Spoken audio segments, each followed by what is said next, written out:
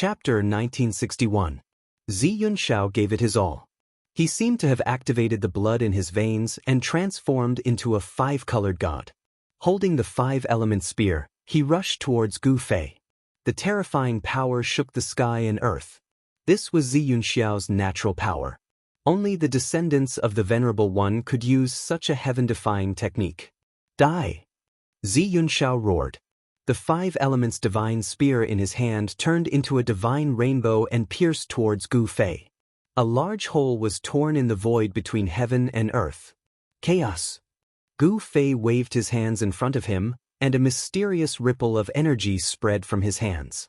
After that, a shocking ray of light appeared in front of him and moved forward to meet the attack. This, Gu Fei's technique shocked Xianxia. He had activated the blood in his veins, but his opponent was still able to use his technique. "How dare you!" Xianxia roared.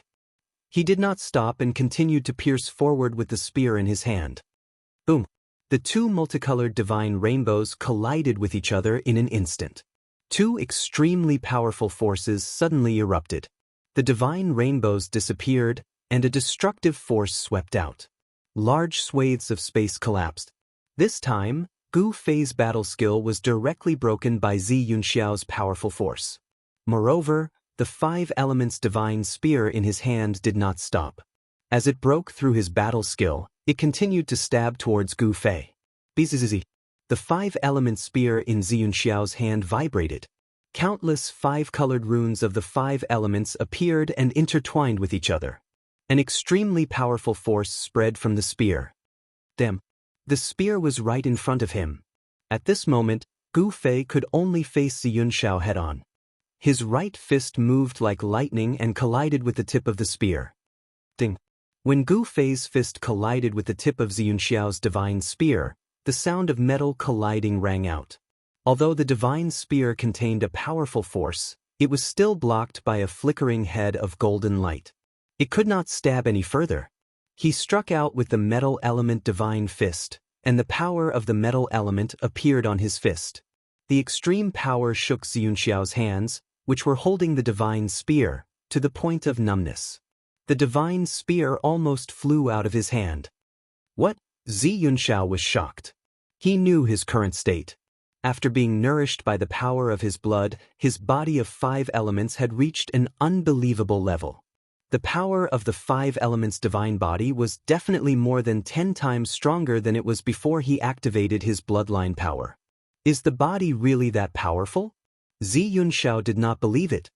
He desperately activated the power of the five elements in his body, and the tip of the spear against Gu Fei's fist began to shine with five-colored light. Gu Fei could feel the powerful force coming from the spear. He could not help but snort coldly. Then, a power of extreme yang rose from his dantian and quickly surged into his fist. Boom! With a muffled sound, Gu Fei and Xianxia were both sent flying by the powerful force that erupted from their opponent. The descendants of a supreme martial artist are indeed blessed by the heavens.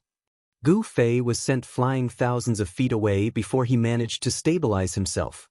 Although he already knew that Xianxia's battle prowess would increase after the awakening of the sovereign bloodline, he never imagined that Xianxia's strength would increase to the point where he could contend against him. Xianxia's power was definitely close to that of a saint. If he had not encountered Gu Fei, he would indeed be undefeatable. Unfortunately, Xianxia, the descendant of the Purple Cloud Sovereign, had encountered the descendant of the martial ancestor. Xianxia did not gain any advantage in his clash with Gu Fei. Gu Fei was sent flying thousands of feet away, while he was also sent flying thousands of feet away by Gu Fei's fist. His hands, which were holding the five elements divine spear, were bleeding. How is this possible? In the sky, the elder from the Xiun clan was extremely shocked.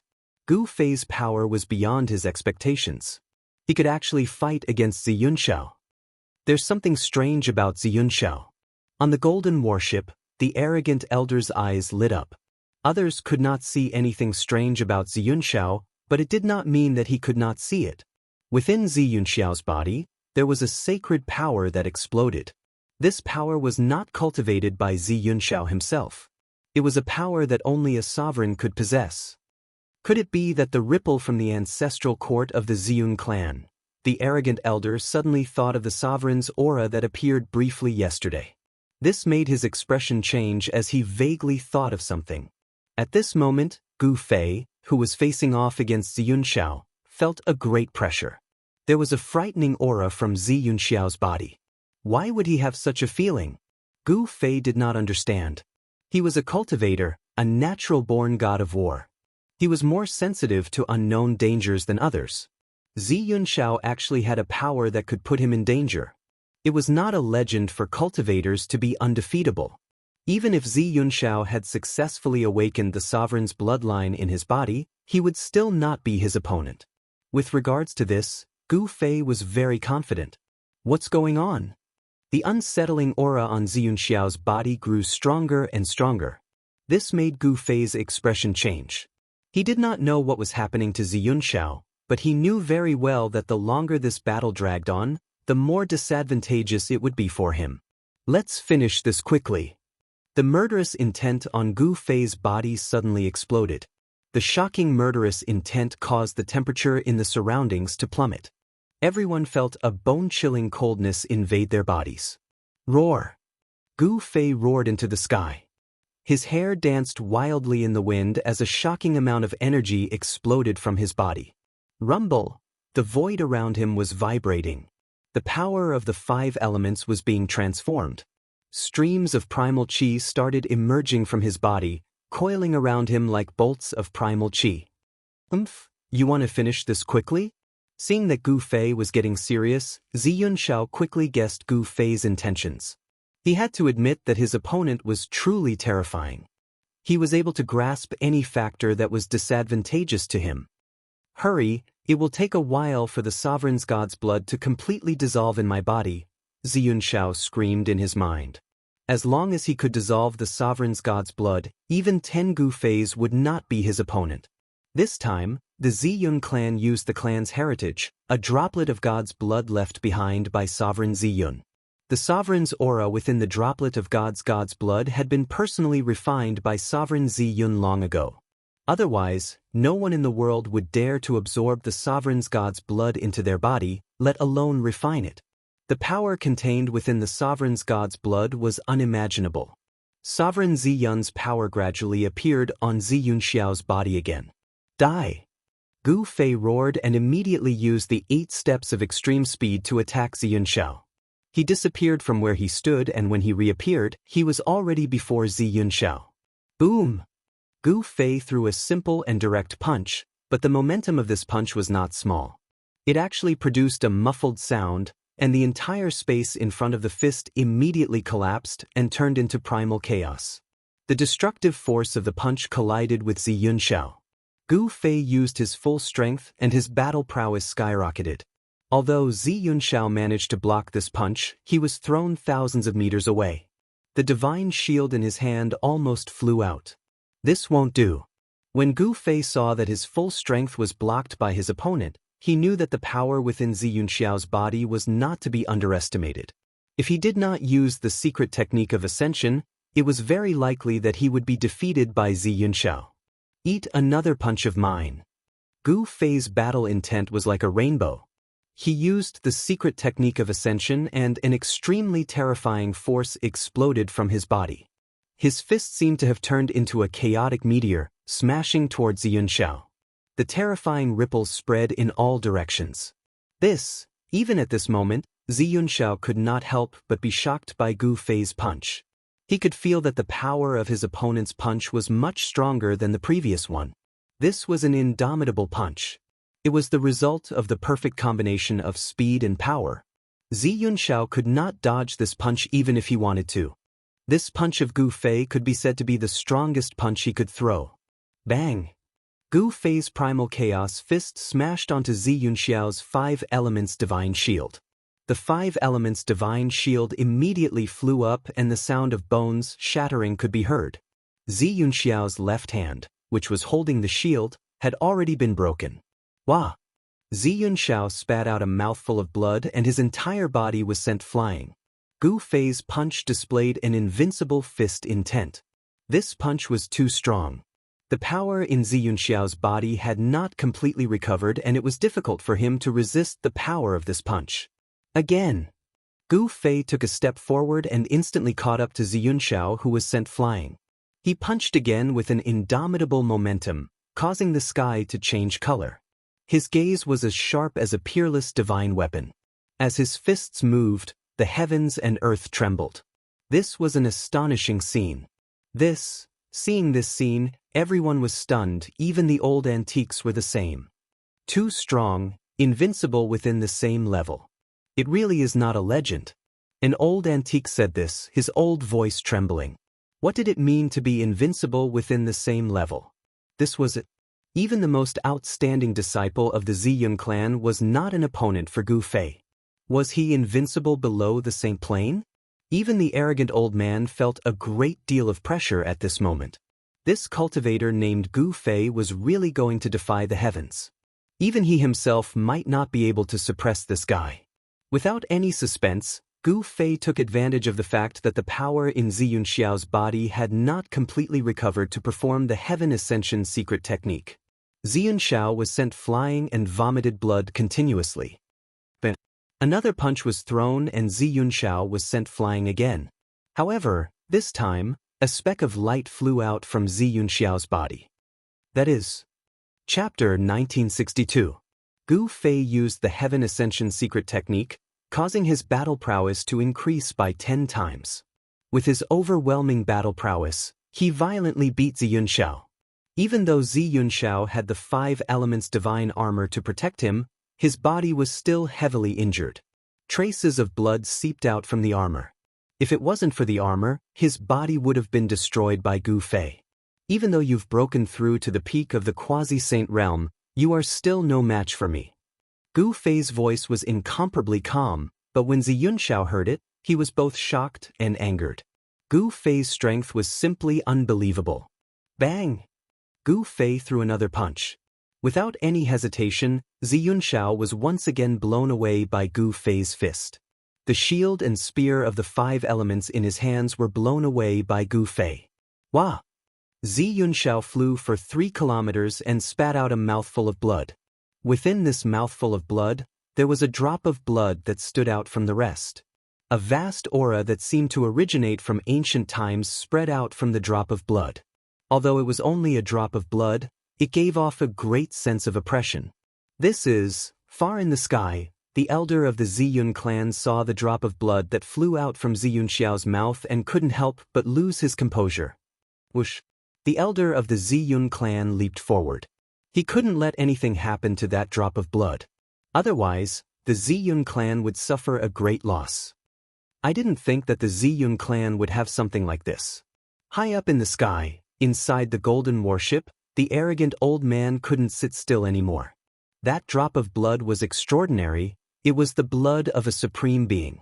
Although it was just a drop of blood, and it had already been refined by the supreme being, it still caused everyone's souls to tremble. The arrogant elder rushed out as well. There were many antiques who had the same thought as the arrogant elder. The moment the drop of blood was knocked out of Xianxiao's body by Gu Fei, at least 5 silhouettes rushed out. Powerful auras spread out in all directions. These were 5 existences that were much stronger than Xianxiao. Their suppressive might spread out in all directions, causing the hearts of all the cultivators to tremble. The 5 antiques were no small matter. However, they were still half a step slower than Gu Fei. By the time the group arrived, the drop of blood had already been taken by Gu Fei. Gu Fei did not dare to directly grab that drop of Earth's sovereign celestial blood. Instead, a fist-sized ancient cauldron appeared in his hand and he used it to collect the Earth's sovereign celestial blood. In the end, he was still half a step too late. The elder from the Ziyun clan roared at the sky and directly attacked Gu Fei. A huge hand rushed out from the back of his head, enveloping the sky and grabbing at Gu Fei. This was the hand of a soul. No matter how powerful one was, there was no way they could escape from it. The transformation of a soul was just too fast. As soon as the hand appeared, Gu Fei immediately felt his body tighten. He had been bound by some sort of force, which shocked him. Bang! Gu Fei's body shook and directly shook off the binding force. Then, he rushed out from under the giant hand of the primordial spirit. What? The elder from the Ziyun clan was shocked. He didn't think that Gu Fei would be able to avoid his attack. This was far beyond his expectations. Eat my fist. After dodging the old man's grab, Gu Fei directly threw a punch at him. The violent force of the punch turned into a chaotic dragon, charging at the old man. True force could leave the body and transform into a form to kill. This was a battle technique of the martial way. Bang! Gu Fei's fist collided with the elder's soul. The elder was sent flying thousands of meters away by Gu Fei's punch, his blood and qi churning. How can this person be so powerful? The elder from the Ziyun clan was incomparably shocked. Xianxia's loss wasn't unjust. This Gu Fei was strong enough to fight against super-ancient existences. One had to know that Grand Completion quasi-saints weren't the strongest existences on Buzhou ancestral planet. The strongest existences were the super-ancient existences that had lived for countless years. Whether it was in terms of battle experience or cultivation, Grand Completion quasi-saints couldn't compare to them. Although these people weren't saints yet, their battle prowess was comparable to saints.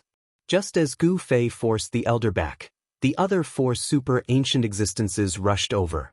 Tenfold Ascension. Without hesitation, Gu Fei unleashed his tenfold ascension, causing his battle prowess to skyrocket by tenfold as he punched out at each of the four super-ancient existences. The four super-ancient existences hurried to block Gu Fei's attack, but Gu Fei managed to stop them as well. This guy's heaven-defying.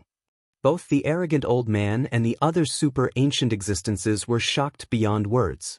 This Gu Fei was too terrifying. Could he really fight against existences that had lived for countless years? Swish! Gu Fei shot up into the sky, wanting to leave. Now that he had obtained the supreme god blood, he wanted to find a place to refine it as soon as possible. Where do you think you're going? The elder from the Ziyun clan roared as he charged over. Cage drawing. The elder from the Ziyun clan immediately unleashed his strongest technique. With a wave of his hands, the void around Gu Fei seemed to have truly turned into a cage. The void around Gu Fei was sealed in an instant. Countless Dao runes could be vaguely seen in the void as a massive force surged towards him from all directions. Gu Fei tried throwing out a punch, but he could feel that his movements were being obstructed. His fist seemed to be moving in slow motion, as though he was stuck in a swamp. Hand over the god blood and I'll spare your life. The elder from the Ziyun clan barked. That was the supreme god blood left behind by the Ziyun Supreme. This time, the Ziyun clan had arranged a battle with Gu Fei. In order to redeem their clan's reputation, they had requested for a drop of the supreme god blood.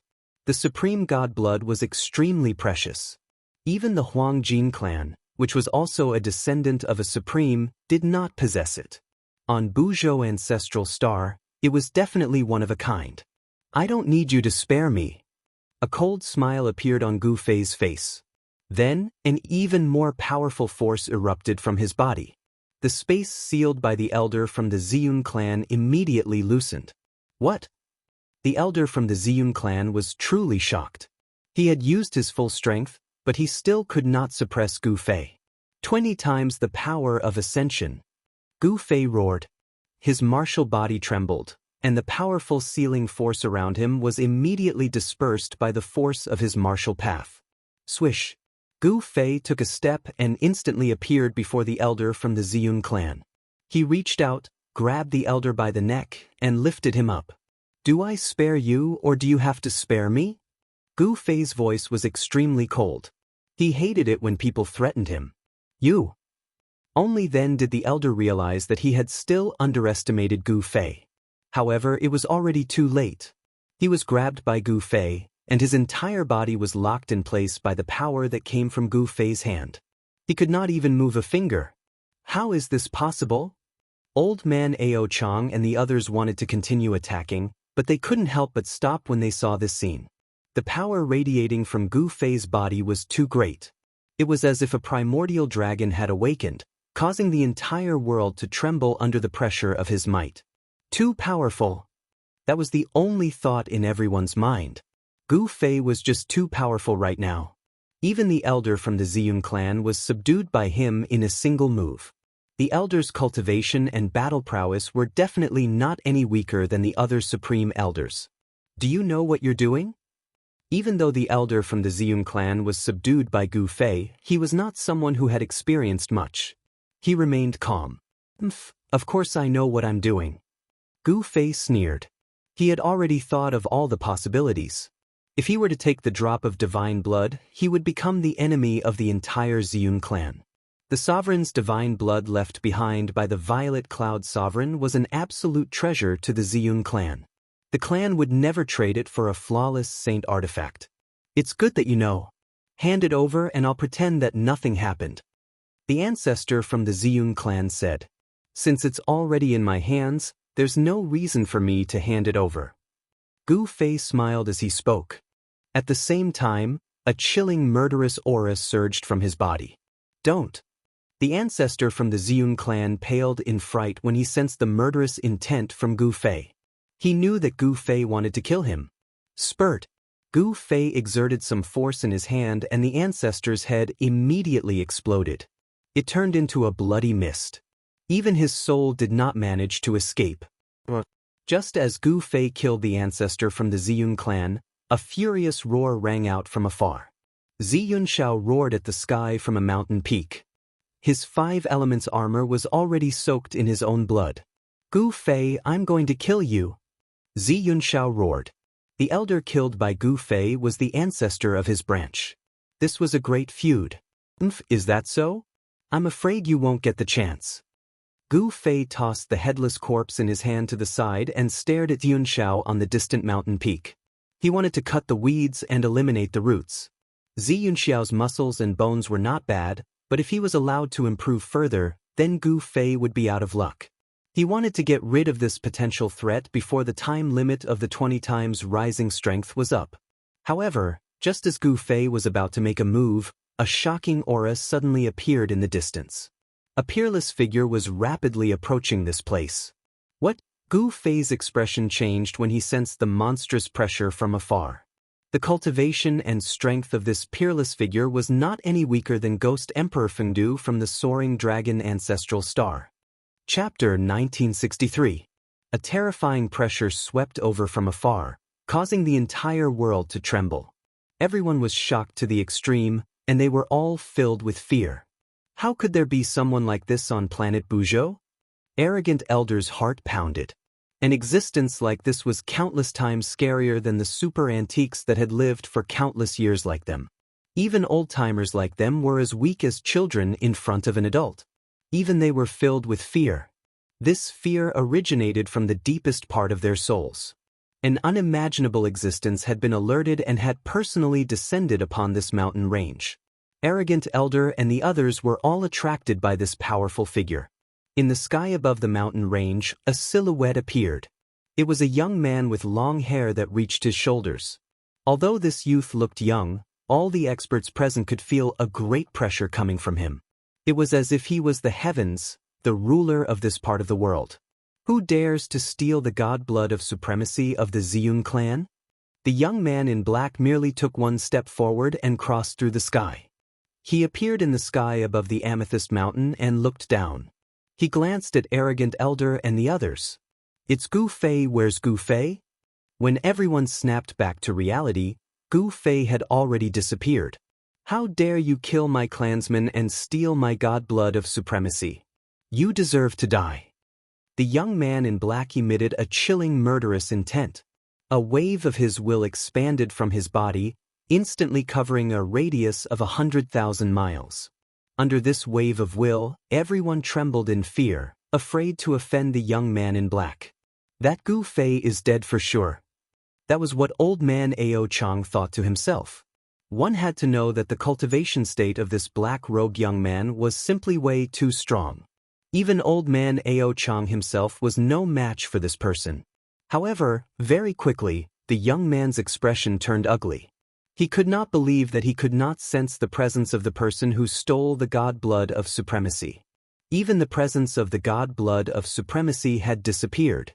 How is this possible? The powerful will swept through the surroundings. All the cultivators and even all the living beings within a radius of 100,000 miles began to tremble under this will. That was especially true for cultivators with higher cultivation bases. They were able to sense just how terrifying this divine will was. Even their souls were trembling. This person can't be a saint, but the Ao Tsang elder's expression turned ugly. To think that there would be such an existence in the Ziyun clan. It was truly shocking. However, it seemed that there was also such an existence in the Huang clan. Old ancestor, Xianxia flew over from afar. Useless fella. Even after using the god blood of a supreme being, he is still no match for that person. The black-robed young man glanced at Xianxia and cursed. If they lost the sovereign god's blood just like that, it would be a great loss to the Ziyun clan. Xianxia was ashamed and angry at the same time. He could not help but spit out another mouthful of blood. Go back and face the wall for 1,000 years. The black-clothed youth waved his hand and Xianxia immediately flew up, disappearing into the horizon. The black-robed young man casually waved his hand and Xianxia was sent 10,000 miles away. This level of cultivation was enough to stun everyone present. Senior, could you be the great sage Xiqian? Arrogant old man said carefully. To think that someone would know my name. The black-robed young man glanced at arrogant old man curiously. So it's someone from the Huang clan of the northern lands. The black-robed young man recognized arrogant old man's background with a single glance. It really is the great sage Xiqian. How is this possible? Arrogant old man's voice began to tremble. At that moment, the black-robed young man seemed to have sensed something and disappeared before everyone's eyes. Even arrogant old man did not manage to see how the black-robed young man left. The great sage Xiqian is actually still in the human realm, arrogant old man mumbled to himself. The other old antiques were extremely shocked as well. The great sage Xiqian was once an undefeatable great sage of Buzhou ancestral star. In the distant past, this great sage had almost unified the cultivation world of Buzhou ancestral star once again. In the era of the great sage Xiqian, he had subdued all the cultivation forces on Buzhou ancestral star. In the entire Buzhou ancestral star, only the Huang Jin family did not submit to him. To think that someone like that was still on Buzhou ancestral star. It was unbelievable and hard to accept. One should know that sages were extinct in the current era. There should be no more sages in the human realm. Could it be that the great sage Xiqian is able to seal his cultivation? Arrogant old man thought of a possibility. The great sage Xiqian might have mastered some sort of self-sealing secret art. Swoosh!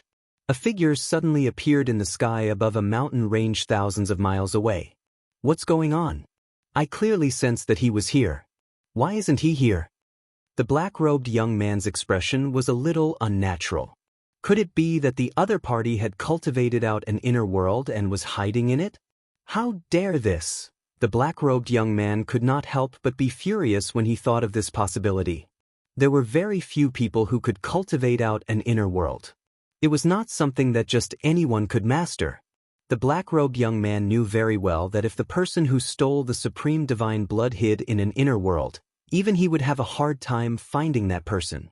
Moreover, even if he had amazing abilities, it would be hard for him to use them in the human realm. Once he used that power, the consequences would be dire.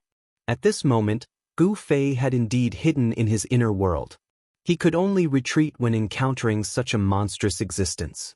The current him was far from being a match for such an existence. One should know that the person who came had cultivation and strength comparable to Ghost Emperor Fengdu.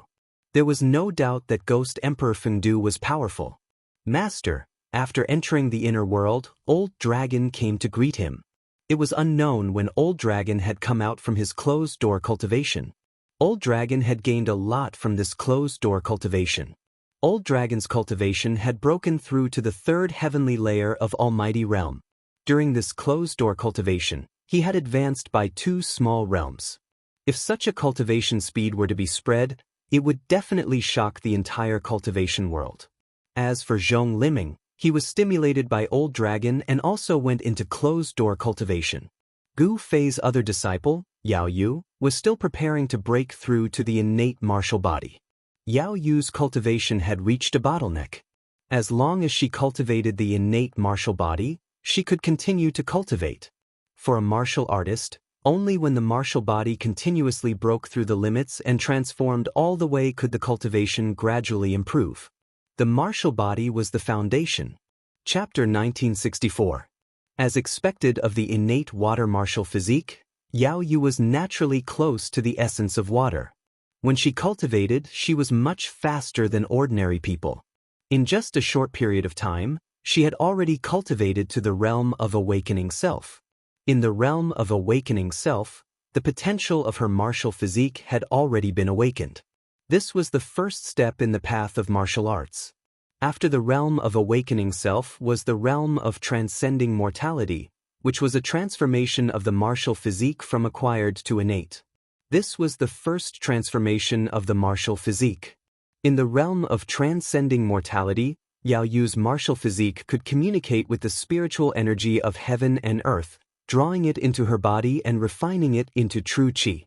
After that, she could open up her dantian and become a true martial artist. The great Saint Zisu of the Ziyun clan was searching for Gu Fei everywhere. However, Gu Fei had already entered the bottom of his inner world. The great Saint Zisu was a great saint in the ancient era, but now he had already sealed himself. His cultivation had long fallen from the saint realm. If he still had the cultivation he had in the ancient era, forget about Gu Fei hiding in his inner world. Even if Gu Fei ran outside of Buzhou Star region, the great Saint Zisu would still be able to find him. Damn it. On top of a mountain, the black-clothed Zisu roared furiously. The person called Gu Fei who stole the sovereign god's blood had actually disappeared. There's not even a trace left behind. How is this possible? Zisu knew that his previous guess was probably correct. This little guy called Gu Fei should have already opened up his own inner world. Only by hiding in the inner world would he not be able to find him. Zisu was very confident. Although he had sealed himself, he still had the battle strength to look down on the world. In the ancestral Buzhou Star, there were really not many people who had the qualifications to be his opponent. If it wasn't for the sovereign god's blood, he would definitely not come out at this time. No one could deduce any clues about the great world in the human world this time. No one knew what direction this great world would develop in. The heaven's secrets had already been concealed by some sort of power. In this super great storm, even an existence like Zisu would most likely fall. Even an existence like Zidan had to be careful when dealing with this great world. Ziru directly sat down cross-legged on the mountain peak. He was waiting for the person called Gu Fei to come out from his inner world. He did not believe that that person would continue hiding in his inner world. The sovereign god blood was too important to the Ziyun clan. Gu Fei didn't know that he had already been targeted by Ziru. At this moment, he was studying the drop of God's blood within the mountain and river cauldron within a valley within his inner world. The supreme god blood is indeed extraordinary.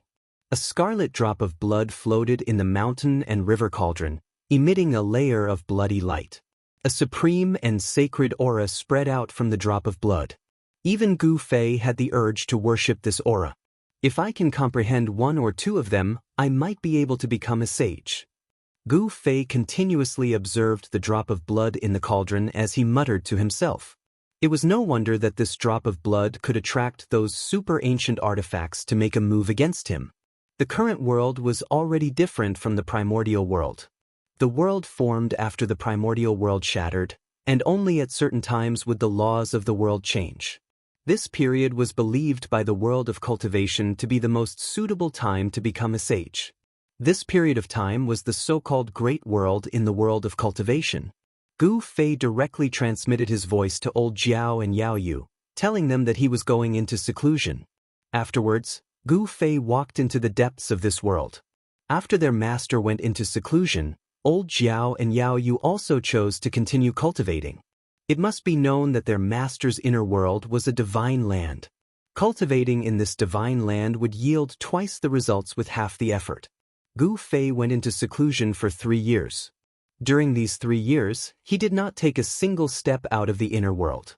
One evening after 3 years, a fluctuation suddenly came from the depths of the divine map. Although this fluctuation was not very strong, it made all living beings in this world feel a kind of fear that came from the depths of their souls. Master is finally coming out of seclusion. Old Xiao and Yao Yu woke up with a start. Whoosh! The shadow of a dragon rushed out of a valley. The dragon aura was vast and mighty, and a huge dragon appeared high in the sky. Afterwards, the huge dragon turned into a tall, middle-aged man. At the same time, two women appeared on a mountain peak. These two women were like fairies from the 9 heavens. They did not have a trace of mortal aura, and they both had peerless looks. These two women were Zhong Liming and Yao Yu. Roars came from another direction. There was a vast and mighty deathly aura there, and 3 powerful figures of death were faintly discernible in the towering deathly aura. Gu Fei is really abnormal, Zhong Liming muttered to herself on the mountain peak. On the mountain peak, Zhong Liming was muttering to herself.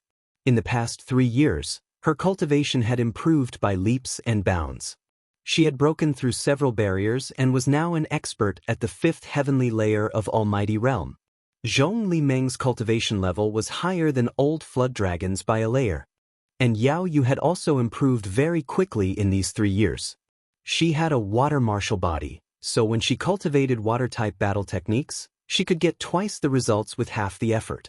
She had already successfully broken through and become a transcending mortality realm warrior. Yao Yu's cultivation speed was absolutely unimaginable a few hundred years ago. It should be known that Gu Fei's master had cultivated martial arts all his life, but it was difficult for him to break through to the transcending mortality realm.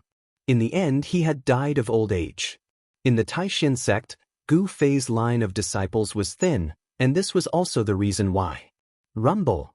At this time, the entire inner world began to shake.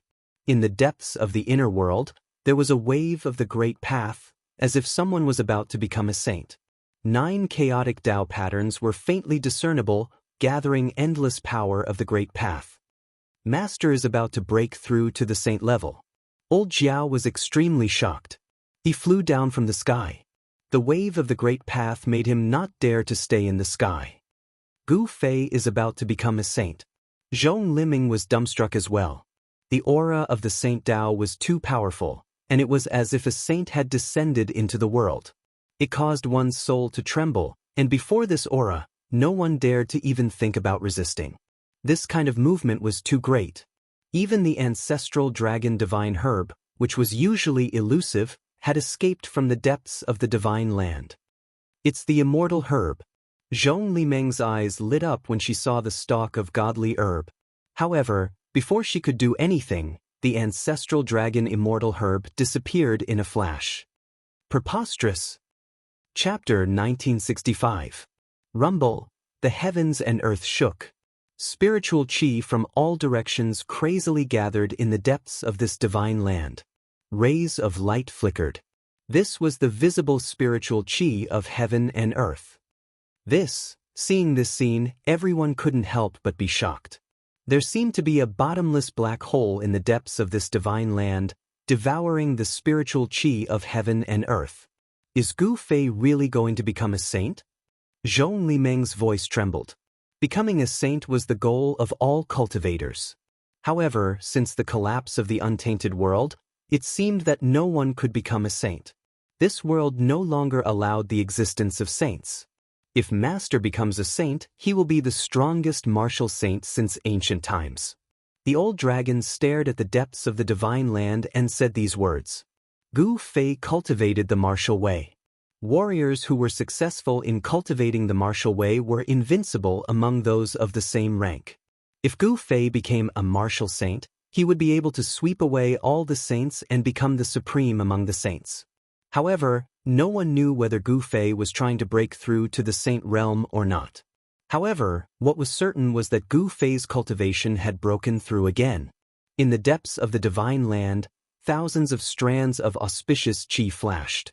Endless spiritual chi of heaven and earth gathered in Gu Fei's location. The density of the spiritual chi of the entire inner world was decreasing. Old Jiao and the others couldn't help but be shocked.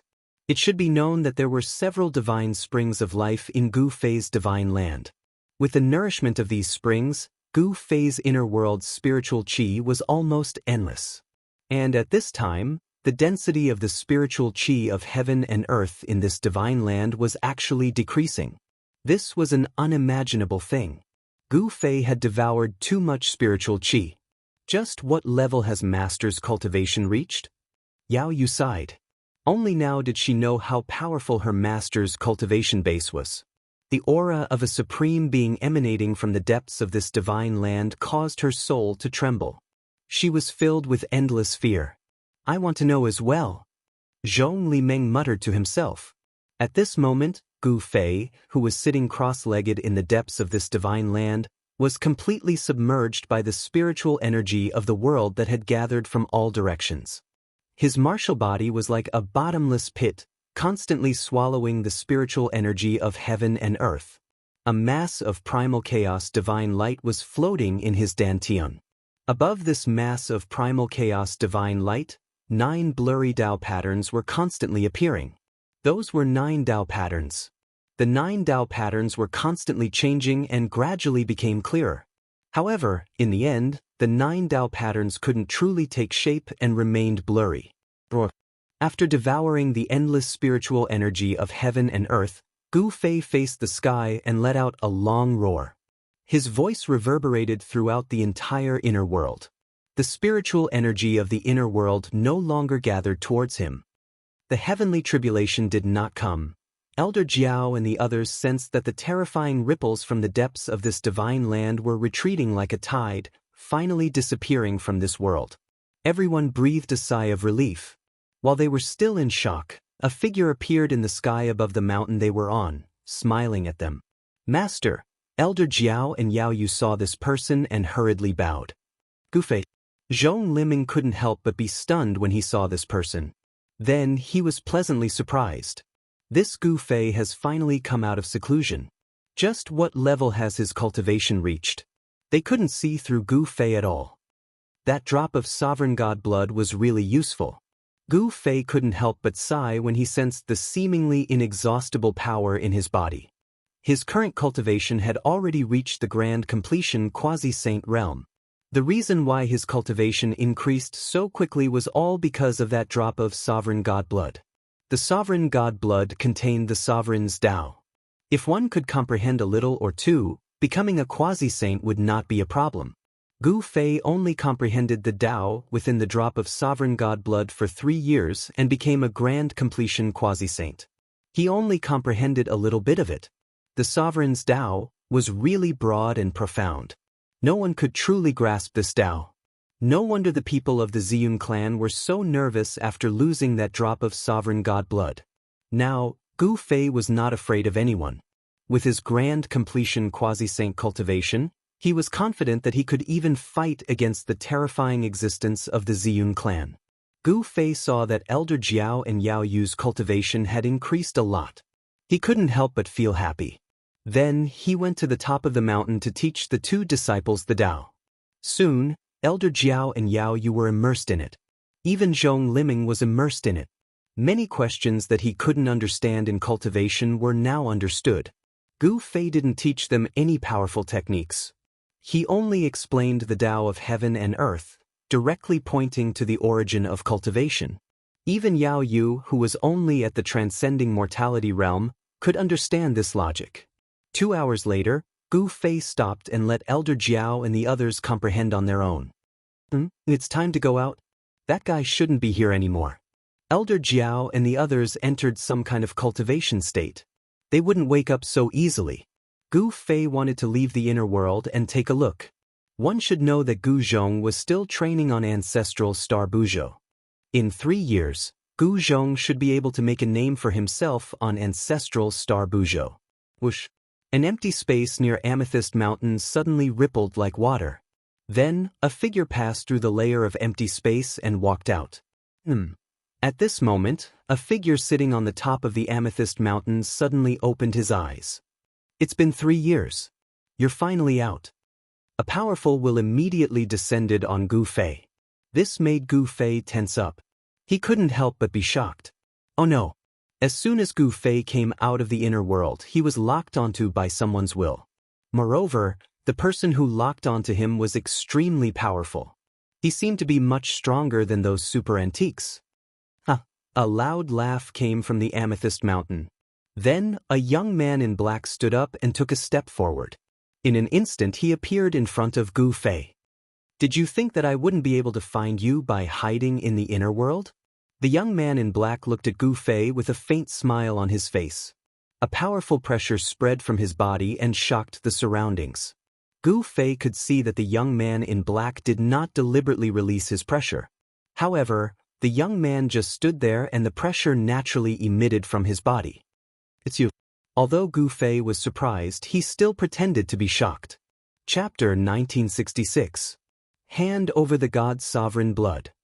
The black-robed young man said indifferently. He did not think that Gu Fei was his opponent. Even if Gu Fei was already a grand completion quasi-saint, the outcome would still be the same. From Zidan's point of view, the reason why Gu Fei's cultivation was able to rise so quickly was definitely because of the god's sovereign blood. Otherwise, how could a beginner quasi-saint become a grand completion quasi-saint in just 3 short years? Other than the members of the Ziyun clan, outsiders would definitely not be able to refine the god's sovereign blood. Zidan was not worried that this person called Gu Fei would refine the god's sovereign blood. "Why should I hand it over?" The black-robed young man acted all high and mighty, clearly not putting him in his eyes at all.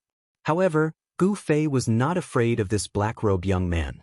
If it was 3 years ago, he would still be wary of this black-robed young man.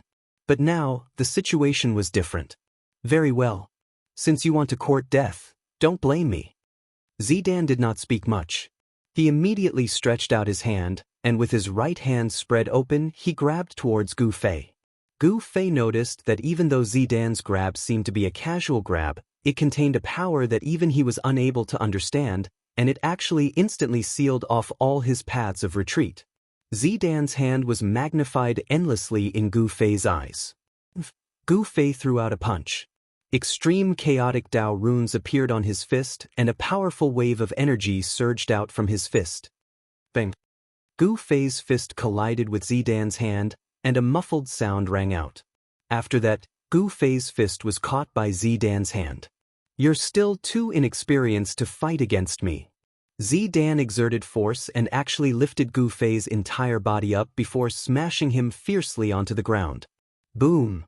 With a loud sound, Gu Fei smashed onto the ground. The powerful impact created a huge crater in the forest below. The ground trembled and dust flew everywhere. Very good. Step by step, Gu Fei walked out of the pit on the ground. A shocking aura erupted from his body. He looked like a god of war. His long hair fluttered even though there was no wind, and his eyes were incomparably resplendent. Suppress. At that moment, Zirua had already formed a seal with her hands and pressed it down towards Gu Fei's head. A powerful sealing force immediately descended from the seal in Zirua's hands. Boom! This sealing force struck Gu Fei's body and directly smashed him into the ground. Moreover, this sealing force turned into 9 Dao patterns that were imprinted on his body. Zidan wanted to seal Gu Fei with 9 Dao patterns. "It's not that easy to seal me."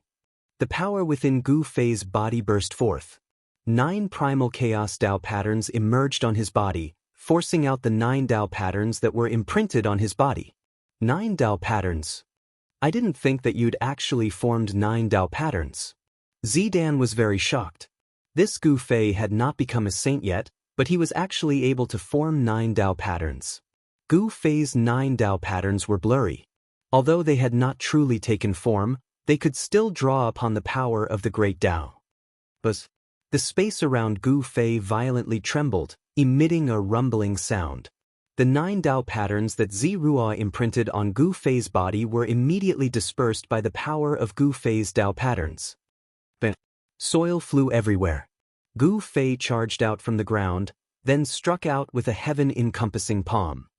Rumble! The huge palm covered the sky and directly slammed towards Zirua in the sky.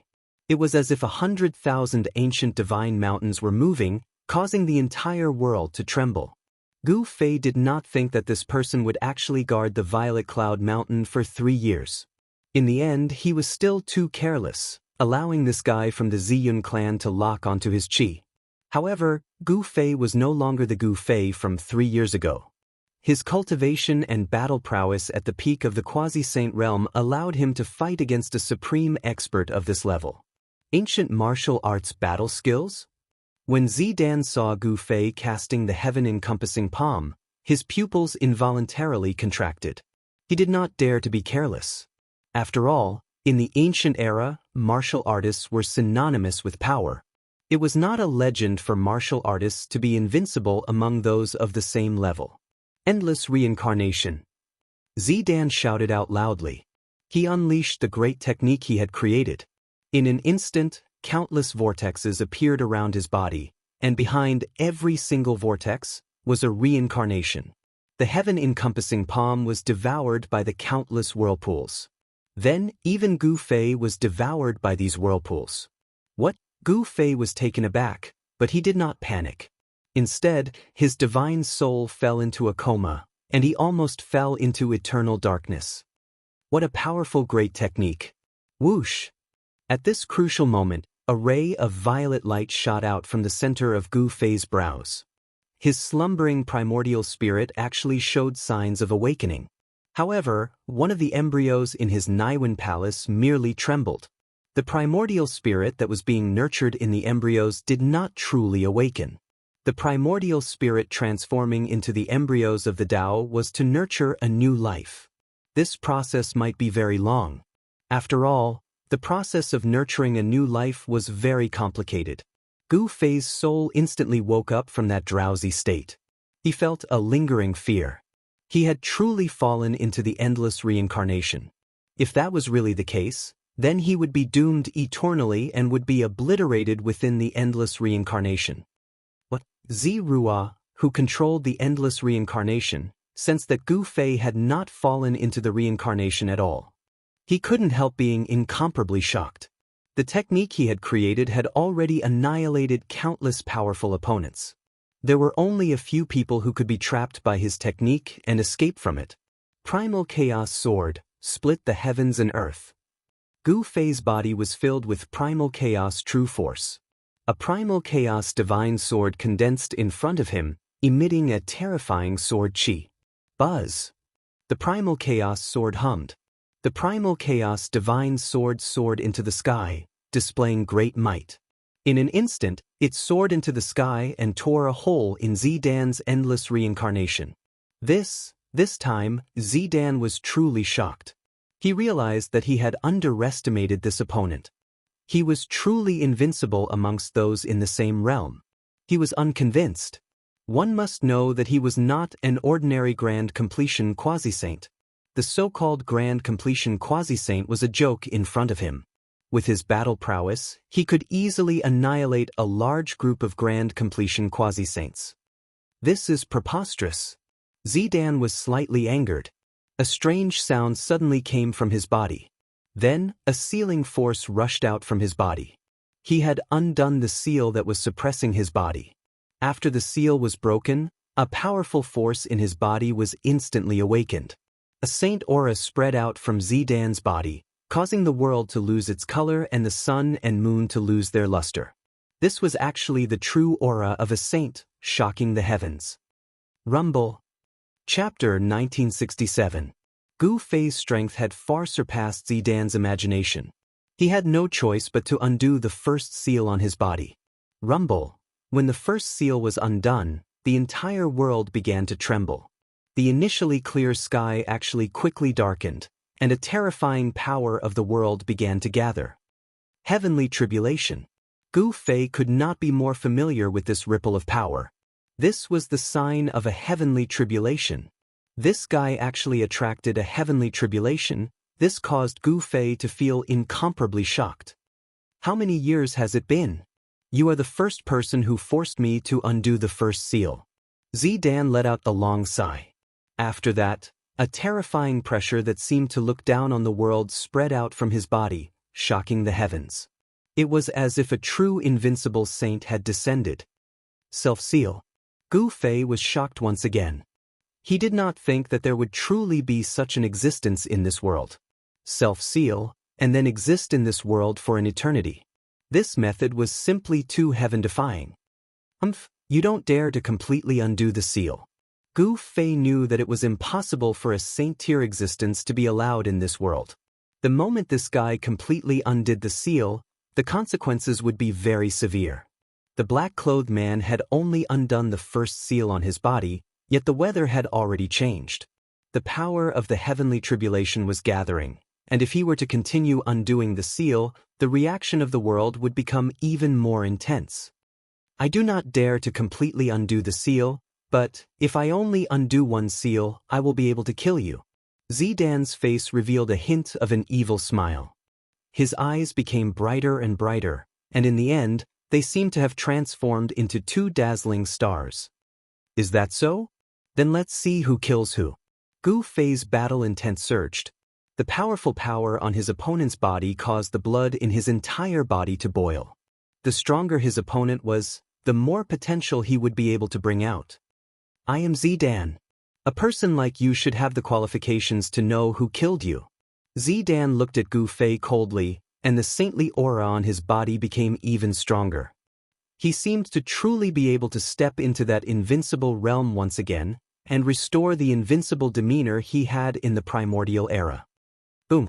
Just at this moment, a thunderclap exploded above the two of them. The earth-shattering sound of thunder caused everything in the world to tremble. Under this heavenly might, all the living beings in the mountain trembled with fear and trepidation. A dazzling bolt of lightning struck down from the sky, directly striking towards Zidan. This doesn't seem to be a heavenly tribulation. Gu Fei was quite shocked. This kind of power did not seem to be a heavenly tribulation, but a reaction from the heaven and earth's power. The heaven and earth did not allow the existence of divine bloodline power. What the hell is going on? In Gu Fei's mind, thoughts were constantly spinning. He seemed to feel that he had grasped something, but he didn't know what it was. He couldn't explain it clearly. Damned heavens, so annoying. Zidan raised his head to look. A bright light flickered in his eyes. When that bolt of lightning struck a few dozen feet above his head, it exploded, transforming into countless electric currents. Those electric currents were like silver snakes, coiling towards Ziruo. However, there seemed to be an invisible wall surrounding Ziruo's body, blocking all of the electric currents outside. Rumble! Thunder rumbled endlessly in the sky, and bolts of lightning struck down towards Zidan. However, the might of the heaven and earth was unable to harm Zidan in the slightest. Gu Fei's aura had already risen to a certain point, and he had a feeling that he would not be satisfied if he did not vent it out. The power that had gathered in his body was about to be vented out. Streams of primal qi coiled around his body. The space around him trembled, and the power of an advanced stage quasi-saint was completely displayed on his body. Zidan snorted coldly and suddenly disappeared from where he stood. Gu Fei's pupils couldn't help but contract, and then he soared into the sky. With a single step, Dao markings appeared beneath his feet, and in an instant he soared tens of thousands of feet into the sky. His extreme speed of 8 steps was displayed to the fullest. But right at the moment when Gu Fei soared into the sky, the place he was originally at suddenly exploded, transforming into primal chaos. A figure appeared where Gu Fei originally stood. So fast. When Gu Fei saw that, his heart couldn't help but tremble. Zidan's movement speed seemed to be able to catch up to his extreme speed of 8 steps. When Zidan saw that Gu Fei was actually able to dodge his attack, he was a little astonished. Gu Fei's movement speed was not to be underestimated. It was a profound and unfathomable footwork. Primal Chaos Fist. Gu Fei immediately retaliated. His right fist directly punched out towards Zidan. On his fist, 9 blurry Dao markings faintly appeared. This fist seemed to have brought along the power of the great Dao of the heaven and earth as it struck towards Zidan. Zidan's expression changed. This fist of Gu Fei's was incredible. He never thought that Gu Fei's understanding towards the great Dao had already reached such a level. Star River Reverse. Zidan executed a great technique, and an endless amount of starlight appeared in the dusky sky. He actually guided down a star river, and it flew towards Gu Fei's fist, indirectly guiding the endless power of the stars with a wave of his hand. This method caused even Gu Fei to be shocked. Boom! Gu Fei's fist smashed onto the star river that was charging towards him. The might of his fist exploded, and the star river collapsed. The endless starlight dissipated within the void. Although he managed to disperse the star river, he himself was also sent flying several hundred meters away. So powerful! Gu Fei felt a slight pain coming from his right fist, as though his skin and flesh were being torn apart. This caused him to be incomparably shocked. One must know that he was a full-tier quasi-saint martial artist. Other than battle prowess, a powerful martial body was also a form of capital for a martial artist. Zidan, who had undone the first seal on his body, was truly powerful. At the very least, he was more than 10 times stronger than before. The surge of power on Zidan's body caused Gu Fei to feel an immense pressure. Roar! Gu Fei roared out furiously. In the next moment, he directly charged towards Zidan. Swish! In the process of charging towards Zidan, Gu Fei's body suddenly became blurry and actually split into two. One Gu Fei turned into two Gu Feis. Then, the two Gu Feis turned into three Gu Feis. Three powerful figures charged towards Zidan at the same time. The three figures' power and speed were all the same. No one knew which one was Gu Fei's real body. What this is, when Zidan saw this scene, he was truly shocked. He had already recognized this secret technique. This was one of the 9 secret techniques created by the Taoist ancestor. Chapter 1968. 3 Pure Ones? How is this possible? Zero was truly shocked.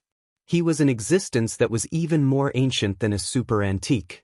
He was a true figure from the ancient era who had sealed himself in the present. He had experienced the ancient era where experts were as numerous as trees in a forest. The 9 secrets of immortal Tao created by the Wuxiang Tao ancestor were supreme divine arts that shook the heavens during the ancient era. Of course, the 9 secrets of immortal Tao were already incomplete during the ancient era. However, some of the successors of the Wuxiang Tao ancestor still managed to cultivate some of the secret arts within the 9 secrets.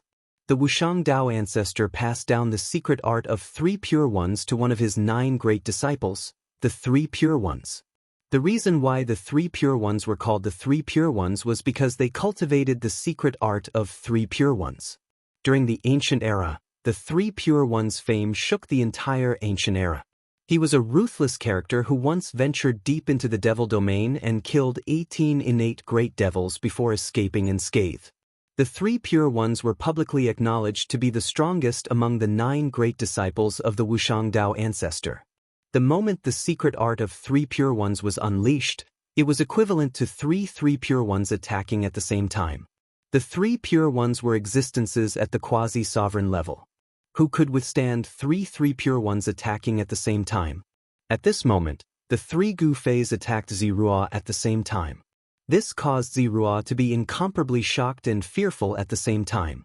The might of this secret art was truly terrifying. Boom! A huge primal hand rushed out from one of the Gu Fei's hands and slapped towards Zirua. A powerful ripple shook the heavens and earth. This was the heaven-covering hand. This was how terrifying the 3 Pure Ones were.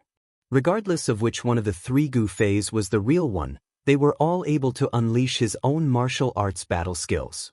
Heaven-covering hand, primal chaos fist, 5 elemental sword. 3 battle skills were unleashed at the same time, causing a terrifying ripple to shake the heavens and earth. Bam! Zidan used a great technique to block the heaven-shrouding hand. However, a primal chaos fist smashed onto Zidan's shoulder. Zidan was instantly sent flying by the huge force.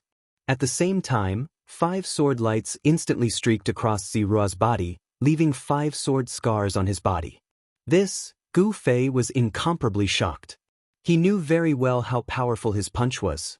However, his opponent seemed to be unharmed after taking his punch head-on. Especially those 5 strikes. It caused Gu Fei to feel even more disbelief. The clothes on Zidan's body were slashed open 5 times by his sword aura, yet, no bloodstains seeped out from beneath his clothes.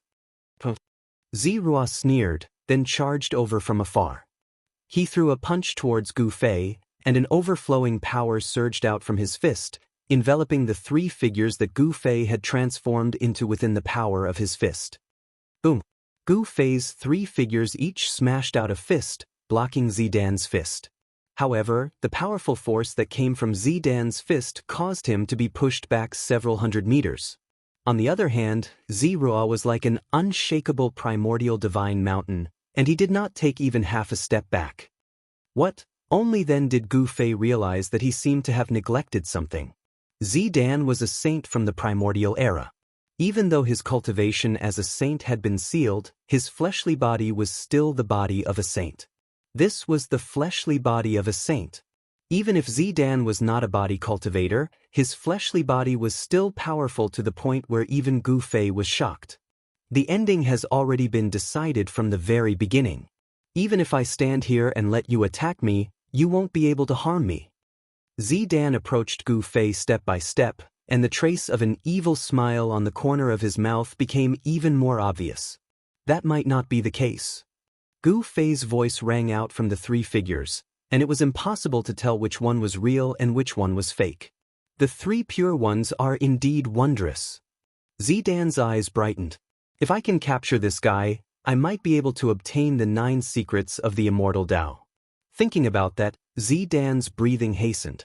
Boom! As he said that, an astonishing power suddenly erupted from Gu Fei's three figures. Gu Fei's aura was rapidly rising, and the entire world was trembling. Pitch-black spatial cracks appeared around the three figures. Seeing that Gu Fei's aura was rising once again, Zidan's eyes shone even brighter. Gu Fei displayed the secret art of ascension, causing his combat power to rise by 10 times. The world lost its color, and the entire region was filled with his terrifying aura and pressure, intimidating all living things. What's going on? That human martial body has appeared again. The terrifying pressure spread across a radius of several tens of thousands of miles. Quite a few cultivators who were cultivating in the mountains were alarmed, and they all rushed out from their cultivation grounds. 3 astonishing powers erupted at the same time from the 3 Gu Feis. He channeled 2 secret arts at the same time, causing his combat power to rise to a level that even Zidan's expression changed. The 9 heavenly stars sword appeared in Gu Fei's hand, an ancient cauldron appeared in another Gu Fei's hand, and a peerless sword appeared in the 3rd Gu Fei's hand. What? A supreme divinity weapon? How is this possible? When Zidan first saw the 9 heavenly stars sword, he did not think much of it. However, when he saw the other 2 items in Gu Fei's hands, he could not help but be shocked. An ancient cauldron and a weapon that emitted a peerless sword aura. One of them was unremarkable, while the other was extremely sharp.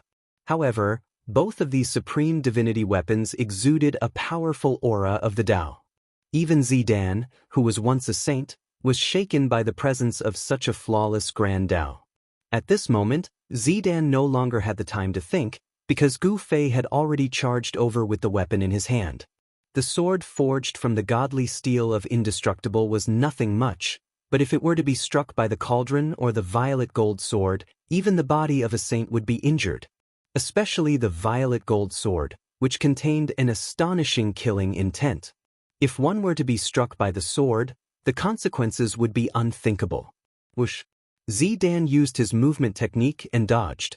At the same time, a divine rope shot out from his body, then coiled around Gu Fei. The divine rope turned into a huge black dragon, emitting a peerless and terrifying ripple. It was a flawless divinity weapon. The moment the 9 heavenly stars sword in Gu Fei's hand touched the black dragon formed by the black rope, it was knocked away. Even when the mountain and river cauldron smashed onto the black dragon, it could only barely block it. The mountain and river cauldron had yet to awaken, so it could not suppress the divine rope. But the violet gold sword was different. Even if it had yet to awaken, its sharpness was enough to cut the black dragon formed by the divine rope. However, the black dragon did not dare to clash head-on with the violet gold sword, and dodged. Chapter 1969. A great battle erupted. Gu Fei used the 3 pure ones and the ascension secret technique, raising his battle prowess to the limit. Wielding the 9 heavenly stars sword and the mountain and river cauldron, the violet gold divine sword, he clashed with Ziruo. Terrifying ripples spread in all directions. All living beings within several tens of thousands of miles were startled. Many cultivators who were cultivating in the mountains soared into the sky and looked towards the source of the ripples in fear. Who's fighting? Everyone was bewildered. Many people rushed towards the area where Gu Fei and the others were, wanting to find out what was happening near the Amethyst Mountain. Kill! At that moment, Gu Fei's killing intent skyrocketed. He did not hold back and attacked with all his strength.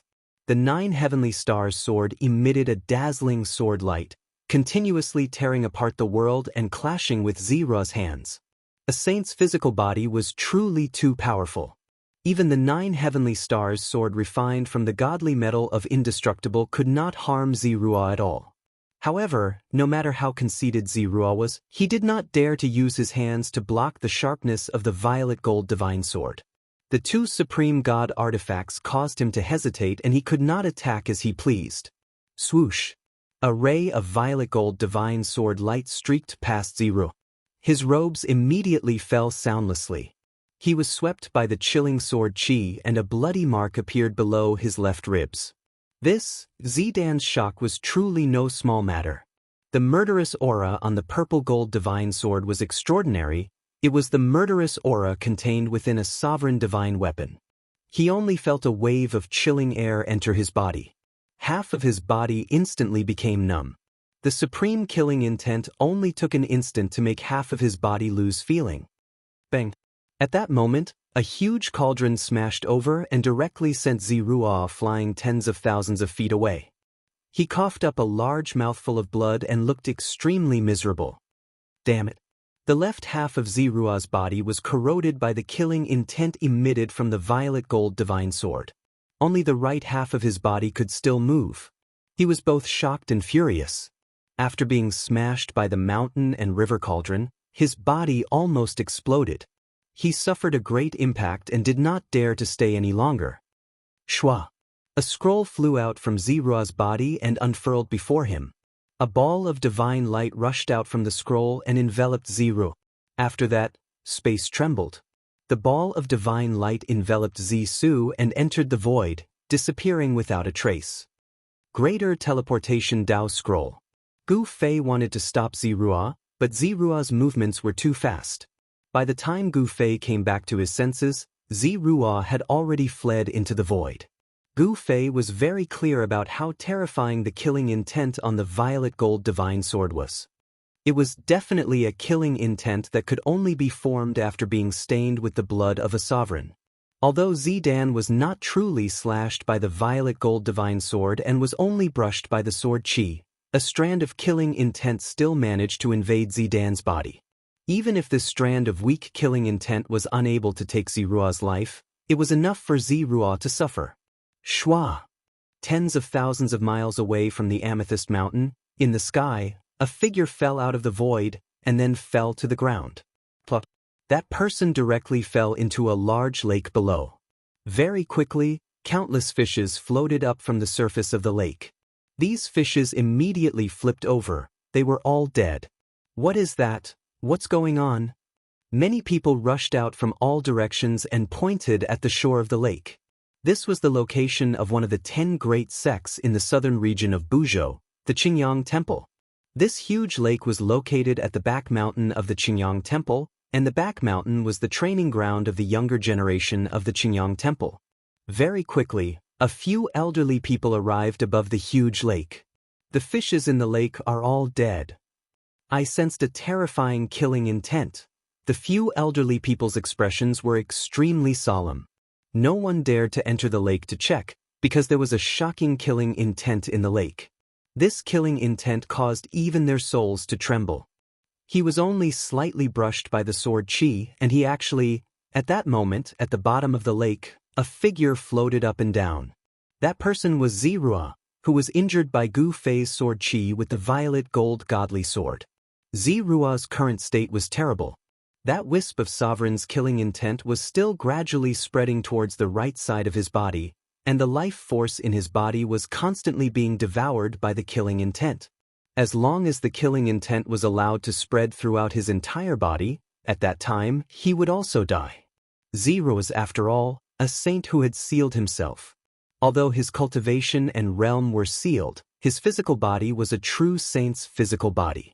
The life force contained within a saint's physical body was unimaginable. Even that wisp of sovereign's killing intent could not spread throughout Zirua's entire body in a short period of time. Looks like I have to use that thing. While his right hand could still move, Zirua hurriedly took out a jade bottle from his body. Then he placed the jade bottle in his mouth and carefully used his teeth to bite open the cork, then swallowed a drop of medicine from the jade bottle. The moment the medicine entered his mouth, it immediately turned into a vast life force. Even the sovereign's killing intent showed signs of being dispersed. Only the godly medicine of immortality could dispel the sovereign's killing intent. Zirua was a saint of the Ziyun clan, and he actually had a drop of blood essence from the godly medicine of immortality. It was not a drop of the godly medicine of immortality that ordinary people could obtain. However, the Purple Cloud Sovereign had once unified the ancestral star of Buzhou, and had even expanded his influence to the neighboring ancestral star. Naturally, the Purple Cloud Sovereign had a stock of godly medicine of immortality. However, after the Purple Cloud Sovereign disappeared, the stock of godly medicine of immortality disappeared as well. No one knew just who had the stock of godly medicine of immortality that had once followed the Purple Cloud Sovereign. Without the invincible cultivation of a sovereign, even a cultivator who had obtained the godly medicine of immortality would not have the ability to protect it. Sooner or later, it would be snatched away by others. For the sake of the clan, the Purple Cloud Sovereign had not only left behind his own blood essence, he had also left behind dozens of blood essences from the godly medicine of immortality. Zirua had a drop of blood essence from the godly medicine of immortality with him. The blood essence from the godly medicine of immortality was a priceless treasure that could protect one's life. Very soon, Zirua felt himself being enveloped by warmth. His body was warm, and it was extremely comfortable. At this moment, the medicinal effect of the godly medicine of immortality took effect. As if the sovereign's killing intent in Zirua's body had met its nemesis, it was gradually forced out by the medicinal effect. However, it was still the sovereign's killing intent. Even after consuming a drop of blood essence from the godly medicine of immortality, it was difficult to completely expel the killing intent in Zirua's body. Right after Zirua left with a great teleportation scroll, Gu Fei also left the Amethyst Mountain. It was time to search for a way to return to the ancestral star of the Soaring Dragon. Chapter 1970. The Violet Gold Godly Sword was a sovereign godly sword that specialized in killing. The murderous aura on the sword could only be condensed after being stained with the blood of a sovereign. Even a peak saint would find it hard to withstand such a murderous aura. Purple managed to keep his life, but his ancestors' graves were also emitting green smoke. If he had been struck by the Violet Gold Godly Sword, he would have died even if he was a self-proclaimed saint. Fortunately, he was struck by a strand of sword aura and carried the blood essence of the immortal herb. The immortal herb was a spiritual item that could exist for a long time. However, the price of longevity was that it was difficult for the immortal herb to grow stronger. Since ancient times, immortal herbs would always follow some powerhouses and seek protection from them. The Violet Cloud Sovereign had an immortal herb, but after the Violet Cloud Sovereign disappeared, this immortal herb disappeared along with him. Having the immortal herb was equivalent to having an extra life. Even if a sovereign was fatally injured, he could use the immortal herb to prolong his life. At the bottom of the lake at the back mountain of the Qingyang Pavilion, Purple was circulating the mystical art in his body to dissolve the blood essence of the immortal herb. The murderous aura that had infiltrated his body was gradually expelled, and he could feel the vitality on the left side of his body gradually recovering. Soon, experts from the Ziyun clan arrived at the Qingyang Pavilion, causing the people of the Qingyang Pavilion to panic. They did not know what had happened. After all, the true ruler of the southern region of Buzhou was the Ziyun clan. The Qingyang Pavilion was only a peripheral force of the Ziyun clan. The lake at the back mountain of the Qingyang Pavilion was quickly sealed off by the experts of the Ziyun clan. No one was allowed to approach it. Just as the experts of the Ziyun clan arrived at the Qingyang Pavilion, Gu Fei had left the Violet Cloud Mountains. He wanted to find a way to leave the ancestral star of Buzhou. It was time to return to the ancestral star of the Soaring Dragon. For several days, Gu Fei appeared in various cities in the southern region of Buzhou. He could only find out what he wanted to know in cities with a relatively high concentration of cultivators. Of course, the truly powerful cultivators would not be willing to live in cities, but the city lords of these cities were not weak. Cities needed experts to guard them. The forces on Buzhou Ancestral Star were different from the Soaring Dragon Ancestral Star. There were no countries on Buzhou Ancestral Star. Instead, it was dominated by cultivation forces. The entire southern region of Buzhou was the territory of the Ziyun clan. Under the Ziyun clan, there were 10 great sections. Each sect occupied an area. Within the sphere of influence of the great sects, everyone had to obey the decrees issued by the great sections. Disobedience was not tolerated. A great sect was like a relatively independent country. Have you heard? The people from the Black Lotus Holy Land discovered an ancient ruin in the Forsaken Land of the Gods. That ruin seems to be related to Jizun. What? Ancient ruins? Isn't that an existence even more ancient than the Violet Cloud Sovereign? That's right. I heard that many experts have already rushed over, and many of them have died. Peerless City. In a pavilion next to the southern street of the city, there were a few cultivators gathered. They were whispering to each other, and opposite the pavilion, in a restaurant, sat an ordinary-looking young man in black. Forsaken Land of the Gods? The black-clothed young man muttered to himself. Although they were separated by a street, he could still hear the conversation of the cultivators in the opposite pavilion. There were a few dishes and a pot of wine on the table in front of the young man. He was pouring himself a cup of wine. There weren't many people in the restaurant. They were all ordinary people from Peerless City. Peerless City was a city under the jurisdiction of the Purple Profound sect, one of the 10 great sects in the southern region of Buzhou. The strength of the Purple Profound sect was considered above average among the 10 great sections. Only the people of the Purple Profound sect would dare to casually talk about the Black Lotus Holy Land, which was also one of the 10 great sections. Ancient ruins? It's not a bad idea to take a look. The black-clothed young man muttered to himself. He seemed to be casually pouring himself a cup of wine, but the conversation of the cultivators in the opposite pavilion was clearly heard by him. The Forsaken Land of the Gods was a forbidden land in the southern region of Buzhou. Legend had it that it was a place abandoned by the gods. Not a single blade of grass grew there, and it was a place devoid of spiritual energy. The lack of spiritual energy was a very serious problem for cultivators. After all, cultivators could absorb the spiritual energy of the world to nourish themselves. Once there was no spiritual energy in the outside world, cultivators would not be able to obtain any spiritual energy from the outside world to replenish themselves. Every bit of essence energy they used would decrease. The essence energy in a cultivator's body was not limitless. The more they used, the more it would be consumed. However, although the Forsaken Land of the Gods was a forbidden land, there were still many cultivators who entered despite knowing the dangers to try their luck. Every year, many cultivators would be lost in the Forsaken Land of the Gods and never come out. Even the 10 great sects of the southern region would send their disciples into the Forsaken Land of the Gods from time to train. Those who could come out of the Forsaken Land of the Gods would receive great nurturing from their sections.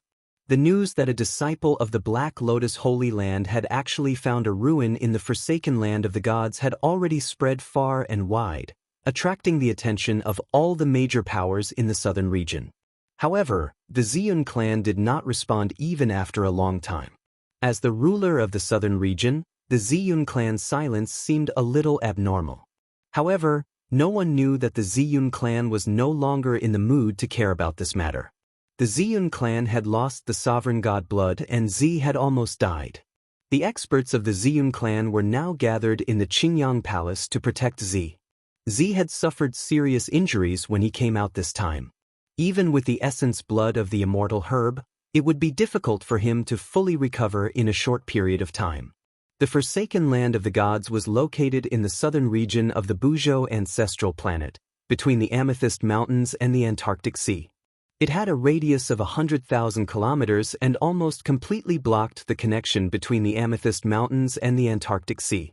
The other major power in the southern region, the South Pole Immortal Mansion, was located in the depths of the Antarctic Sea.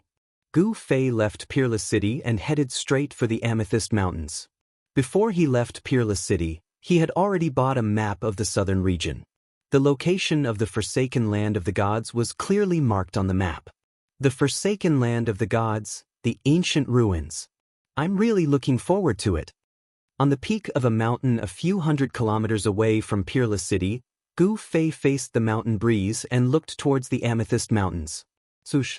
He shot into the sky and used the Void 8 Desolation steps, disappearing into the horizon in an instant. His speed was unimaginably fast. At this time, many experts from the 10 great sects of the south were also rushing towards the Forsaken Land of the Gods. An earth-shattering roar came from the depths of the Amethyst Mountains. A wild beast the size of a small mountain was showing off its might as it chased after a person. Beast! The person dodged between the rocks at an extremely fast speed. The wild beast was full of brute force, but it could not even touch the corner of the person's clothes. The wild beast was a long-haired golden ape. Its golden fur seemed to be cast from gold, and there were traces of golden light circulating on it. The long-haired golden ape was obviously angered by the person. It roared and swung its arms wildly at the person with great strength. The person dodged the long-haired golden ape, but he did not make a move. Boom! The long-haired golden ape's fist smashed into a huge boulder the size of a small mountain behind the person. The entire boulder immediately exploded and was directly smashed into pieces by the long-haired golden ape's fist. Countless rocks flew everywhere, and the forest was immediately in chaos. The nearby trees were smashed by the rocks and directly fell from the sky. I'm not playing with you anymore, you evil beast! With a leap, the man actually jumped onto the shoulder of the long-haired golden ape. The long-haired golden source was furious. It stretched out its right arm, and the huge claw immediately slapped towards its shoulder, wanting to slap the person away. However, at this time, the person exerted force with his legs, and the long-haired golden source's body immediately became shorter. It knelt on the ground with a loud bang. At this time, the golden ape could no longer care about reaching out to hit the person. It hurriedly used its arms to support itself on the ground, stabilizing its body and not falling down. The long-haired golden ape struggled to stand up, but it felt as if there was a huge mountain on its shoulder. No matter how hard it tried, it could not stand up. This was a shocking scene.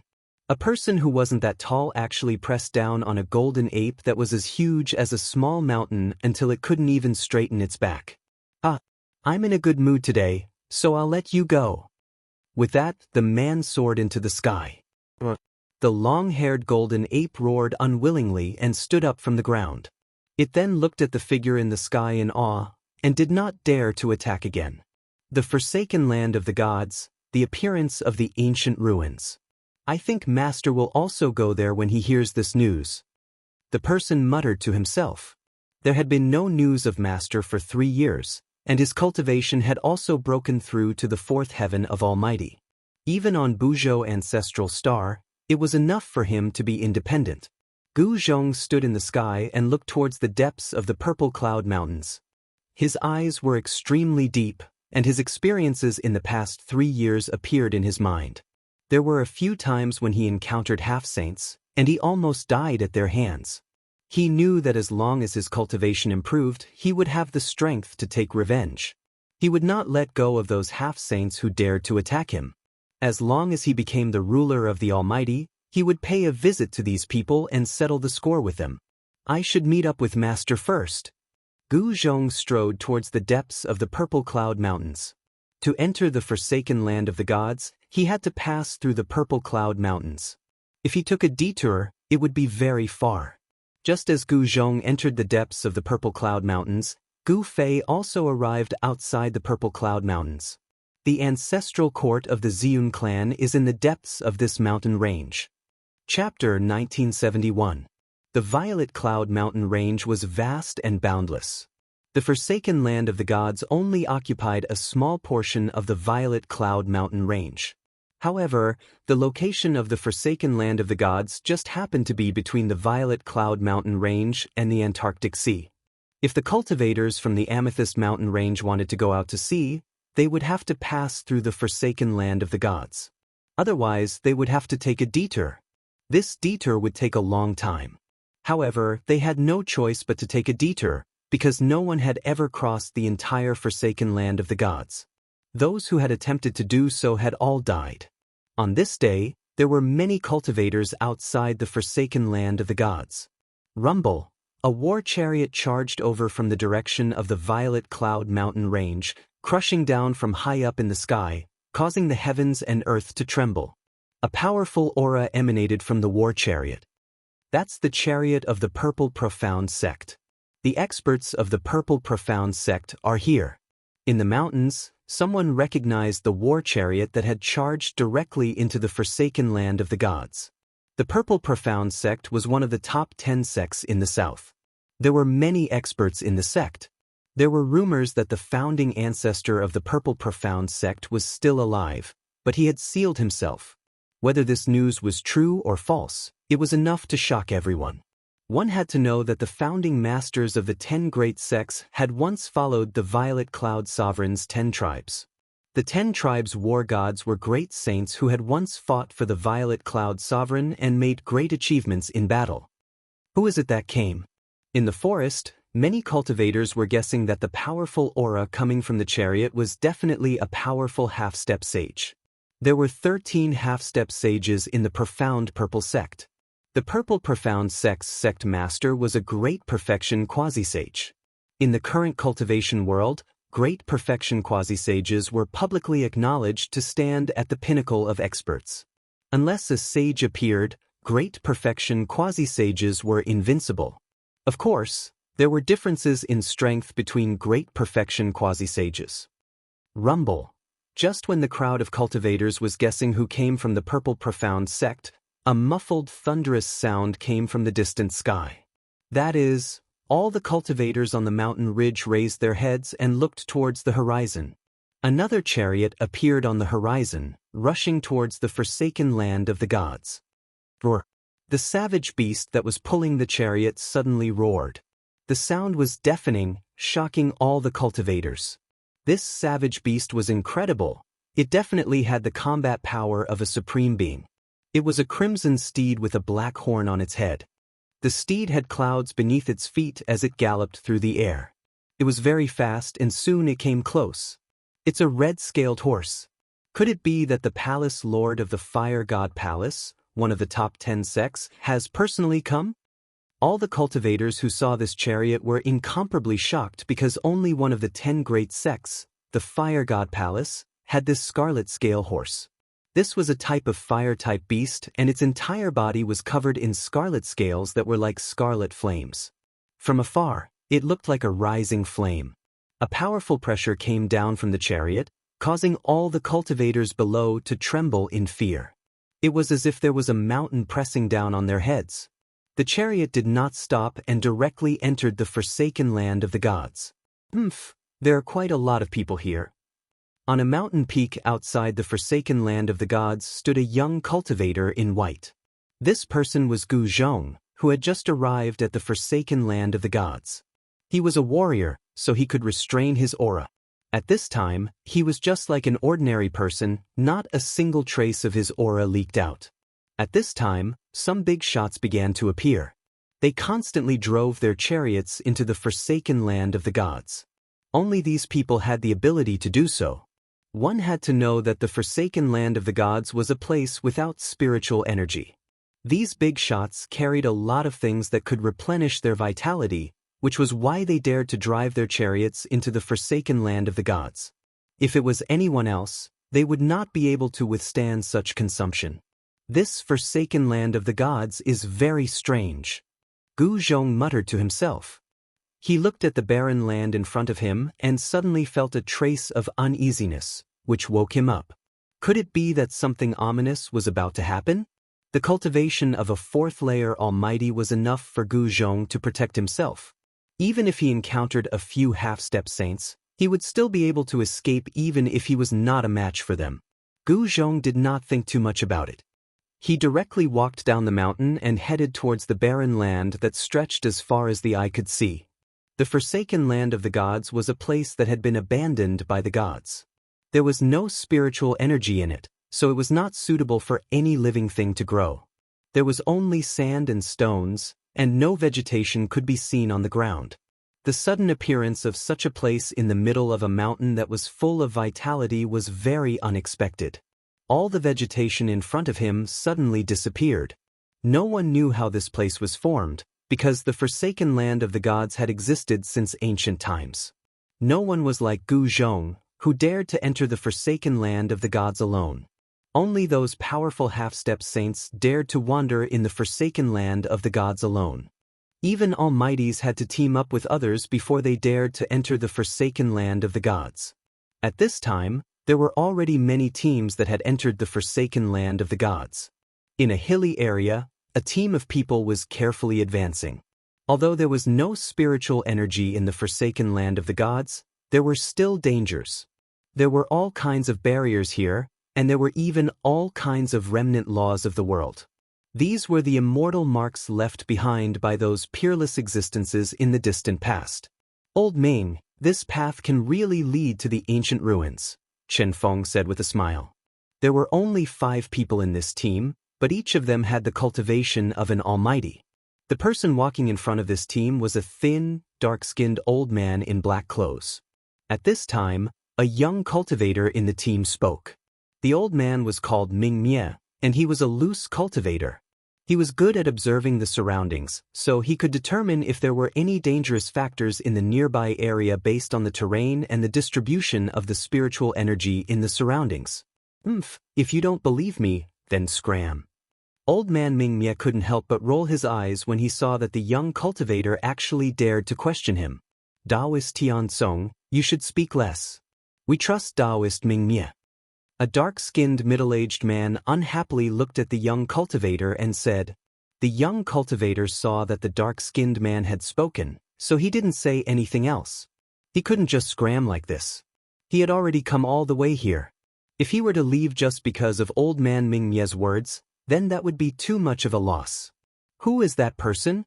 At this time, the young man called Tian Song suddenly noticed a white-clothed person standing on a hill in front of them. Everyone be careful. Old man Ming Mie lowered his voice and said to the people behind him. They had to be careful if they met anyone in this place. It should be known that this was not a good place. Chapter 1972. Goddess Hui Yun, Li Ruoxue, had a great background. She was the younger sister of the palace lord of the Fire God Palace. The palace lord of the Fire God Palace had not shown himself for almost 10,000 years. Rumor has it that she was an ancient saint who sealed herself in the human world. An existence like this was enough to intimidate all the forces in the southern region of Buzhou. Even the Ziyun clan had to be wary of the Fire God Palace.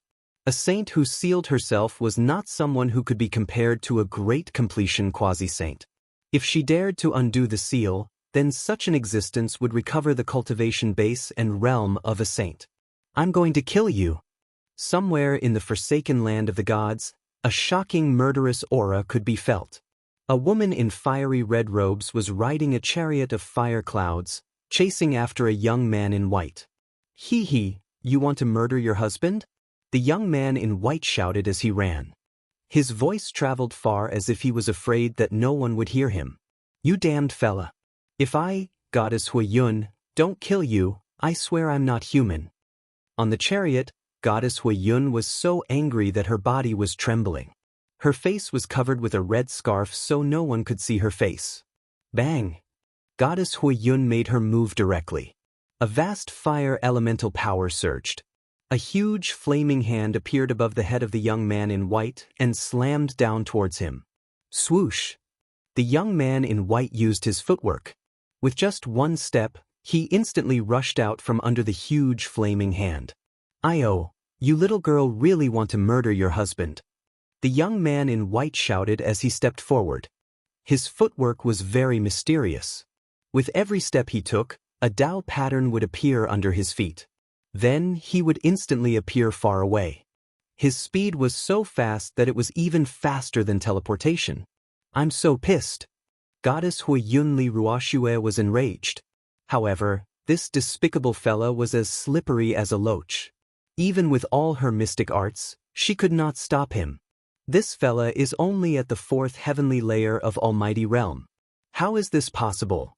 Although Fairy Hui Yun was furious, she was also secretly shocked. This guy was actually able to remain so calm while being chased by her. It was indeed very abnormal.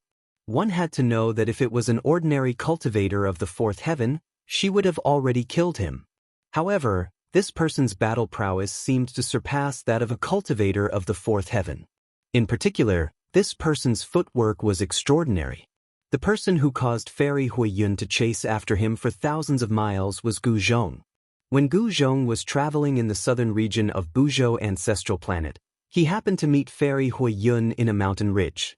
Then, when Fairy Hui Yun was not paying attention, he tried to steal her red scale horse. Then, tragedy befell Gu Zhong. Not only did he fail to steal the Qilin horse, but he also angered Fairy Hui Yun. Fairy Hui Yun was a great perfection half-saint while Gu Zhong was only a 3rd heavenly layer almighty at that time. He wasn't a match for Fairy Hui Yun at all. He was beaten half to death by Fairy Hui Yun and luckily escaped.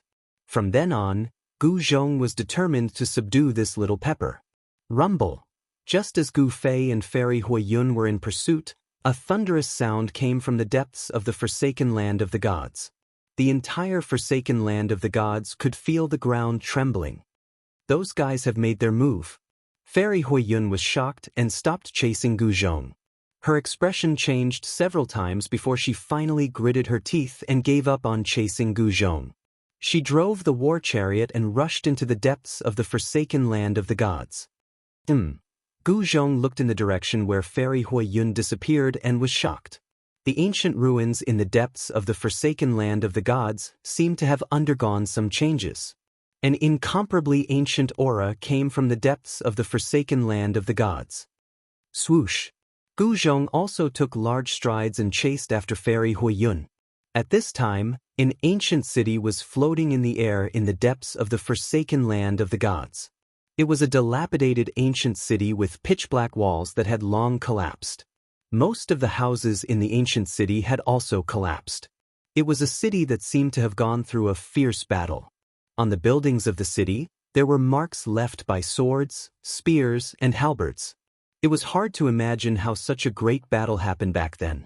After the battle, even the ancient city was almost destroyed. Even if it wasn't destroyed, the ancient city would have become a ruin now. At this time, the ancient city that was floating in the air suddenly vibrated. It was as if a peerless beast was attacking the seal. Many cultivators appeared around the ancient city. Some big shots stopped in the air with war chariots, emitting a powerful pressure that shocked all directions. Those who could come here were not simple. At this time, someone made a move. A war chariot directly rushed towards the ancient city that was floating in the air. A powerful pressure instantly erupted, causing the void to tremble.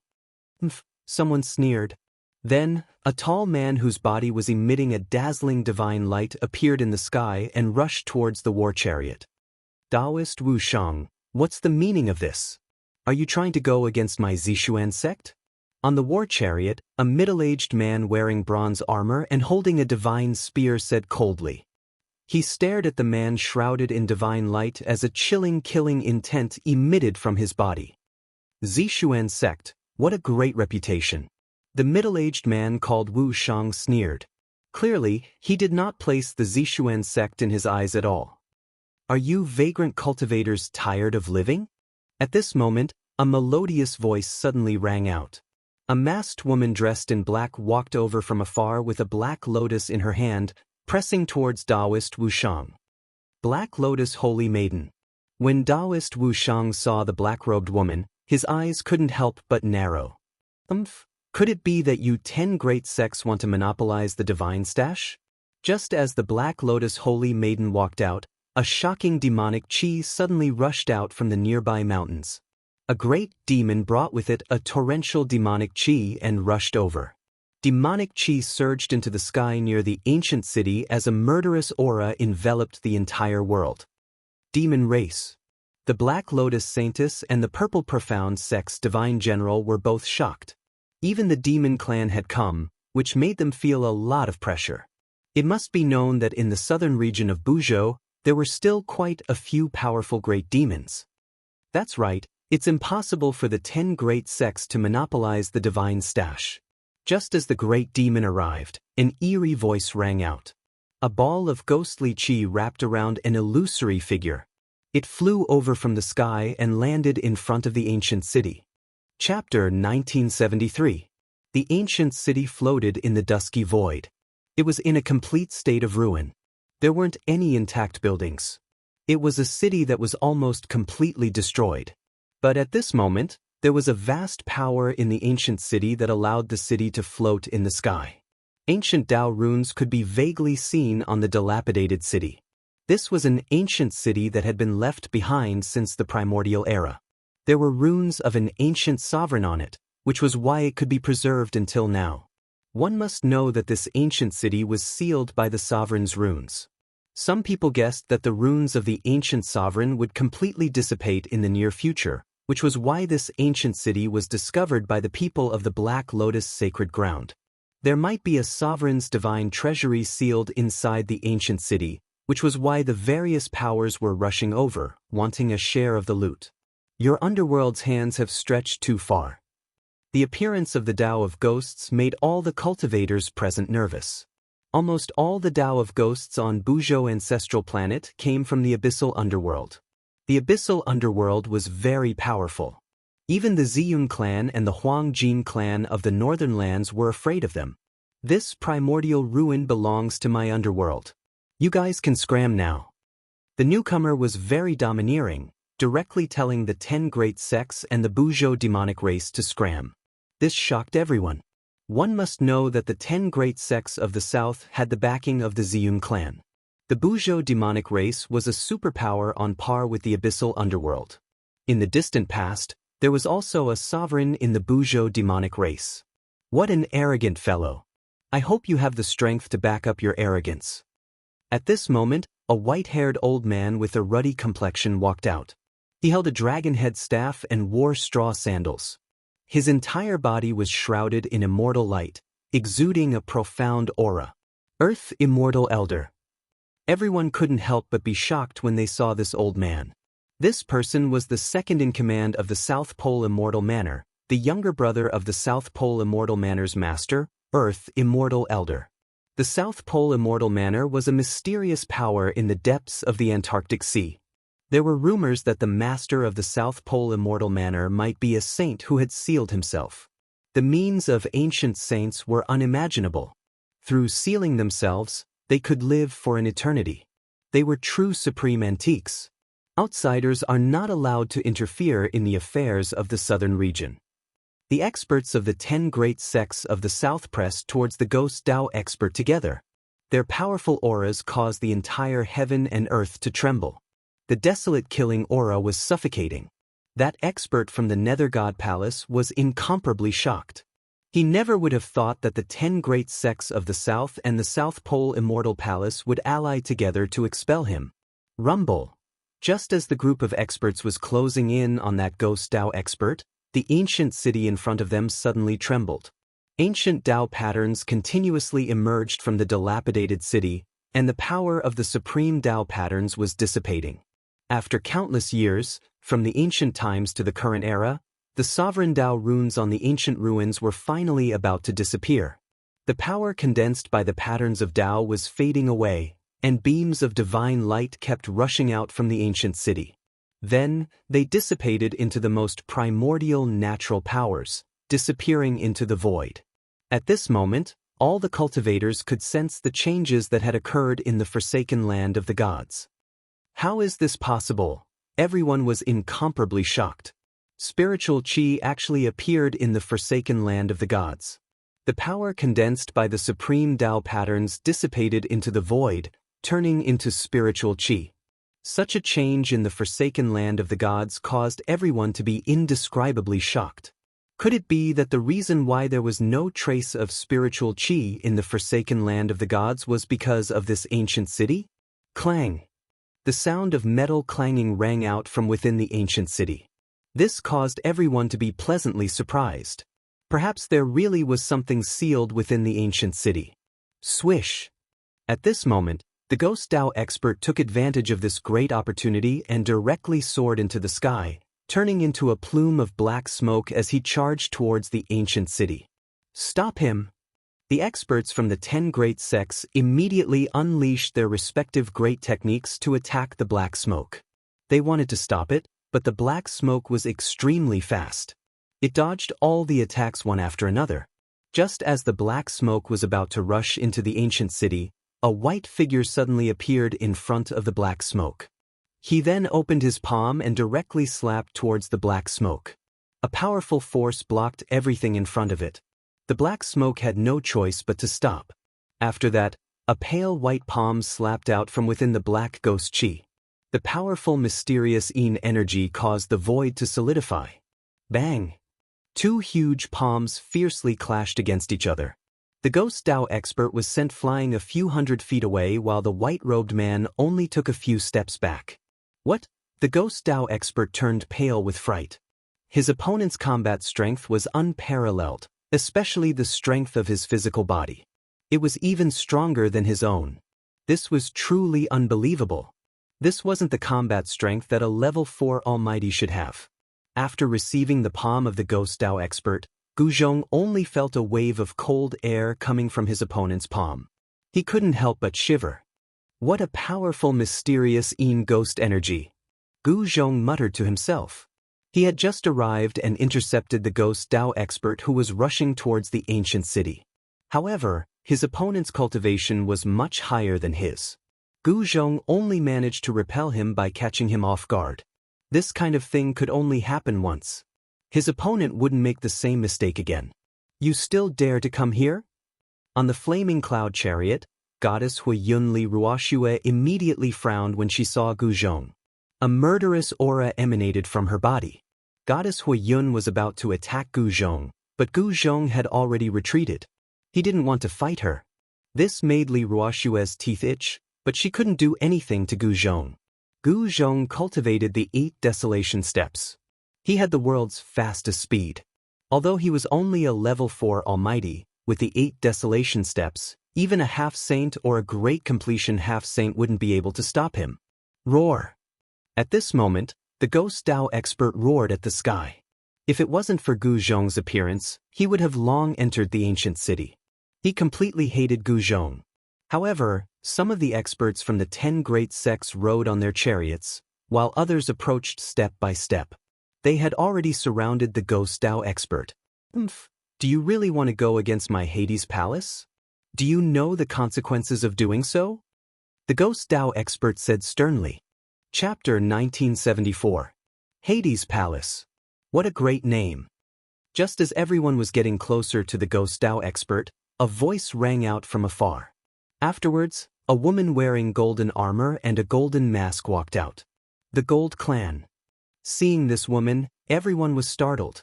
She gave off a sharp metal element aura. That was a characteristic of the Huang Jin family. At this time, the people from the Supreme Powers also walked out. Just like that, the 10 great sects of the South seemed to be at a disadvantage. It should be known that any one of these Supreme Powers would be enough to give them a headache. I didn't expect the Golden Goddess to personally come. Amidst the ghost chi, the faint and incorporeal figure spoke these words. What? Everyone was shocked.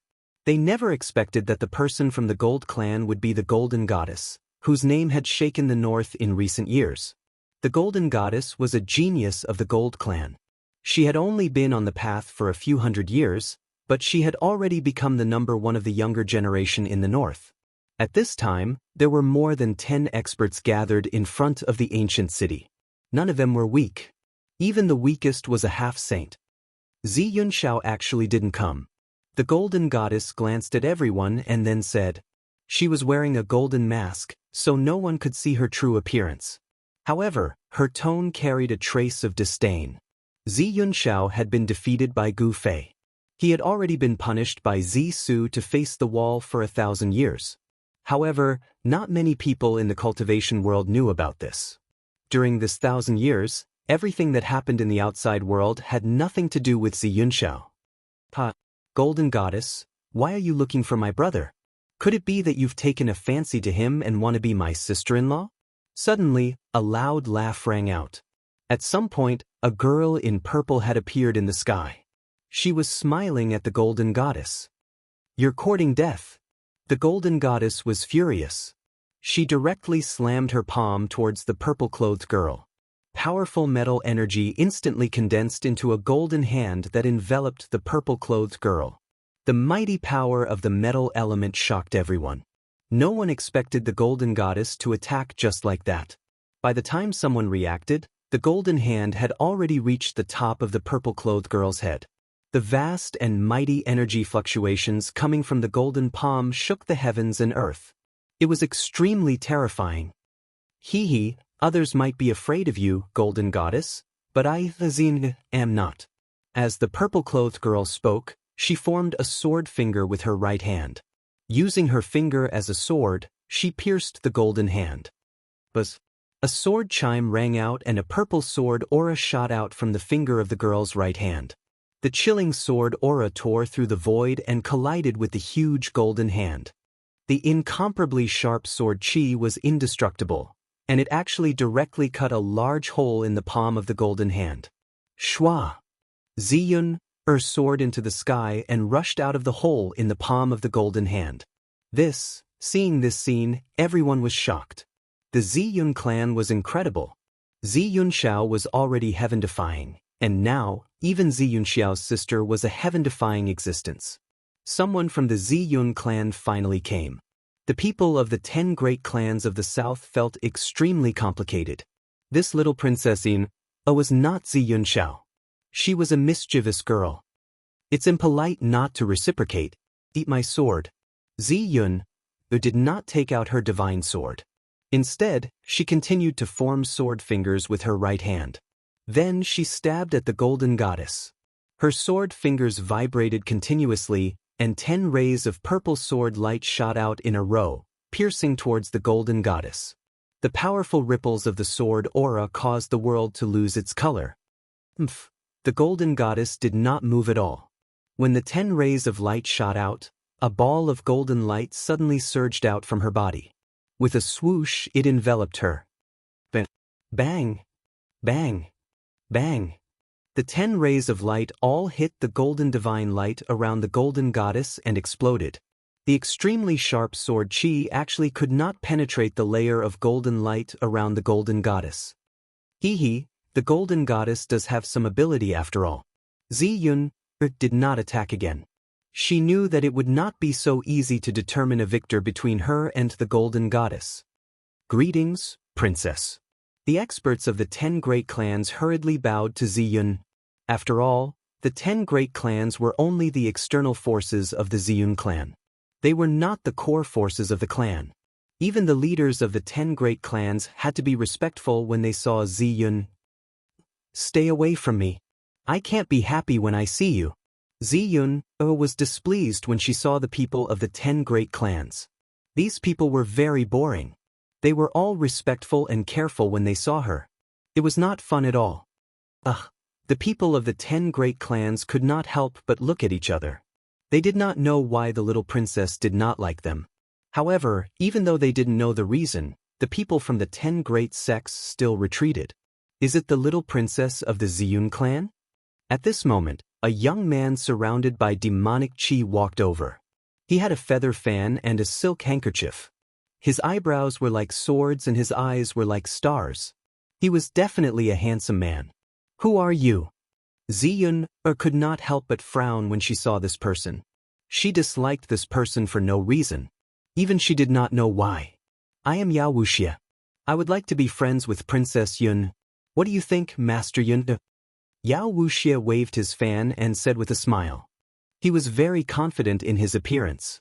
When the young women of the human race saw him, they would all be attracted by his appearance. Yao Wuxia, you're that cocky cockerel who thinks of himself as a playboy. Ziyun looked at Yao Wuxia curiously from head to toe. Then she smiled and said those words. Hearing this, Yao Wuxia's face turned extremely ugly. The others were shocked to see that Ziyun had called out Yao Wuxia's true form. This Yao Wuxia was also a famous figure on Buzhou Ancestral Star. Even though they knew that Yao Wuxia's true form was a cockerel, not many people dared to say such words in front of him. The little princess of the Ziyun clan really dared to say anything. Oi, cockerel. I, Ziyun, will never make friends with a cockerel. I'm sorry. Ziyun giggled and said with an innocent look on her face. Chapter 1975. Yao Wuxia was a demon lord. Even within the Buzhou demon race, he was one of the top figures. But now, he was being called a rooster. This made him furious. Ziyuner, you're going overboard. Yao Wuxia's face flushed and paled when he heard her calling him a rooster. He was about to go crazy. Hee, how am I going overboard? You're just a rooster. Ziyuner pointed at Yao Wuxia innocently and laughed. Shut up. Yao Wuxia couldn't take it anymore. Even though she was the little princess of the Ziyun clan, he was no pushover. So what if it was the Ziyun clan? He had the entire demon race behind him. Bam! Yao Wuxia made his move. A huge green hand flew out from the back of his head and grabbed at Ziyun. A powerful demonic energy exploded.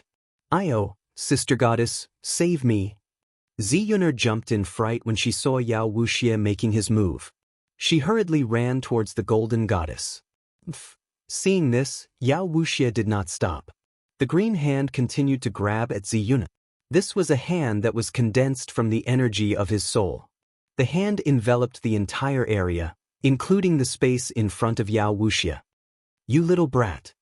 When the golden goddess saw Ziyun running towards her, how could she not know what this little brat was planning? However, this little brat was very lovable. Swoosh! A golden divine whip appeared in the golden goddess's right hand. Then, she raised the divine whip in her hand and lashed it at the green hand that was coming at her. Like a golden bolt of lightning, it ruthlessly swept across the huge green hand. The powerful force actually directly swept the huge green hand into two, and then it dissipated in the void. After the green hand was destroyed, Yao Wuxia's face flushed red.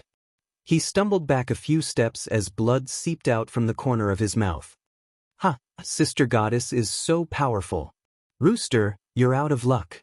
Ziyuner had already hidden behind the golden goddess. She clapped her hands and laughed. Golden goddess, what do you want? Is your gold family really not afraid of starting a war? Yao Wuxia took in a few deep breaths before he regained his breath. He then turned to the golden goddess and asked sternly. As the saying went, one would know if one was an expert the moment they made their move. This golden goddess didn't seem to be someone with an undeserved reputation. What? You want to use the entire demon race to suppress me? I'm so scared, said the golden goddess disdainfully. The divine whip in her hand was flickering with golden light. Golden Dao patterns were faintly discernible on the body of the whip. Holy object. When Yao Wuxia sensed the divine whip in the hands of the golden goddess, he could not help but widen his eyes in shock. Shua. The golden goddess swung her whip once again. The golden divine whip in her hand turned into a golden lightning as it shot towards Yao Wuxia. The golden divine light tore through the heavens and earth. Yao Wuxia's shock was no small matter. The long whip in the other party's hands was a saint weapon. This was something that was refined by a saint and possessed immense power. No matter how strong Yao Wuxia was, he would not dare to take a blow from this golden divine whip head-on. He wanted to dodge, but the long whip was extremely agile as though it had a life of its own. With a swoosh, it coiled around him. The long whip tightened. The strength of the whip caused the bones in Yao Wuxia's body to crack. A few of his ribs were broken as he spat out fresh blood. Spare me. With this mighty demon lord finally knew what fear was. The divine whip in the hands of the golden goddess was truly a flawless saint weapon. The golden goddess did not show any mercy. She exerted strength in her hand and whipped the whip. Shwa! A golden light flashed and a tragic cry rang out. Yao Wuxia's body was broken into multiple pieces as he fell to the ground. Fresh blood splattered everywhere. Looking at this scene, everyone was stunned. That was a demon lord. She killed him just like that? What? A ball of green divine light rushed out from Yao Wuxia's body. He roared and wanted to escape, but his primordial spirit was already covered by a layer of golden light. Even without the golden goddess, the layer of golden light on Yao Wuxia's primordial spirit was enough to destroy his soul. Bang! The ball of green divine light that shot up into the sky exploded, turning into a green firework. It gave off a final burst of divine light before disappearing into the void. A demon lord that dominated the world of cultivation was destroyed just like that. Sister, you're so fierce. Seeing this, Ziyuner could not help but stick out her tongue and shrink her neck. She was extremely shocked as well. One should know that Yao Wuxia was no ordinary demon. Am I fierce? The golden goddess laughed. Her voice was extremely calm. Swoosh! Without any warning, Ziyuner suddenly shot up into the sky like a startled bird and hid far away in the sky. Seeing this, the golden goddess could not help but be stunned. This little brat was really too cunning. She had not even made a move and he had already escaped. Yao Wuxia was dead. He died in the hands of the golden goddess. The entire place was silent. No one said a word. At this time, a person quietly came nearby. It was a young man in black. This young man did not emit any aura at all. He was just like an ordinary person, inconspicuous. However, when Gu Zhong saw this man in black, he was extremely excited. He hurriedly rushed towards the man in black. Very soon, he arrived in front of the man and bowed respectfully. Master. Gu Fei nodded and looked at Gu Zhong from head to toe. He said, "You have gained quite a lot in these 3 years." Gu Zhong's cultivation was no secret in Gu Fei's eyes. He could see it with a single glance. There was a huge gap between the 4th and 5th heavenly layer. If Gu Zhong could successfully break through to the 5th heavenly layer, he would be the ruler of all heavenly layer cultivators. He would truly be invincible among his peers. I didn't expect you to come as well. At this time, a sharp gaze swept towards Gu Fei. Who is this person? Why is the golden goddess paying so much attention to him? Someone followed the golden goddess's gaze and saw Gu Fei and his disciple. That person? It's him. Someone recognized Gu Fei. 3 years ago, Gu Fei fought Xianxia.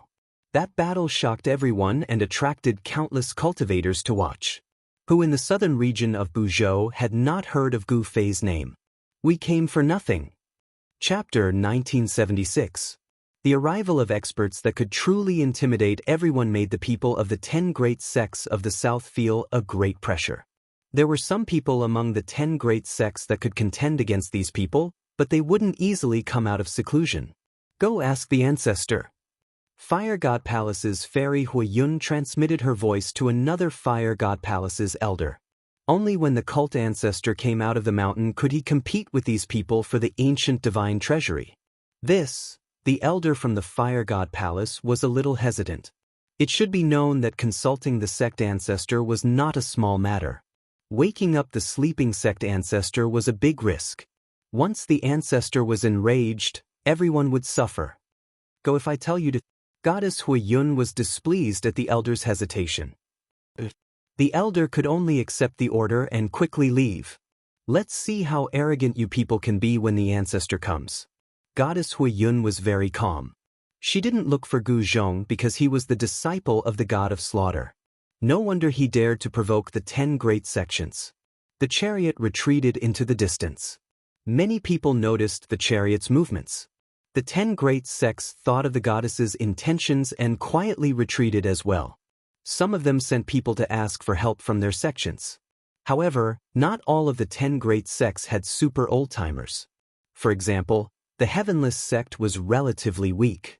After Gu Fei's battle, the Skyless sect declined even more.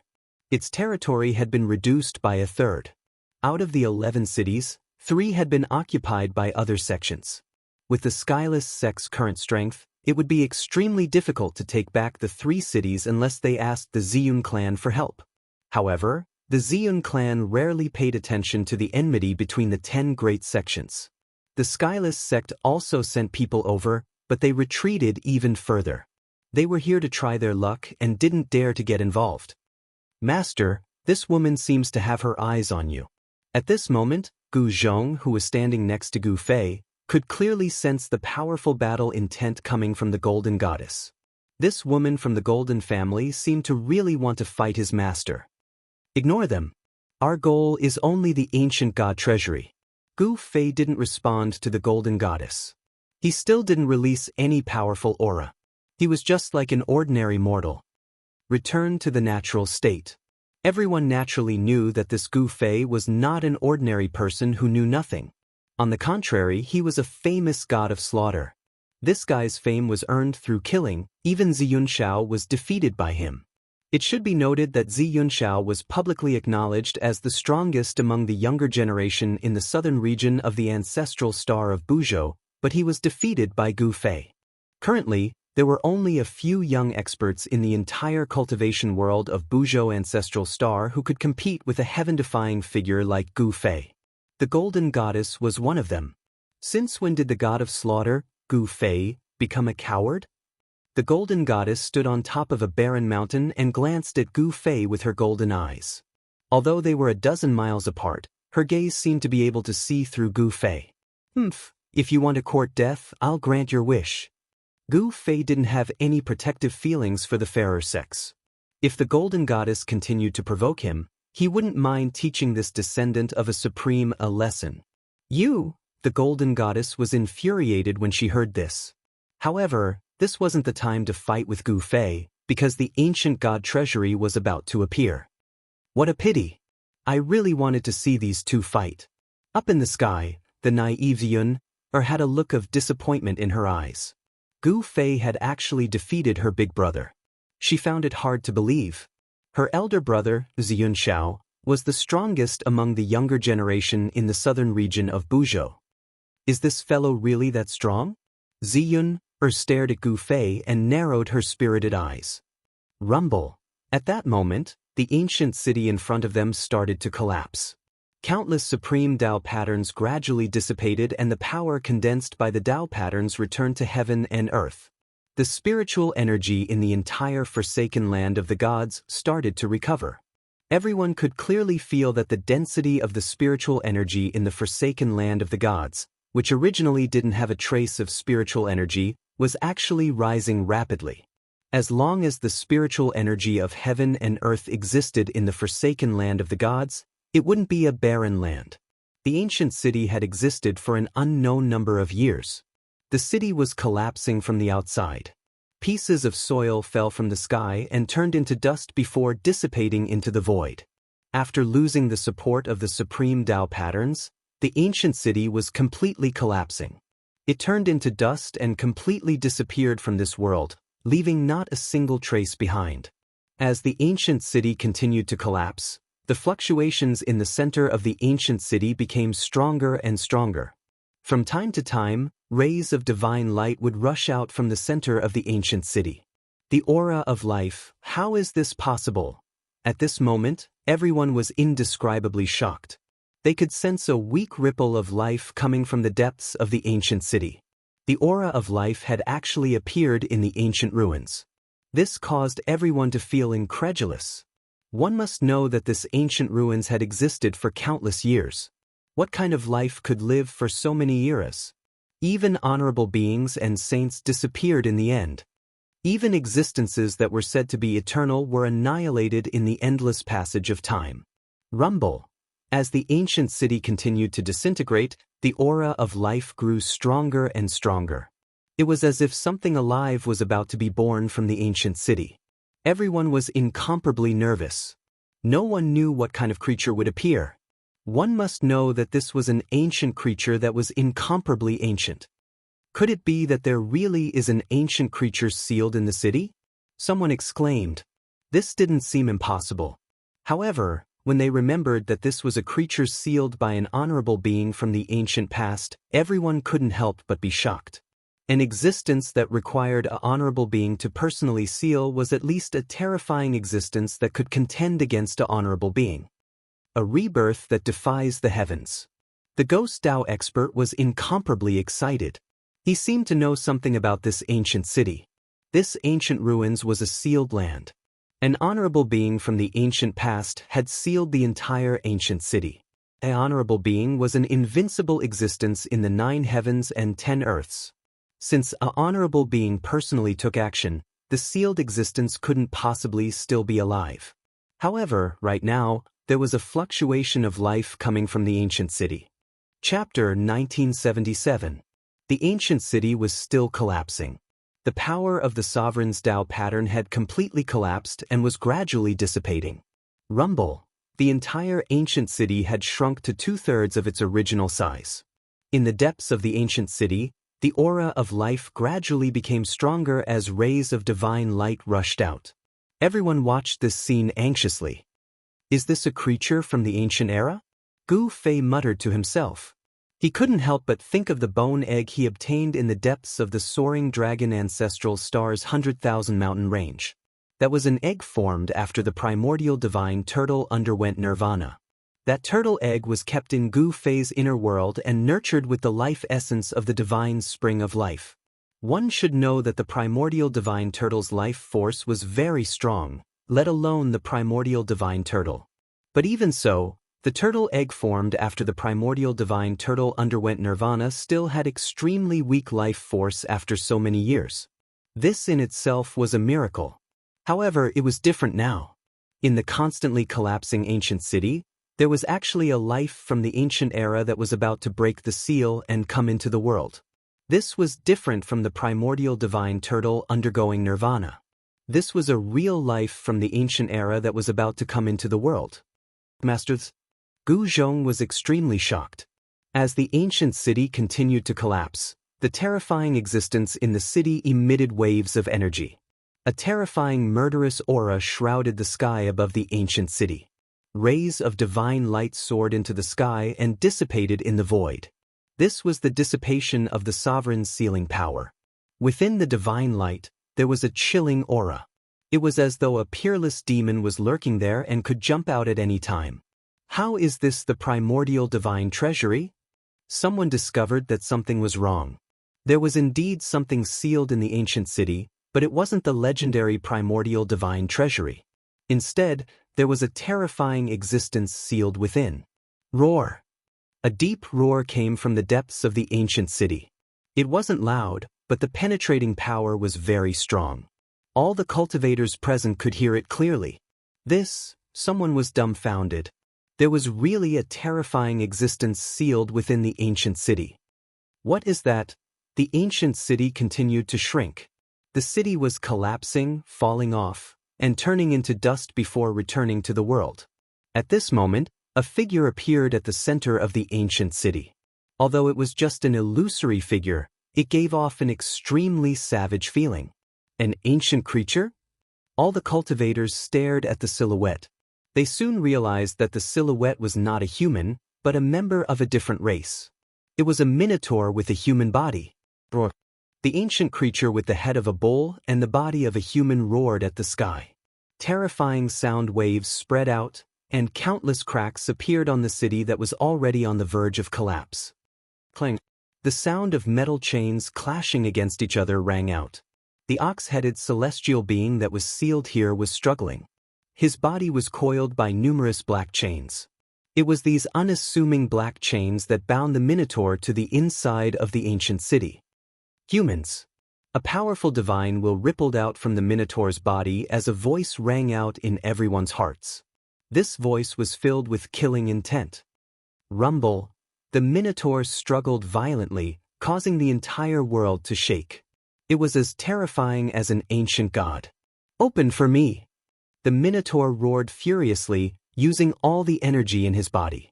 A terrifying pressure that looked down on the world appeared in the sky. The minotaur's energy exploded without holding anything back. Boom! After an earth-shattering explosion, the rest of the city instantly exploded. The minotaur's body was devoured by this energy. Terrifying energy swept out in all directions. The energy rippled down to the ground, causing sand and stones to fly everywhere. The sun and moon lost their radiance. Is it going to be born? Upon seeing this, Gu Fei's eyes could not help but narrow as his expression became extremely solemn. The strength of the Minotaur was not to be underestimated. It was impossible for him to die in the explosion just now. At this moment, a figure rushed out from the billowing dust. Let's go! When the people from the 10 great sects saw that there were no ancient treasures in the ancient city, they were extremely disappointed and immediately retreated. This Minotaur was not someone they could deal with. Puff! The Minotaur fiercely exhaled. 2 puffs of white smoke came out from his nose. Whoosh! After the Minotaur panted a few times, he suddenly stretched out his hand and grabbed a chariot nearby. After that, he punched the chariot and shattered it. Flesh and blood mixed with the fragments of the chariot, splattering everywhere. An incomparably powerful existence was directly destroyed by the Minotaur's punch. What? Everyone was extremely shocked when they saw this. This Minotaur was too powerful. After all, those who could drive chariots here were all important figures in the great sections. What did I just see? An elder of the Zixuan sect died just like that. Everything seemed a bit illusory, giving people a feeling that it was unreal. Whoosh! At this moment, a golden lightning suddenly appeared and entangled the Minotaur. It was extremely sharp. Especially on the whip, there was a saint's power faintly appearing. The golden goddess made her move. The Minotaur's body was entangled by several black chains. He grabbed the chains on his body and waved them. The chains immediately turned into 2 rays of black light and went towards the golden goddess whip. Clang! The sound of the chains colliding resounded continuously. The golden divine whip lashed at the chains and the powerful force sent them flying. Whoosh! The golden whip immediately entangled the Minotaur's body. Die! The golden goddess pulled her right hand. She wanted to kill this Minotaur the same way she killed Wuxia. However, this time she was wrong. She only felt that her hand was heavy, and she couldn't move the divine whip in her hand. She was truly shocked. Then, the golden goddess felt her hand shake. The whip in her hand was actually knocked out of her hand and fell into the Minotaur's hand. What? The golden goddess never thought that someone would actually grab her whip with their bare hands and snatch it away. This is an ancient Minotaur. Chapter 1978. An Ox Head and a Human Body. This was the legendary ancient Ox Demon clan. This Ox Demon had been sealed in the ancient city by a supreme. Even though it was extremely weak, it was still extremely terrifying. It could easily kill peak experts. One of the pinnacle experts of the Purple Profound sect was killed by the Ox Demon's fist. Swish! With a flash of golden light, the golden whip in the golden goddess' hand flew out. It was actually snatched away by the Ox Demon as if it didn't require any effort at all. The golden goddess was extremely shocked. She hurriedly retreated. Everyone couldn't help but be astonished. After all, the divine whip in the golden goddess's hand was a flawless saint artifact. It was extremely powerful. Previously, the golden goddess had used this divine whip to annihilate the demon lord, Wuxia. Wuxia was a demon lord and his cultivation base had already reached the Sage-to-Be realm. An artifact refined by a saint. The Ox Demon looked at the golden divine whip in his hand. His eyes immediately lit up. He was lacking a weapon, so this divine whip was perfect for him. However, the golden divine whip was imprinted by an ancestor of the Huang family. Outsiders couldn't use it. However, this Ox Demon was indeed extraordinary. Dao's seals rushed out of his glabella and directly imprinted themselves on the golden divine whip. He wanted to use his own Dao seal to erase the Dao seal of the golden divine whip's original owner. What? The golden goddess couldn't help but be shocked when she saw that the Ox Demon wanted to erase the imprints of the original owner of the golden divine whip. After all, the golden divine whip was an important treasure of the Huang family. In ancient times, there weren't many existences that could cultivate to the level of a saint. Saints were invincible existences in ancient times. Items refined by saints were also very rare. Among them, flawless saint artifacts were as rare as phoenix feathers and qilin horns. If the Ox Demon really erased the imprints on the divine whip, then the divine whip would be refined by him. The Golden Goddess absolutely wouldn't allow such a thing to happen. The Golden Goddess roared and directly attacked. She stretched out her hands, and 10 rays of golden divine light shot out from her 10 fingers. They were like 10 golden heavenly swords that pierced towards the demonic ox. Every beam of golden divine light shattered the void, leaving behind a pitch-black spatial crack wherever it passed. The ox demon raised his head fiercely. His eyes shone with a dazzling light. He was clearly enraged. This little girl actually dared to disturb him. The seal on the golden divine whip was left behind by a saint. The bull demon had been sealed for countless years and was extremely weak. He could not erase the seal on the divine whip in a short time. I'll refine this whip after I kill you. The ox demon extended his hand and grabbed at the 10 beams of golden divine light that had pierced through the void. This grab enveloped the space in front of him. The 10 beams of golden divine light were actually shattered by the ox demon's huge hand. Then, the huge hand continued to grab at the golden goddess. At this moment, a black vortex appeared in the center of the huge hand. A heaven-devouring power surged out of the vortex. The golden goddess felt her body tighten. The heaven-devouring power had already enveloped her and pulled her towards the ox demon's huge hand. Everyone was stunned by the scene in front of them. This fellow who had broken out of the ancient city seemed to be abnormally powerful. Even the golden goddess seemed to be at a disadvantage. This was not a good thing. It should be known that the ox demon clan was rumored to be a ferocious demon. Preposterous! The golden goddess was both shocked and furious. The strength of the ox demon had already exceeded her expectations. How could such an existence be allowed to exist in this world? Clanging sounds rang out from the golden goddess. Rays of golden light rushed out from her body and turned into peerless weapons. Wherever they slashed, they tore apart the sky and earth. They also slashed apart the sky-devouring power from the ox demon's hand. The golden goddess felt her body loosen up. Then, she directly soared into the sky and dodged the ox demon's claw. Boom! The void shook. The space where the golden goddess was originally at was directly shattered by the ox demon's claw. It turned into a piece of chaos. Even the chaotic chi came out. The golden goddess was shocked when she saw this. The ox demon's seemingly casual claw actually had such power. It was really shocking. The other cultivators who were watching the battle were also extremely shocked.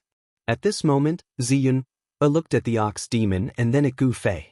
Who was stronger? When was Gu Fei going to make a move?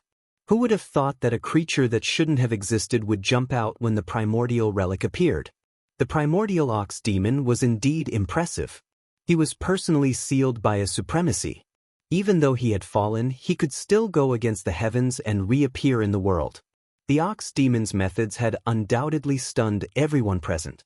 However, the ox demon's ferocious nature hadn't changed even after countless years had passed. Devouring the heavens. The ox demon opened its mouth and sucked in the golden goddess in the sky. The golden goddess only felt the void around her suddenly tremble violently. Then it instantly collapsed. The shattered void wrapped around her and flew towards the ox demon's mouth. Oh no! The golden goddess was extremely shocked. This ox demon was much more powerful and terrifying than she had imagined. The power that the ox demon had displayed was too powerful.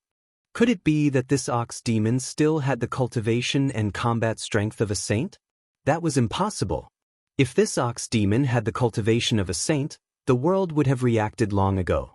At this moment, there was no time for the golden goddess to think too much. She opened her mouth and a divine pearl flew out. Then, it rapidly enlarged. Rumble, a golden sun appeared between the heavens and the earth. It emitted boundless metal elemental power and smashed towards the ox demon that had opened its mouth to suck in the pearl. The great power that emanated from the golden sun caused the entire world to tremble. This is pure metal elemental power radiated from the golden sun, intimidating the surroundings. There was a trace of saintly aura lingering on the sun. Another perfect saint artifact. The cultivators who were watching the battle were shocked. The golden goddess actually had 2 perfect saint artifacts on her. It was truly shocking. However, when they remembered that the Gold Clan was the descendant of the Golden Supremacy, they understood.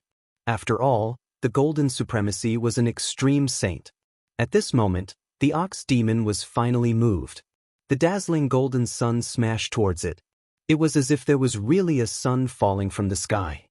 Chapter 1979. Boom! The golden sun fell from the sky, destroying everything in every direction. It directly smashed the primordial Devilox into the shattered void. With the sun as the center, everything within a 10-mile radius was destroyed. The earth was sinking and the void was being destroyed. This was practically the end of the world. Everyone was dumbfounded by the scene before them. Damn, Gu Fei couldn't help but be moved when he saw this scene from a distant peak. He could see that the power of the Golden Goddess attack had been limited to a certain range. Otherwise, let alone a 10-mile radius, even 100 miles of land would have been destroyed. The power of a perfect saint artifact was comparable to a saint's attack. If she couldn't control this power, it would be a disaster. Fortunately, this was the forsaken land of the gods. If this had happened outside, who knew how many lives the Golden Goddess attack would have taken? That primordial Devilox should be dead now. What a pity for my divine whip. The Golden Goddess couldn't be happy because she had lost a perfect saint artifact. However, even if it was lost, it could still be found. Even if a perfect saint artifact was lost, a few of the super antiques of the Gold Clan could still use secret arts to summon it back. A perfect saint artifact was too precious and important. They couldn't afford to lose it. Thinking of this, the Golden Goddess was no longer as worried. As long as she returned to the clan and asked the ancestors for help, they could still summon the divine whip back. The Gold Clan was the descendant of a supreme. Their foundation was unimaginably deep. Rumble. The light emitted by the sun gradually weakened as the metal element divine energy converged.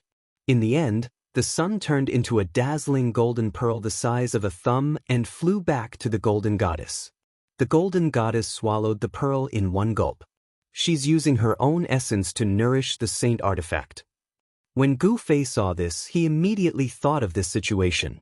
The Golden Goddess wanted to use her own essence to nourish the orb day and night, using this kind of painstaking effort to refine the orb. It had to be said that although this method was a bit stupid, there didn't seem to be any better way to refine this saint artifact. The shattered void was rapidly repairing itself. The power of heaven and earth was very mysterious. As long as the balance of heaven and earth was not broken, the power of heaven and earth would repair the shattered void. Of course, once the balance of the world was broken, the power of the world would become chaotic. Moreover, the broken void would not automatically repair itself. Once the balance of the world was broken, it meant that the world was about to collapse. The shattered void was constantly reforming, but the primordial ox demon did not appear. Even the aura of the primordial ox demon had disappeared completely. Everyone heaved a sigh of relief when they saw that the shattered void was about to be completely repaired by the power of heaven and earth. That terrifying primordial ox demon might have really been killed by the Golden Goddess. However, just as the shattered void was about 100 feet away from being completely restored, a powerful and terrifying wave of energy surged out from the shattered void. What? When everyone sensed this fluctuation, they were all moved. How is this possible? How could he still be alive? All the cultivators were indescribably shocked. Boom! At that moment, there was a loud explosion and the void shook. A tall figure dashed out from the shattered void that had yet to be repaired. His murderous aura was shocking. This primordial ox demon is really strong. Gu Fei's eyes narrowed when he saw this. He realized that the primordial ox demon was not very strong, but his physical body was extremely strong. This was a genuine saint-level physical body. The Golden Goddess's attack had indeed sent the primordial ox demon into the chaos. However, no one had expected that the primordial ox demon would still be able to rush out from the chaos. Only a saint of the human race can kill me. At this moment, the primordial ox demon was in a sorry state. One of the horns on his head had already been blown off, leaving only the other horn. Blood was seeping out from the corner of his mouth. The Golden Goddess was extremely shocked. She knew very well the power of her golden soul pearl. Even a peak quasi-saint would not be able to withstand an attack from this saint artifact. You have successfully angered me. The primordial ox demon's voice rang in the golden goddess's mind. Die. Without saying anything else, the primordial ox demon made his move. His huge hand covered the entire sky as it slammed down on the golden goddess. A terrifying destructive force descended from the huge hand. The great power that erupted from the hand caused pitch-black spatial cracks to appear in the void of the entire world. These spatial cracks were of different sizes. Some were as small as a strand of hair and were almost invisible to the naked eye, while some were as huge as a mountain. They extended far into the sky and were extremely terrifying. The spectators were extremely nervous. Buzz! Just as the huge hand formed by the primordial ox demon was about to slam down, the golden goddess's body suddenly vibrated. Then, rays of sword radiance shot out from the golden goddess's body. Then, a scene that left everyone dumbfounded appeared. The golden goddess had actually turned into a peerless divine sword and faced the huge hand that was slamming down. Turning yourself into a Dao sword. Gu Fei was astonished to see the golden goddess actually use such a great technique. The golden goddess transformed herself into a sword and soared into the sky. She instantly collided with the huge hand that was slapping down from the sky. The extremely sharp divine sword displayed great power and directly pierced through the huge hand that the primordial ox demon had conjured. Roar! The primordial ox demon roared furiously at the sky. A violent aura spread in all directions. Bang! The golden goddess opened her mouth and spat out the golden essence pearl again. This time, the pearl did not turn into a golden sun. Instead, it directly smashed into the primordial ox demon's back. The powerful impact caused even the primordial ox demon to stagger and lose his footing. Master, the primordial ox demon's physical body seems to be very strong. Gu Zhong, who was standing behind Gu Fei on a mountain peak in the distance, said. The primordial ox demon's physical body was really strong. It could directly withstand an attack from a flawless holy item. No matter how strong he is still no match for the golden goddess. Gu Fei said calmly. What? Gu Zhong could not help but be shocked. Could it be that the golden goddess still had a trick up her sleeve? If that was really the case, the golden goddess was not stupid. As expected, the primordial ox demon suffered continuously in the following battle. Even the golden divine whip in his hand was snatched back by the golden goddess. Chapter 1980. In the forsaken land of the gods, the golden goddess was fighting the ancient ox demon powerhouse. The golden goddess was getting more and more courageous as she fought. She even showed signs of suppressing the ancient ox demon. How can this be? Everyone watching the battle was baffled. When the ox demon's powerhouse broke out of the seal, he was extremely powerful and suppressed the golden goddess. But now, the ox demon clan's powerhouse seemed to be gradually weakening. This change surprised everyone. Bang! The ancient ox demon powerhouse was sent flying thousands of meters away by the golden goddess. He roared in anger. This was the first time he had been sent flying by an opponent, so he was both shocked and furious. What's going on?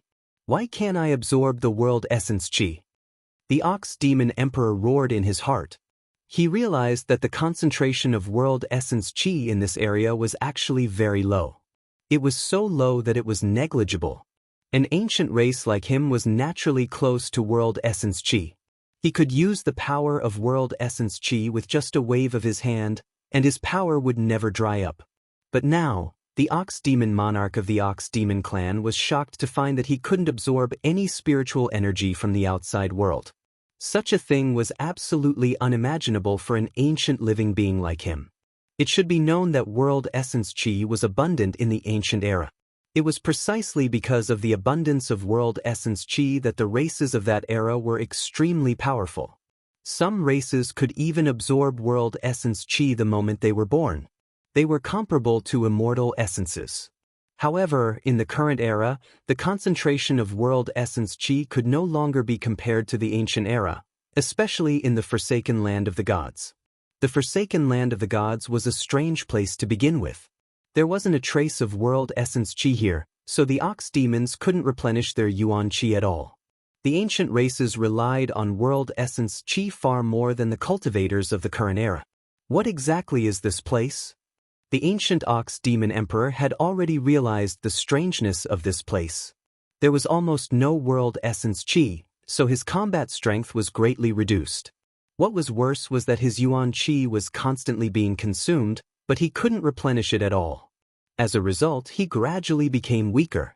On the other hand, the golden goddess naturally had many spirit herbs that could recover her essence energy. Although her essence energy was also being consumed, it would immediately recover after taking the spirit herbs. In this place, this Tauren will definitely lose. Gu Fei stood on the peak of the mountain. He already knew the result when he saw this scene. Although this ancient minotaur was powerful, this era was no longer the ancient era. At this point, some of the super old-timers realized what was going on. Shwa. The golden whip flickered and coiled around the minotaur like a snake. Then, the golden goddess appeared above the minotaur and spat out the golden spirit bead from her mouth towards the top of the minotaur's head. Boom! A golden pearl flew out of the golden goddess' mouth and instantly enlarged. It emitted a terrifying wave of metal elemental energy and descended towards the top of the minotaur's head like a sun. Roar! The minotaur struggled violently.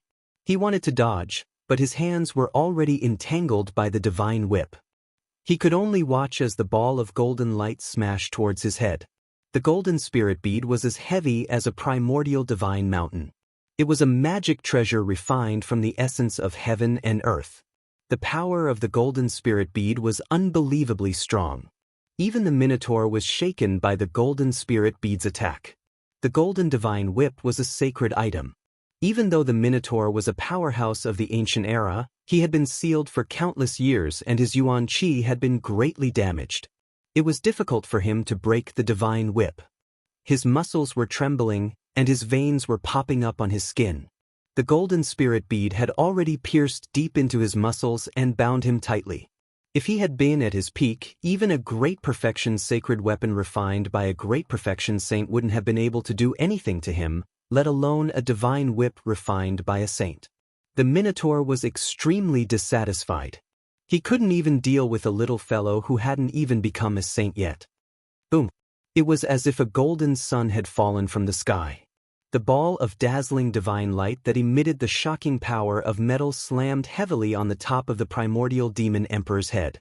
This extremely ferocious smash directly knocked the minotaur unconscious. His only remaining horn was also broken, and a bloody wound appeared on the top of his head. Bang! The minotaur was like a meteorite that fell from the sky and smashed deep into the ground. The ground shook violently. Even the cultivators who were hundreds of miles away could feel the tremors under their feet. Even this can't kill this fellow. The golden goddess was really shocked. The physical body of this ancient race was really too strong. Even a sacred item could not compare to it. One must know that the golden spirit bead was refined from the essence of heaven and earth. The essence of heaven and earth was formed when the primordial world was formed. Yin and Yang evolved into the 5 elements. Although the golden spirit bead was only the size of a thumb, it was heavier than a mountain. It contained an endless amount of 5 elements golden essence chi. This was an immortal material. The golden spirit bead's grade was very high. After being refined by countless experts of the gold family, this divine bead already possessed the grade of a sacred item. Moreover, this divine bead still had the possibility of evolving endlessly. In other words, as long as the golden goddess's cultivation was high enough, it wasn't impossible for her to refine this divine bead into an extreme sacred item. The golden goddess descended from the sky. What? Suddenly, her expression changed drastically. The aura of the minotaur that she had smashed into the ground with the golden spirit bead had completely disappeared. This made her extremely shocked. For an existence like the minotaur, even if he was killed, his corpse would still emit a powerful aura. It wouldn't disappear. This situation could only mean that the minotaur had escaped through the ground. This is bad. The golden goddess's heart trembled. She knew that this ancient race was extremely powerful. Once it recovered, It would be a disaster for anyone. Even the Gold family wouldn't be willing to provoke such an existence. At this moment, in a hilly area 1,000 miles away from the forsaken land of the gods, a tall figure broke through the ground. This wasn't a human, but a minotaur with the head of a bull and the body of a human. "Wait until I recover. I'll teach you a lesson." The minotaur's anger reached the 9 heavens. He was in an extremely sorry state.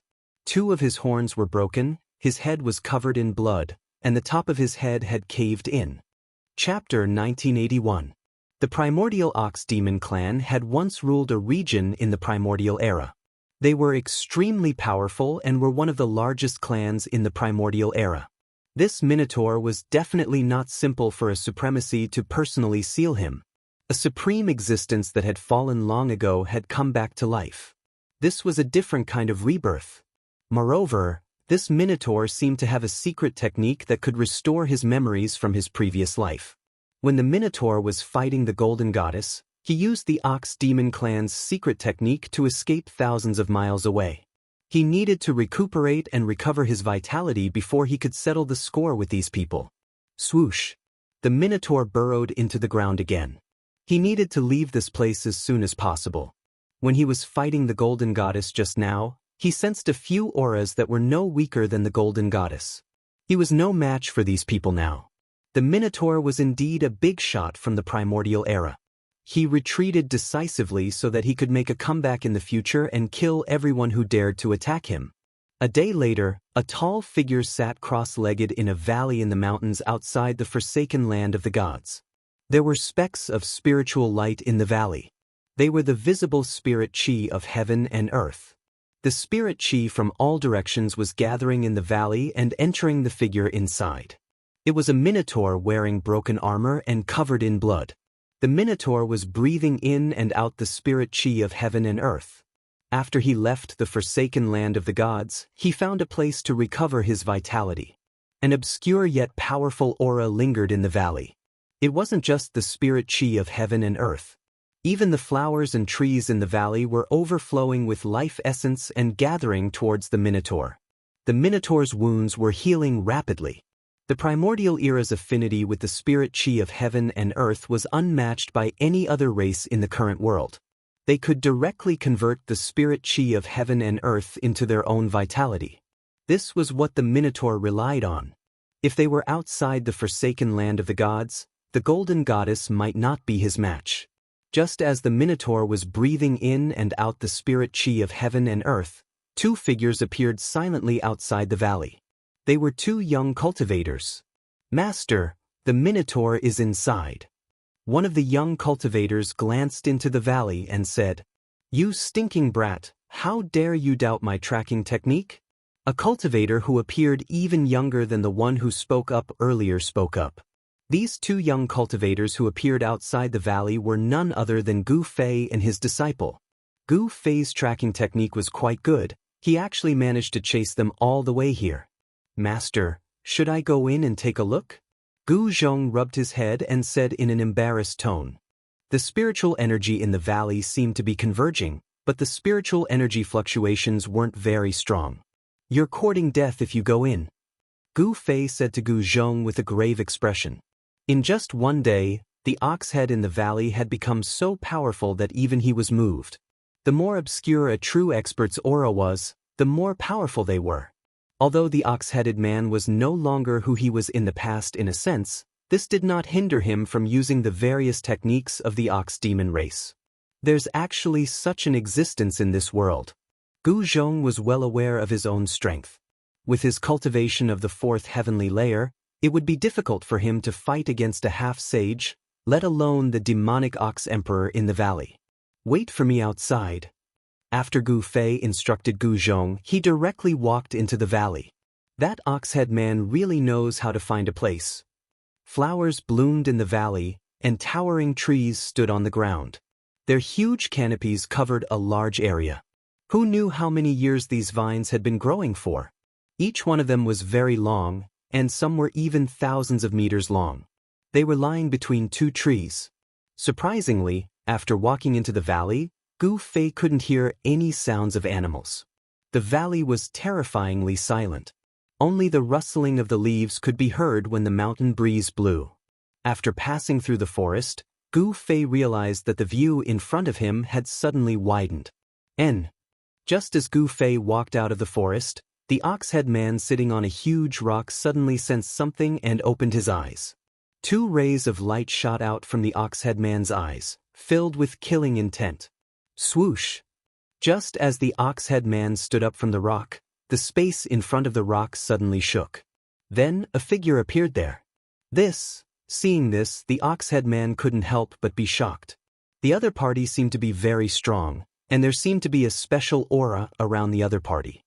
The ox-head man stood on the rock and looked coldly at Gu Fei below. At this moment, the heaven and earth spiritual chi in the valley was still gathering towards him. The ox-head man's body automatically absorbed the surrounding heaven and earth spiritual chi without stopping. The person who will kill you.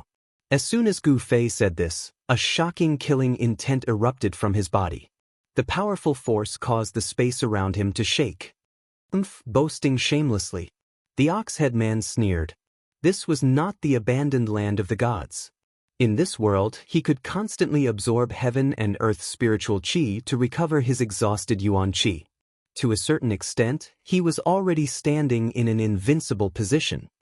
But Gu Fei didn't say much. He directly used the heaven-covering palm.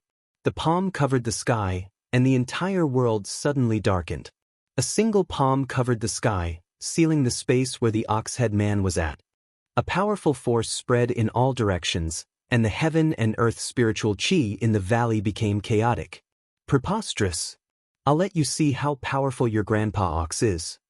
The ox-head man was really angry. He also stretched out his hand and slapped upwards. Boom!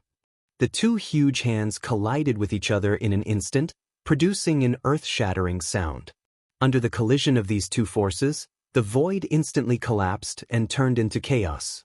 The energy storm that swept out in all directions uprooted all the trees in the entire valley and then directly crushed them into dust. The valley that was originally filled with vitality instantly turned into a barren land. All the plants were instantly crushed, revealing the sand underneath. The ox-head man was very surprised. He didn't expect Lin Fan to be able to withstand his palm.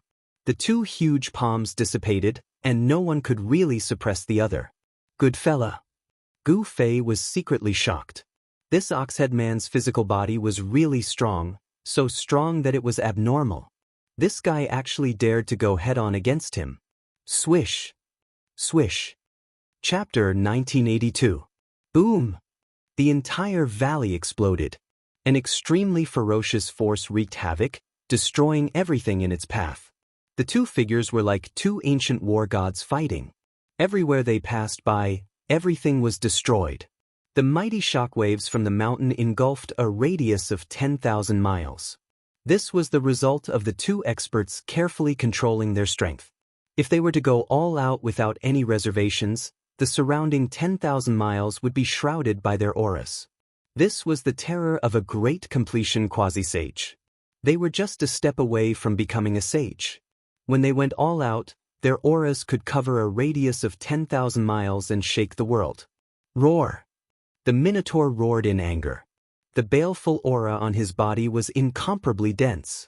One look and one could tell that this fella was definitely not a good person back in the ancient times. At this moment, Gu Zhong, who was originally waiting outside the valley, had already flown into the sky and retreated far away when Gu Fei and the ox-headed man started fighting. This Minotaur's physical body is actually so strong.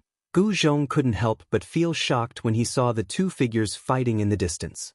One must know that his master was a great completion quasi-sage. His martial body was so strong that it was comparable to a sage weapon. His master was just a step away from cultivating the undying martial body. Even with such a strong martial body, he could only fight evenly with the Minotaur. It would be hard for him to gain any advantage. Primal Chaos Fist. In the end, Gu Fei still executed a fist technique that he had been perfecting. The power of primal chaos surged, shaking the entire sky. On his fist, Tao runes of primal chaos could be vaguely seen. Bang! Gu Fei's right fist collided with the Minotaur's right fist, This was a direct contest of strength, and there was no room for tricks. The Minotaur only felt an extremely powerful force coming from the other party's fist. This force pushed him back more than 10 steps. "Little fella, you haven't used your full strength yet." The ox-headed man was extremely shocked. In the ancient times, there were very few races that could contend against the physical bodies of the ox-headed man. But today, the physical body of this human was enough to make him feel threatened. The Minotaur couldn't help but frown when he felt the pain from his fist. Preposterous! If it was in ancient times, when I was at my peak, I would be able to squash this little thing to death with a single finger. But now, the Tauren felt like a tiger being bullied by a dog. If I go all out, I'm afraid you'll be finished immediately. That won't be fun anymore." The corner of Gu Fei's mouth rose, revealing an incomparably cold smile. He knew that this Tauren was very strong, but he wasn't one to be trifled with. This place wasn't too far from the forsaken land of the gods, but it was very remote and uninhabited. Gu Fei was still fighting with the Minotaur, and even now, no one had come.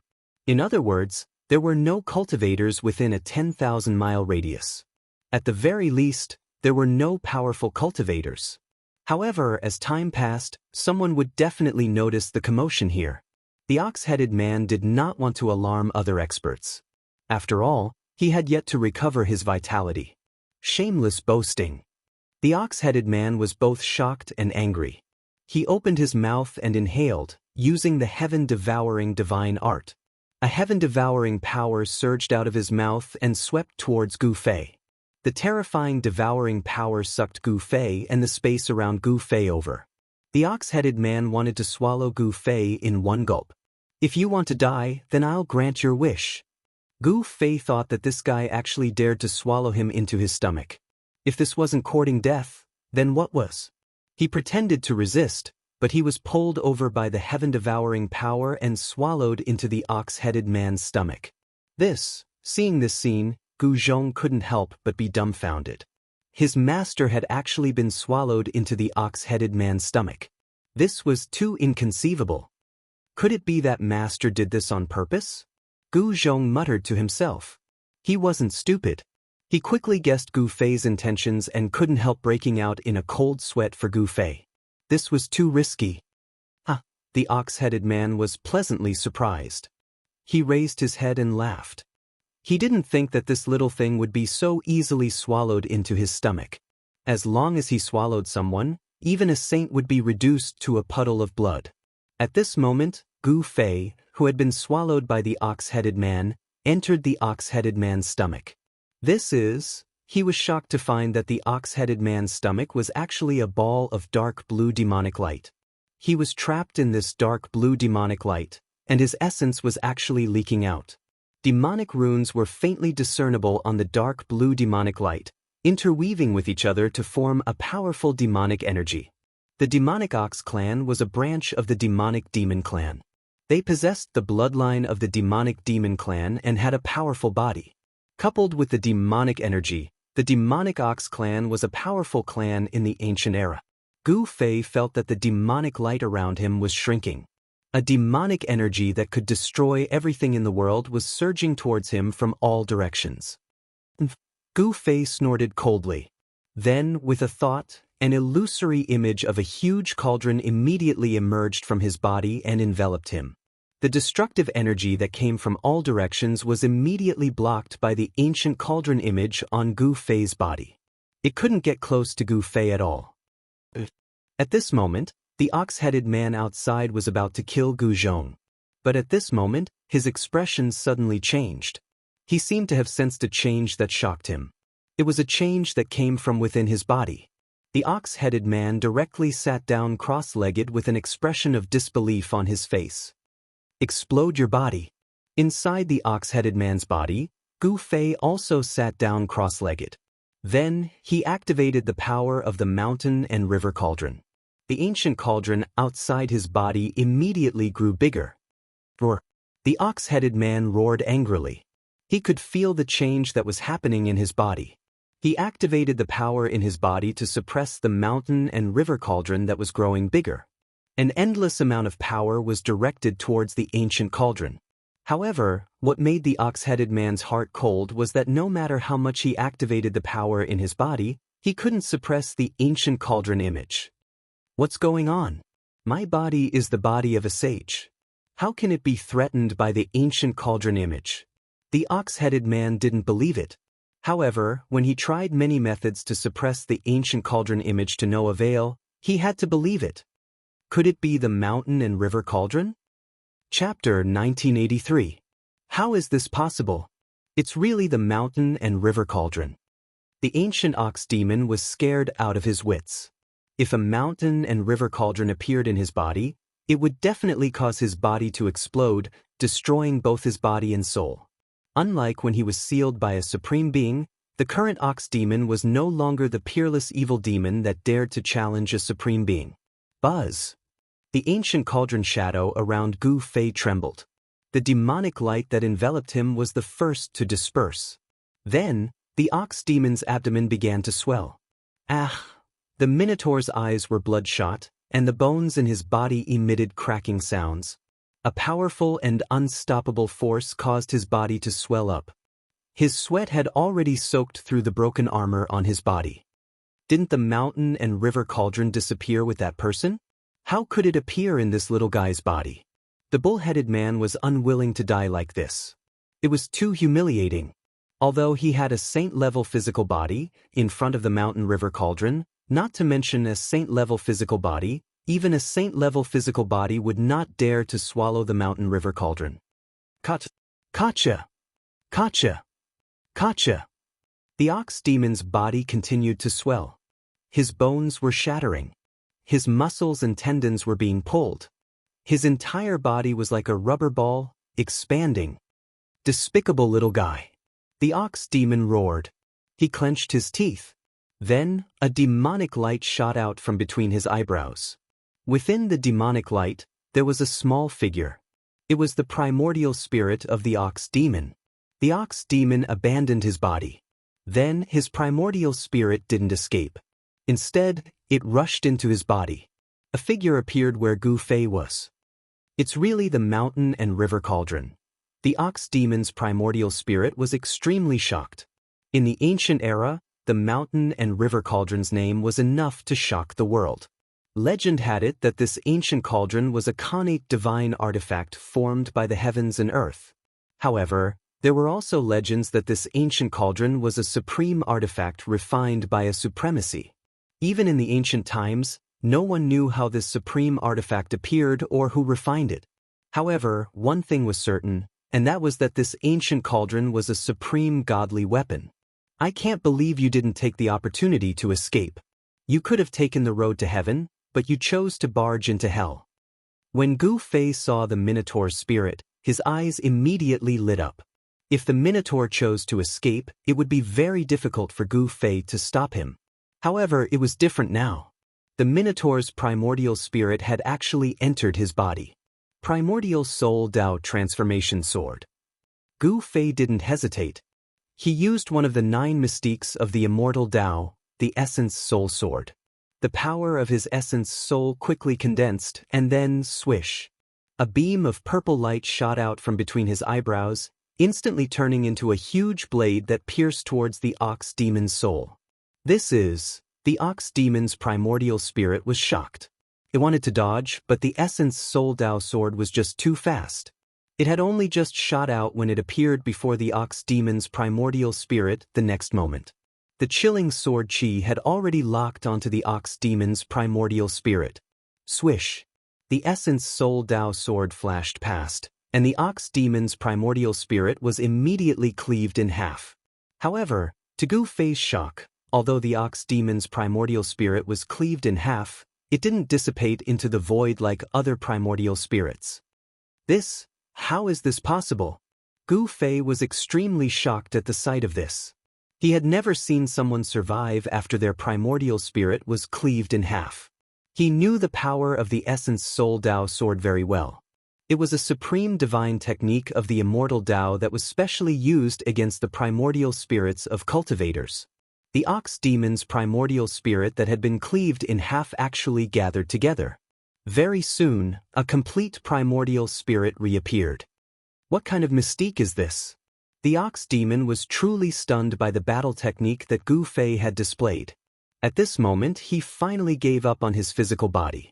His primordial spirit couldn't expel Gu Fei from his body. Rumble. The cauldron of mountains and rivers continued to expand.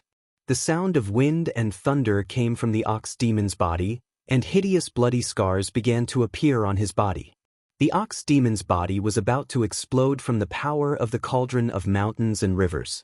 The supreme Tao ancestor had yet to appear in the primordial era, and the 9 secrets of the immortal Tao that the supreme Tao ancestor had created would not have appeared in the primordial era. The ox demon couldn't tell what kind of mystique Gu Fei was using at all. Just as the ox demon was about to retreat, 2 people silently appeared behind his primordial spirit. They were Gu Fei's clones. He used the 3 Pure Ones technique, and the 2 clones silently appeared behind the ox demon's primordial spirit. What? How is this possible? Even though the ox demon from the primordial era was knowledgeable, he was still stunned by this scene. Gu Fei used the I Chi turning 3 Pure Ones technique to block it for a while. Boom!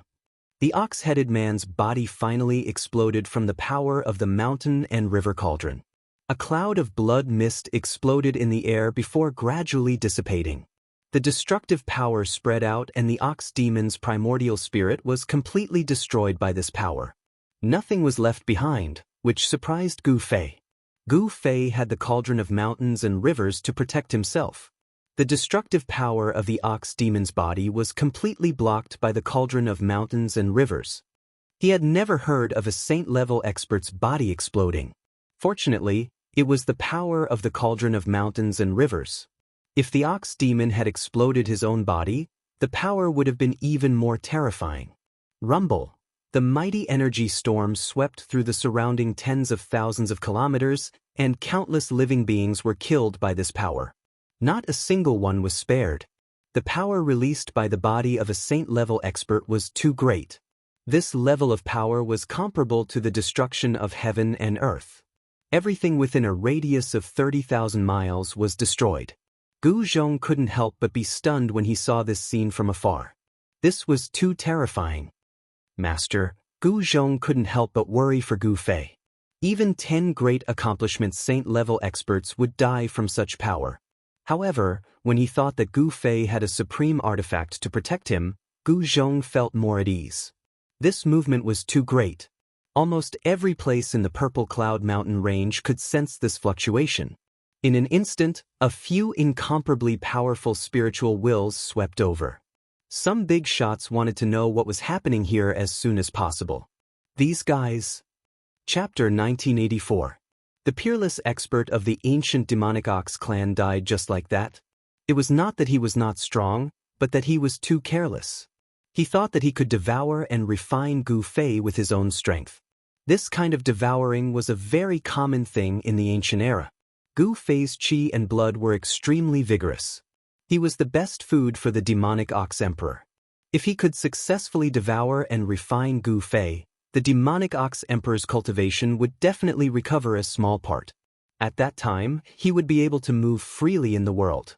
However, it was a pity that the demonic ox emperor did not expect Gu Fei to have the mountain and river cauldron that could suppress the mountains and rivers. The mountain and river cauldron had existed since the ancient era. It was a supreme artifact. If this supreme artifact were to fall into the hands of a supreme being, with a single strike of the cauldron, the heavens, the earth, the mountains, and the rivers would all be suppressed. No matter how powerful one was, they would still be completely suppressed. Their life and death would be at the mercy of a single thought. It was not that the demonic ox emperor's physical body was weak. Even if he was hit by a supreme artifact, he would only be slightly injured. However, in front of the mountain and river cauldron, even if the demonic ox emperor completely recovered his cultivation and returned to his peak, his physical body would still be destroyed by the mountain and river cauldron. The terror of a supreme artifact was not something that the demonic ox emperor could withstand. He died just like that. Not even a hair. Under the protection of the mountain and river cauldron, Gu Fei was not injured at all in this great destruction. However, The power of the explosion of a saint-level physical body was too great. This made his heart palpitate. The area with a circumference of 30,000 miles was completely destroyed. A thick layer of the ground was shaved off. Countless lives disappeared in an instant. All of them were killed. Apart from being shocked, Gu Fei was also a little disappointed. This ancient creature did not even have a single treasure on him. This was really surprising. He had worked hard for nothing. These old guys. At that moment, Gu Fei sensed a few strands of divine sense sweeping over from afar. He couldn't help but feel angry. Purple light flashed on his forehead and a ray of sword light flashed through the air, destroying the strands of divine sense. Roar! How dare you! This Gu Fei is simply too arrogant. Several other places in the southern region of Buzhou ancestral planet also unleashed powerful auras at the same time. On a mountain shrouded in white clouds, a green-robed old man who was sitting cross-legged on a boulder opened his eyes. At this moment, a drop of blood emerged from his forehead. A great technique that can sever divine will. The green-clothed old man said these words. His voice was incomparably old and filled with the vicissitudes of life. In another mountain range shrouded in immortal qi in the southern region of Buzhou, an angry roar came from a fairyland-like cave dwelling. All the living beings in this part of the heavenly abode were alarmed and fled in all directions. Opening up a paradise was something that only sages had the means to do. That was because it was easy to open up a paradise, but it was extremely difficult to maintain the stability of the paradise and make it exist forever. Only sages had the great power to stabilize the universe. In the depths of the Violet Cloud Mountains, in a valley where the ancestral vein of the earth was located, a purple-robed old man who was sitting on a jade platform suddenly stood up.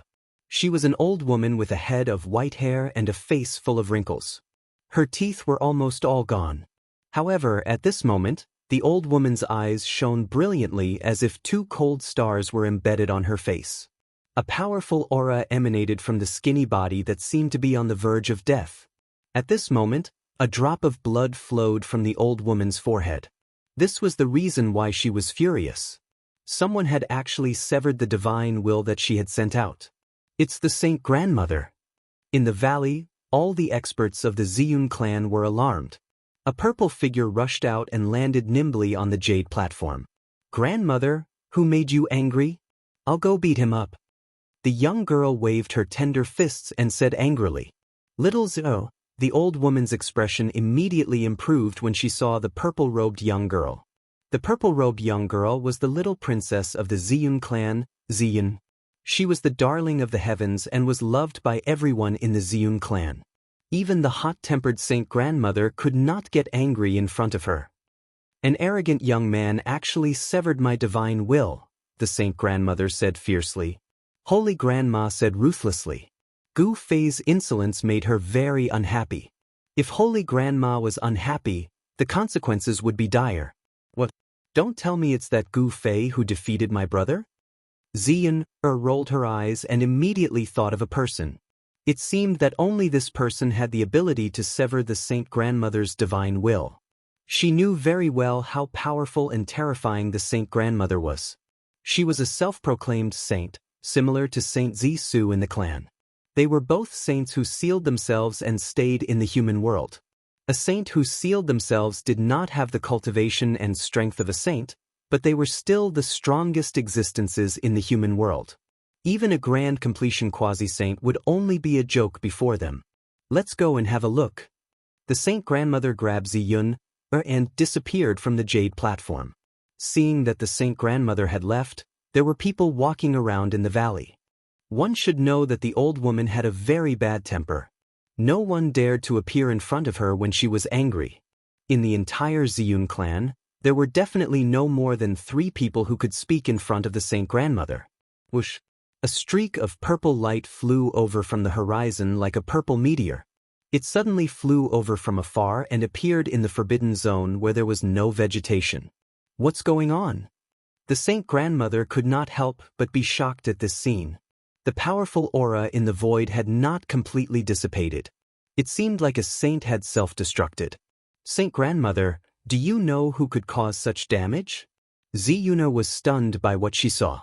The area within a radius of 30,000 miles had become an empty space. The ground had been shaved off, and it was as if a huge pit had suddenly appeared in the Purple Cloud Mountains.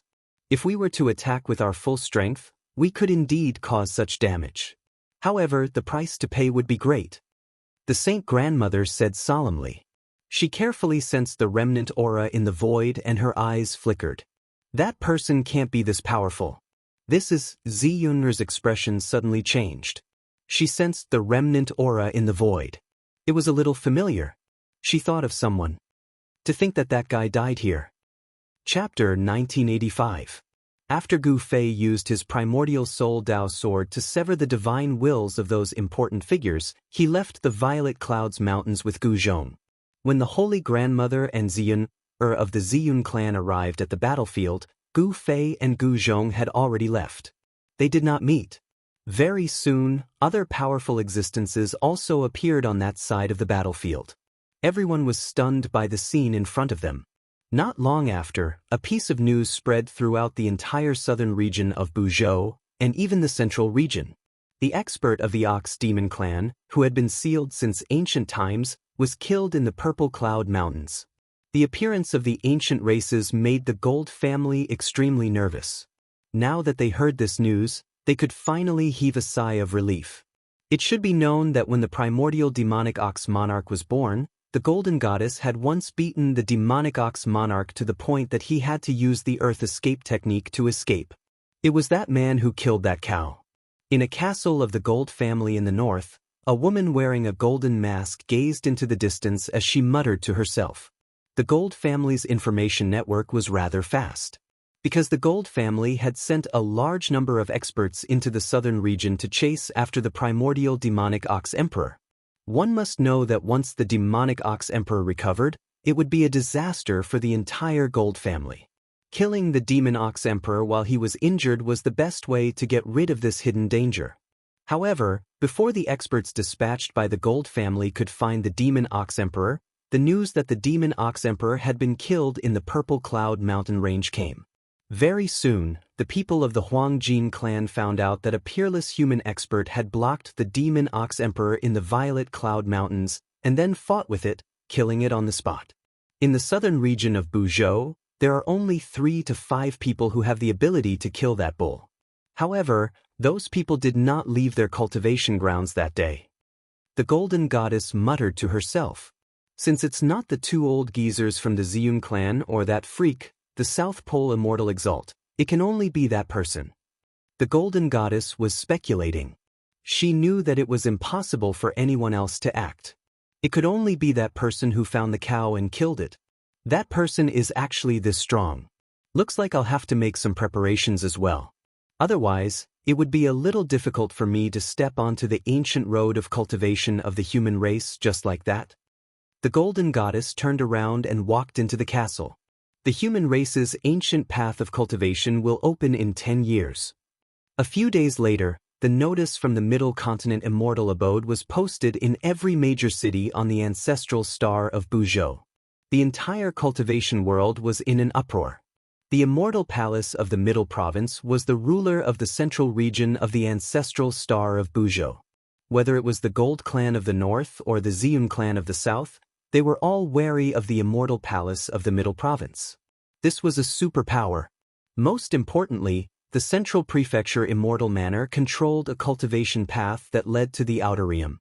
Every 5,000 years, this ancient path would open once. All the cultivators on the ancestral star of Buzhou would have the chance to step onto this ancient path. However, very few of those who set foot on this ancient path could return to the ancestral star of Buzhou. However, those who did return all became experts of the world. Some people said that the end of the ancient path was a source of life. As the news of the human race's ancient path opening spread throughout the cultivation world, Gu Fei and his disciple were drinking in a tavern in Matchless City in the southern region of Buzhou. Master, should we go explore the human race's ancient path of the outer domains? Gu Zhong was eager to give it a try. He was confident that he would not lose to any of the rising talents on the ancestral star of Buzhou. Moreover, his cultivation had reached a bottleneck. If he took another step forward, he would become a ruler among the Almighties. Gu Fei thought about it and said, "There's still 10 years left. We should first find a way to return to the soaring dragon ancestral star, then consider if we should try the human race's ancient path." Gu Zhong nodded. After all, their priority was to return to the soaring dragon ancestral star. In truth, Gu Fei was planning to return to the soaring dragon ancestral star through the purgatory path, but he discovered that the exit of the purgatory path had changed. A powerful Buddhist power was gradually awakening outside the exit, and it had completely sealed the exit. Gu Fei was aware of the changes in the Hell Path as he possessed the realm bead of the Hell Path. The Hell Path was one of the 6 paths of reincarnation that the ancient Buddhist Lord had opened up. No one knew if the ancient Buddhist Lord had any other tricks up his sleeves. The fact that the exit of the Hell Path was completely sealed gave Gu Fei a bad feeling. If the ancient Buddhist Lord didn't die, then Gu Fei did not dare to think about it. Everything related to an honorable was an unsolvable mystery. Subsequently, Gu Fei and Gu Zhong left Matchless City and headed for the Middle Continent.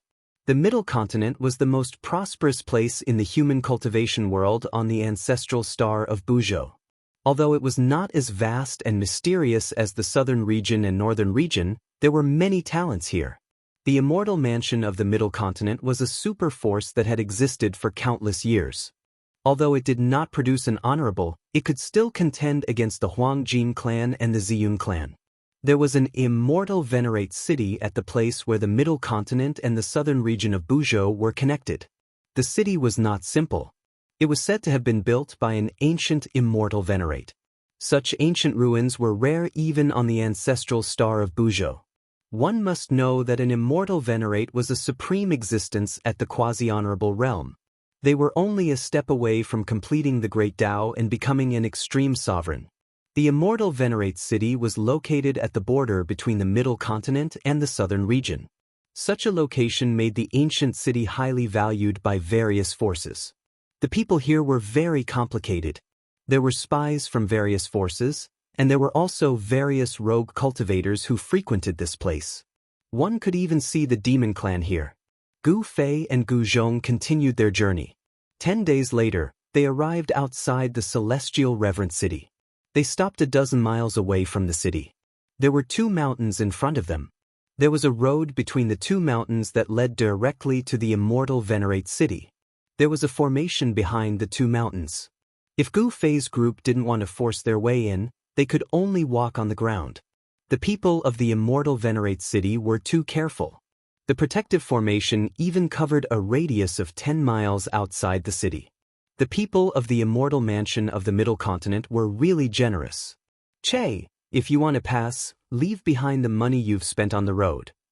When Gu Fei and Gu Zhong arrived in front of the 2 mountains, a dozen people jumped out from the forest on both sides. One of them was holding a large black saber, blocking Gu Fei's path. What? Robbing the road? Chapter 1986. Blocking the road and robbing us? No way. Gu Fei and his disciple were dumbfounded. The dozen people in front of them had the air of a bandit. It was obvious that they were the nearby bandits. Such people dared to rob a cultivator? They really didn't know the meaning of death. Yes. However, Gu Fei and his disciple soon realized that something was amiss. The dozen or so people in front of them were obviously not ordinary people, especially the burly man who seemed to be the leader and held a big black saber. His body actually emitted the energy of an immortal spirit. "Master, these guys seem to be immortal bandits." Gu Zhong smiled. Immortals actually became bandits? This was something he had never seen or heard of before. They really are immortals. Did a donkey kick these guys in the head and cause them to have problems? Gu Fei also smiled. "What are you 2 squabbling for? If you know what's good for you, put down your things and scram." The burly man brandished the big black saber in his hand twice as he spoke to Gu Fei and his disciple in a fiendish manner. A murderous aura surrounded his body. "Master, this guy wants us to put down our things? What should we do?" Gu Zhong glanced at the man in front of him and smiled evilly. He was really lucky today to meet such a bunch of idiots. "Then we'll put down our things. What else can we do?" Gu Fei shrugged his shoulders and said, "Big guy, the treasure is coming." With that, Gu Fei took out the 9 heavenly stars sword and threw it at the man. When the burly man saw Gu Fei throw the black sword over, he subconsciously stretched out his left hand in an attempt to catch it. However, the moment his hand touched the black sword, he felt his hand sink. The black sword fell to the ground in front of the burly man with a "phew" sound and smashed into the ground. The burly man holding the big black saber couldn't help but be startled when he saw the black sword smashed into the ground. He was actually unable to catch the sword. The weight of the sword was shocking. One must know that he was an immortal spirit. The strength of his grasp was strong enough that he could even lift a small mountain. But now, he couldn't even catch a sword. Could it be that this sword was heavier than a hill? The muscular man's heart grew tense. For this person to be able to pick up such a heavy sword meant that he was no ordinary person. It was highly likely that he was also a cultivator. In fact, he might even be an immortal. Thinking of this, the smile on the muscular man's face immediately disappeared. "Bosco, kill those two." A lackey behind the burly man shouted arrogantly. The muscular man roared in anger. Without even looking, he swung his left hand behind him. He slapped the lackey hard in the face, causing the lackey to stagger and spit out a few teeth. "Boss." The lackey innocently covered his left cheek and looked at the burly man. "Shut up." The muscular man glared at the lackey, then squatted down and stuck his left hand into the ground. He grabbed the black sword and pulled it up. The muscular man felt that the black sword in his hand was extremely heavy. When he tried to pull it up, the black sword didn't move at all. This shocked the muscular man. This black sword was really heavy. This had already exceeded his expectations. "Hee big guy, as long as you can pick up this sword, we'll give you everything we have." Gu Zhong smiled. He naturally knew how heavy his master's 9 heaven stars sword was. Even almighty existences would find it very heavy to lift the divine sword. Only his master could wield such a heavy weapon freely. "You must keep your promise." The muscular man looked up at Gu Zhong. "Yes," said Gu Zhong. Gu Zhong said, "This robust man was merely at the immortal god realm. In his opinion, picking up the 9 heavenly stars sword was undoubtedly the ravings of a lunatic, and it was utterly impossible." At this moment, the muscular man put down the big black saber in his hand. Then, he grabbed the hilt of the black sword and used his chi to lift it up. Roar! The muscular man used all his strength to lift the black sword up.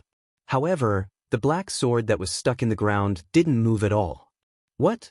This caused the burly man to be extremely shocked. At this moment, he felt that something was wrong. Something was very wrong. Cold sweat immediately appeared on his forehead. The burly man roared again and again. He tried several times in a row, but he couldn't pick up the black sword from the ground. No matter how much he tried, the black sword seemed to have taken root in the ground and didn't budge at all. "Boss." At this moment, the lackeys behind the muscular man also realized that something was wrong. The master-disciple duo, Gu Fei and Gu Zhong, watched all of this coldly. This is bad. The muscular man knew that he had encountered an existence that he couldn't afford to provoke. This time, he had kicked an iron plate. "Seniors, I still have something to do. I'll take my leave first." The muscular man's expression changed several times. Then, he suddenly grabbed the big black saber beside him and stood up. He cupped his hands towards Gu Fei and Gu Zhong before turning around and leaving. This guy. Seeing this, Gu Fei and Gu Zhong couldn't help but be stunned. This muscular man was truly a genius. To be able to fight like this during a great calamity, he could be considered a weirdo. "Leaving so quickly? You're not going to play anymore?" Gu Zhong chuckled and said, "I really have something to do. Please forgive me, senior." As the muscular man spoke, he quickened his footsteps. He couldn't wait to leave this place. "Don't walk so quickly." Gu Zhong's voice came from behind the muscular man.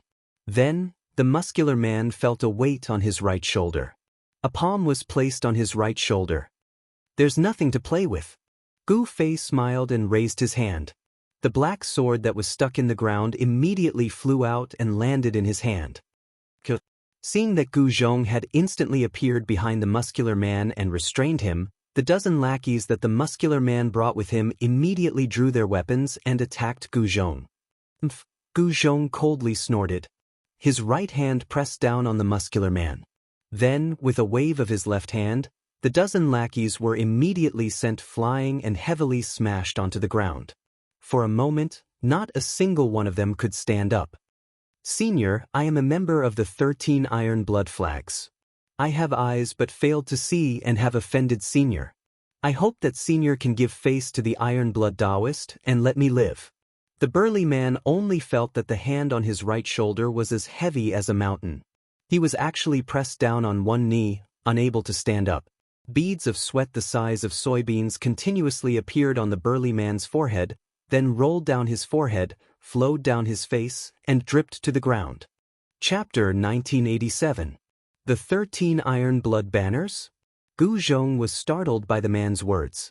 He had stayed in the southern region of planet Buzhou for 3 years, so he naturally knew the distribution of the factions there. The 13 Iron Blood Banners was a bandit faction that occupied the area between the southern region and the center continent. The leader of this bandit faction was someone called the Iron Blood Taoist. The Iron Blood Taoist was quite a character. The 13 Iron Blood Banners had only existed for less than 1,000 years. The Iron Blood Taoist had integrated the 13 bandit groups in the southern region into one, and that was how the 13 Iron Blood Banners came to be. 1,000 years ago, the Iron Blood Taoist appeared out of nowhere and subdued the 13 bandits all by himself. The 13 bandits were no ordinary figures. Each of them was a powerful existence that could dominate the southern region. They were a huge headache for the Ziyun clan. The Ziyun clan had once sent out experts to eradicate the 13 great bandits, but even now, the 13 great bandits were still alive and well. That was especially true after Iron Blood Taoist single-handedly subdued the 13 great bandits. Due to that, the forces of bandits in the southern region of Buzhou grew even stronger.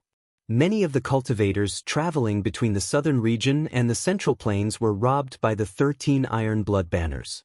There were even some beautiful female cultivators who were snatched up by the 13 Iron Blood Banners and became the wives of the Iron Blood Banners. In recent years, the bandits of the 13 Iron Blood Banners became even more arrogant. They even dared to attack cultivators from some major powers, and many cultivators from major powers were robbed by them. As long as you let me go, everything can be discussed, said the man. His clothes were drenched in sweat. Although he was an immortal, he was as weak as a newborn baby before this person. He couldn't even muster any thoughts of resistance. The reason why these people became bandits was to survive. When the man realized that he wasn't Gu Zhong's match, the first thing he thought of was how to save his own life. The resources in the cultivation world were all in the hands of major factions. Wandering cultivators had no choice but to become bandits that robbed other cultivators. So what if I don't let you go? I'm not afraid of the 13 Iron Blood Banners. Gu Zhong didn't withdraw his right hand from the burly man's shoulder. Instead, he increased his strength, causing the burly man to immediately fall to the ground, unable to straighten his back. Senior, please spare our lives. We were forced to do this. The burly man panicked. This person didn't even give face to the Iron Blood Taoist of the 13 Iron Blood Flags. Could it be that he was an expert who could challenge the Iron Blood Taoist? If he provoked such a person, then he would really be out of luck. You actually dare to be on the streets outside the immortal Venerable City? Aren't you afraid that the experts inside the immortal Venerable City will come out and kill you? At this moment, Gu Fei walked over. The Celestial Emperor's city can't even take care of itself now. How would they have time to care about us? The burly man quickly said. He wanted to show that he still had some value in front of these two people. In this way, he would have a higher chance of not being killed. You're not stupid. How could Gu Zhong not know what this fellow was thinking? It didn't matter if he killed such a person or not. An immortal-level existence really made him a little embarrassed to make a move. He withdrew his right hand from the burly man's shoulder. Thank you for your praise, Senior. In the world of cultivation, we have to be careful. The burly man heaved a sigh of relief and stood up. At this moment, the burly man's dozen lackeys were still lying on the ground, groaning in pain. Their cultivation levels weren't high, so their fall wasn't light. No one cared about their life or death, not even the muscular man. He didn't even look at his lackeys. This was the cruel world of cultivation. Only those with powerful cultivation and strength would be valued by others. "What's your name?" Gu Fei looked at the burly man with interest. This fellow was really interesting. "I'm in Wuxiang." The burly man answered carefully. "In Wuxiang?" Gu Fei couldn't help but laugh. This fellow's name was the same as his person. It was also very interesting. It seemed that this person really knew how to protect himself. "Seniors, if there's anything that you can't do, you can leave it to me. I definitely won't disappoint you." "What can you do for us?" How laughable. Gu Zhong couldn't help laughing again. This fellow was just an insignificant immortal god. His abilities were very limited. In this grand world, even immortals would find it hard to protect themselves. However, En Wuxiang's words were very serious. Even if he was an ant, as long as he displayed his value, people would be interested. This was one of the experiences En Wuxiang had accumulated as an independent cultivator step by step to become an immortal god. These experiences were incomparably precious and had allowed him to live until now. "Take us to the 13 iron blood flags." Gu Fei thought for a while before saying this. "What?" When En Wuxiang heard this, he was immediately taken aback. All sorts of thoughts quickly spun through his mind because of Gu Fei's words. He was thinking quickly, trying to guess what Gu Fei was going to do next. But he was disappointed. He wasn't Gu Fei, so how could he know what Gu Fei was thinking? Reading people's expressions was also a skill to survive in the cultivation world. And Wuxiang had already cultivated this skill to an extremely proficient level. But at this moment, he couldn't get any useful information from Gu Fei's expression. This was because Gu Fei's face was completely expressionless. No one could tell what he was feeling right now. "Master, what are you?" Even Gu Zhong didn't know why his master would do such a thing. The bandits of the 13 iron blood flags weren't easy to deal with, especially that iron blood Taoist. Rumor had it that he had successfully broken through the shackles of cultivation and became a sage-to-be. This was also the reason why the people of the Ziyun clan and the immortal revered city were wary of the Taoist. The Ziyun clan and the immortal revered city were indeed powerful, much more powerful than the 13 iron blood banners. However, if a demi-saint went berserk, it would still be terrifying. Exterminating the 13 iron blood flags required a huge price. Thus, both the Ziyun clan and the immortal palace of the Center Plains were unwilling to lose any manpower at this time. As long as the Taoists didn't go too far, the people of the Ziyun clan and the immortal palace of the Center Plains would endure it. This was the reason why the 13 iron blood flags could survive in the cracks between the Ziyun clan and the immortal palace of the Center Plains. As long as the 13 iron blood flags didn't cross the bottom line of these two supreme powers, they wouldn't touch them. Don't you think that the two of us are too weak? Chapter 1988. Gu Fei and Gu Zhong were both powerful individuals, but there were only two of them. No matter how powerful they were individually, there were many things that were difficult to accomplish. However, as an expert, there was no need for them to do everything personally. As long as they gave the order, there would naturally be countless people who would do things for them. This was the benefit of having one's own faction. And Wuxiang's words reminded Gu Fei that if he had his own faction on planet Buzhou Ancestral Star, it would definitely be much more convenient for him to do things. He didn't want to borrow the power of other super factions, because there would be many conflicts of interest. Those super factions were also not good people.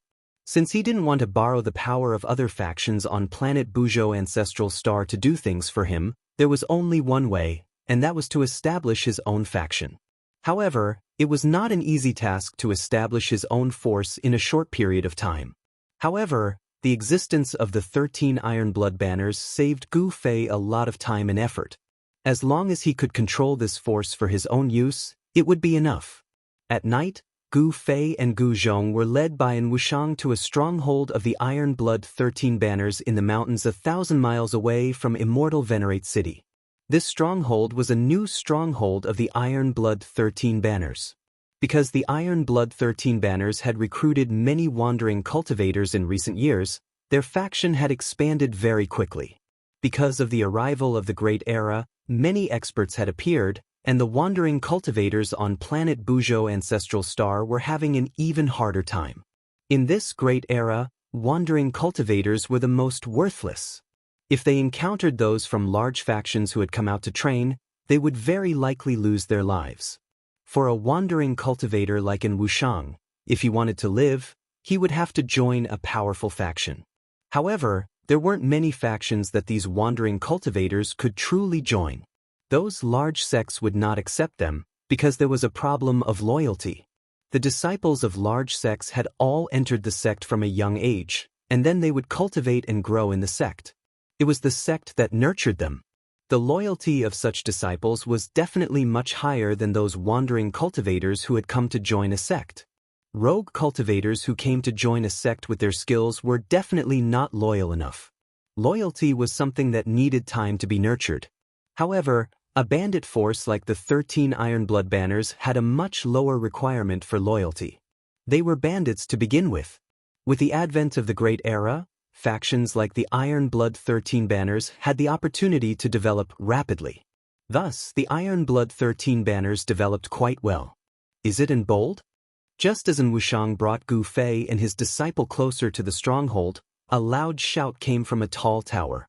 Under the illumination of the torches, they could see a person looking out from the stone tower. "Old brother Cheng, it's me and Wuxiang." And Wuxiang hastily replied. He knew that if he hesitated in the slightest, Cheng Datu would mercilessly attack him from the top of the tower. Cheng Datu was famous for not recognizing his own family. "And Bold, what's going on? 13 people went out with you. Why did you bring back 3? Did you run into a vicious character?" Cheng Datu let down the barrier in front of the stronghold as he spoke, letting in Wuxiang in. This stronghold was located in a mountain valley. The entire mountain valley had been turned into a stronghold by the Iron Blood 13 banners. There were fluctuations of formation energy in the air above the stronghold. To enter the stronghold, one had to go through the stronghold's main gate. Today, the one guarding the gate was Cheng Datu. Because his head was a bit larger than the average person's and he was also a bit shorter and smaller than the average person's, his head was very conspicuous. As a result, Wuxiang and the others had given him a nickname, Datu. Although Cheng Datu's head was large and his body was small, he was still an immortal. His strength was even slightly greater than in Wuxiang's. It was this slight difference that allowed Cheng Datu's treatment within the stronghold to be much better than in Wuxiang's. That was because Cheng Datu didn't need to go out and rob people. It had to be known that being a bandit was a very dangerous occupation. You might run into someone stronger than you at any time, and you might lose your life at any time. Audaciousn, you really are a lucky bastard. You actually managed to come back alive. Inside the stronghold, a few people who recognized Wuxiang greeted him when they saw him walk in. Those two, but at this moment, someone realized that the 2 people behind Wuxiang weren't one of his lackeys.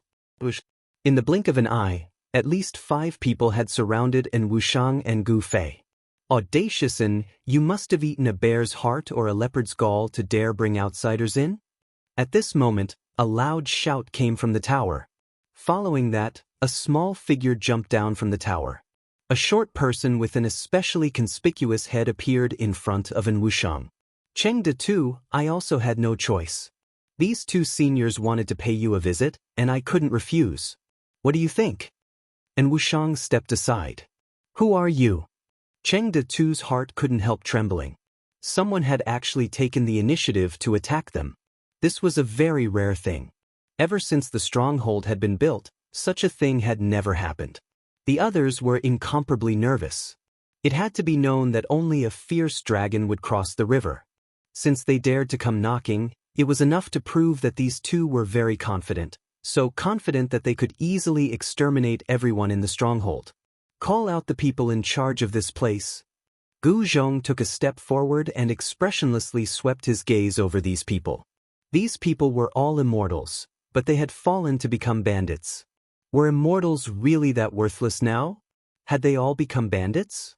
These people were all newly joined vagrant cultivators of the 13 Iron Blood Banners. They were very smart. Although they were cautious, they didn't take the initiative to attack. Just you wait. Cheng De Tu was just about to go report. Which expert has graced us with his presence? Forgive me for not going out to meet you. Just at this moment, a voice rang out from the depths of the stronghold. A person walked out. This person only stopped when he was 10 meters away from Gu Fei's group. He then began to carefully examine Gu Fei and his disciple.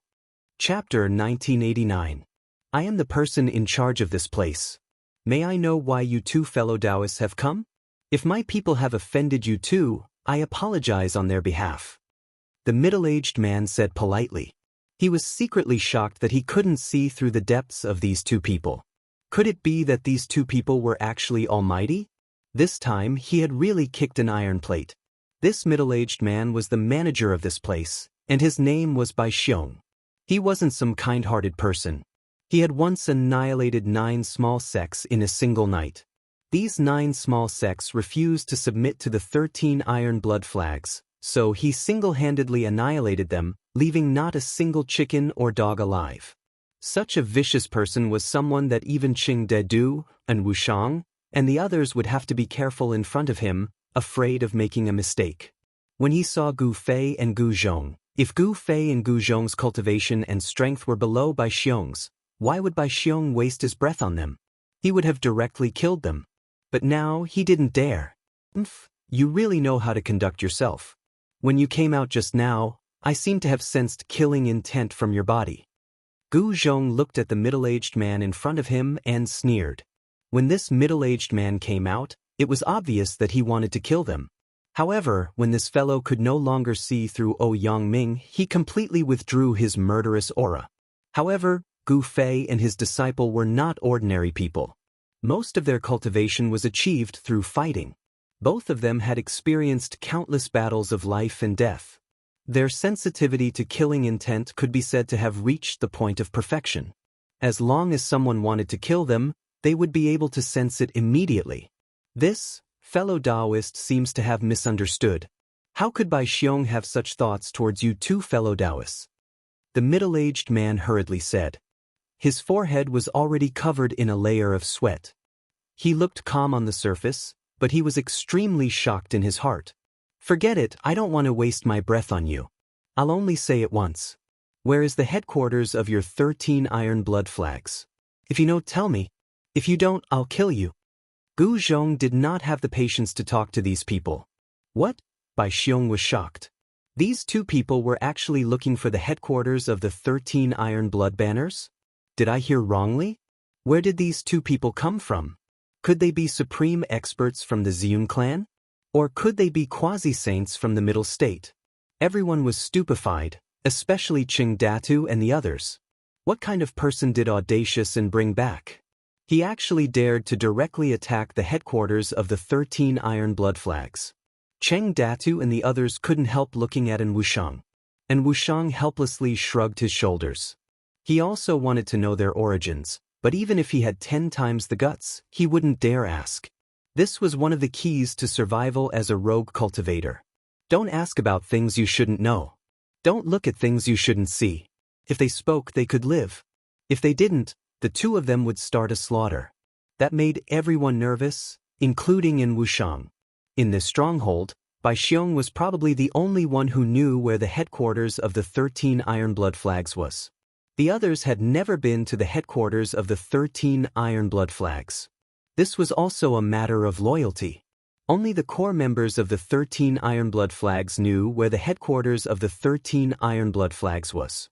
At this time, the stronghold was incomparably silent. Even the breathing of Cheng Datu and the others could be heard. They were all looking at Bai Xiong. They didn't want to die. It had to be known that the reason why Cheng Datu and the other rogue cultivators had joined the 13 Iron Blood Flags was to survive. If the 13 Iron Blood Flags couldn't guarantee their safety, then why would they join them and listen to their orders? Yes. Seeing Bai Xiong hesitate, Gu Zhong couldn't help feeling a bit irritated. These bandits all had a baleful aura and weren't good people. Killing them would be as easy as lifting a finger. He didn't mind sending them on their way. Bai Xiong's expression immediately changed when he sensed Gu Zhong's murderous aura. He did not want to die, but if he revealed the location of the 13 Iron Blood Flag's headquarters to the two of them, the 13 great bandits would definitely not let him off. He would definitely die without a burial. However, if he did not reveal the location, he would die right now. Fellow Taoists, I'll speak. Bai Xiong's voice trembled. If he didn't speak, then he would die immediately. Bai Xiong's loyalty to the 13 Iron Blood Flags wasn't as important as his own life. Very good. Gu Zhong smiled. Dealing with these loose cultivators was really simple and direct, unlike the disciples of the great sections. It was truly difficult to get any information from the disciples of the great powers. The majority of rogue cultivators viewed their own lives as more important than anything else. That was because survival was their #1 priority. Gu Fei and his master quickly left the stronghold of the 13 Iron Blood Flags. They brought Bai Xiong with them, but they didn't bring in Wuxiang. The loyalty of rogue cultivators was a problem. These rogue cultivators could betray them at any time. As long as they left in Wuxiang in the stronghold, Cheng Datu and the others wouldn't dare do anything to him. In their eyes, and Wuxiang had gotten lucky this time to catch the attention of those two seniors. Without any suspense, after Bai Xiong left, and Wuxiang became the boss of the 13 Iron Blood Flag stronghold. His cultivation level was not the highest in the stronghold, but his brain was the best among all the itinerant cultivators in the stronghold. Otherwise, he would not have survived. The headquarters of the 13 Iron Blood Flags was the Phoenix Nest. The Phoenix Nest was where the Iron Blood Taoist had made his fortune. It was here that he had obtained some sort of inheritance and cultivated his skills. The Phoenix Nest was actually a mountain valley surrounded by mountains. Beneath the valley, there was a spiritual cave that emitted spiritual qi day and night. It was also for this reason that the spiritual qi in the valley was much denser than outside. This place wasn't originally called the Phoenix Nest. It was only called the Phoenix Nest after the Iron Blood Taoist had risen to power. That was because the Iron Blood Taoist had obtained the immortal bird mysterious art here. That was a mysterious art created by the ancient Undying Taoist. When this mysterious art was cultivated to the greater mastery level, one could transform into an immortal bird. The location of the Phoenix Nest was very hidden. The Iron Blood Taoist had laid down a grand formation to hide it. The Violet Cloud Clan and the Central Plains Immortal Palace had both tried to find the headquarters of the 13 Iron Blood Flags, but they hadn't found it in the end. Chapter 1990. Those guys from the 13 Iron Blood Banners really know how to pick a place. Early in the morning, Bai Xiong brought Gu Fei and the others to a mountain near the 13 Iron Blood Banners base camp, the Phoenix Nest. Gu Fei discovered that there was actually a dragon vein under this mountain. This area was located at the border between the Central Province and the Southern Province. It was a lawless area, and spirit veins rarely appeared in such a place. One must know that any place with a spiritual vein would be occupied by a major faction. Of course, the 13 Iron Blood Flags could be considered a major faction at the border between the Central Region and the Southern Region. Master, is there anything special about this place? Gu Zhong was not like Gu Fei. Gu Zhong only had a smattering of knowledge about formations. He had spent all his energy on martial cultivation, so he didn't know how to search for dragons and look at qi to strike acupoints. The dragon seeking here was not to search for a true dragon divine beast, but to search for the earth's dragon vein. As for qi gazing, it was because wherever there was a dragon vein, the heaven and earth spiritual energy above the dragon vein would be different. The so-called striking acupoints was to find the place where the earth's dragon vein essence converged after finding the dragon vein. The place where the earth's dragon essence converged was the spirit cave. If we follow the direction of this dragon vein, we will be able to find the Phoenix Nest. Gu Fei said, the 13 Iron Blood Banners base camp, the Phoenix Nest, must be built at the place where the earth's dragon vein essence converged. This was inevitable. If one wasn't proficient in formations, it would be very difficult to find the Phoenix Nest. This was because formations and the terrain were inseparable. Some formation masters could use the terrain to set up terrifying killing formations to kill enemies stronger than themselves. Where did the formation's power come from? The Earth's dragon vein essence could provide an endless source of power for the formation. Seniors, since you can find the phoenix nest by yourself, please let me go. At this time, Bai Xiong could no longer call Gu Fei and Gu Zhong fellow Taoist. In front of these two, he was like a newborn baby. He didn't have any thoughts of resisting. This was because these two people were too powerful. To be able to become the manager of a stronghold of the 13 Iron Blood Flags, this Bai Xiong must have a cultivation of the Immortal King level. Only with such a cultivation could he suppress those loose immortals. After all, those loose immortals were arrogant and unruly, and it was very difficult to restrain them. They would absolutely not obey those with lower cultivation than them. Unless this person had a powerful backer. Bai Xiong did not have any backing. He was just one of the many core disciples of the 13 Iron Blood Banners, so he was still rather loyal to them. Only such a person would know where the phoenix nest was. If you want to leave, go ahead. At this time, Bai Xiong no longer had any value to Gu Fei and the others. It didn't matter if they killed him or not, because they wanted to subdue the 13 Iron Blood Flags, not kill him. Although it would be difficult to subdue the 13 Iron Blood Flags, it wasn't impossible.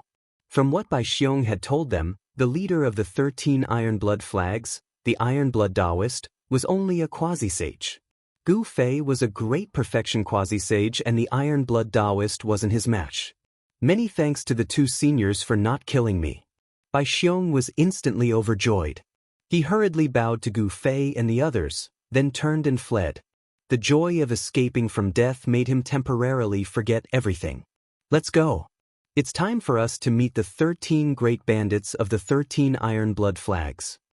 As Gu Fei spoke, he directly soared into the sky. A powerful aura erupted from his body.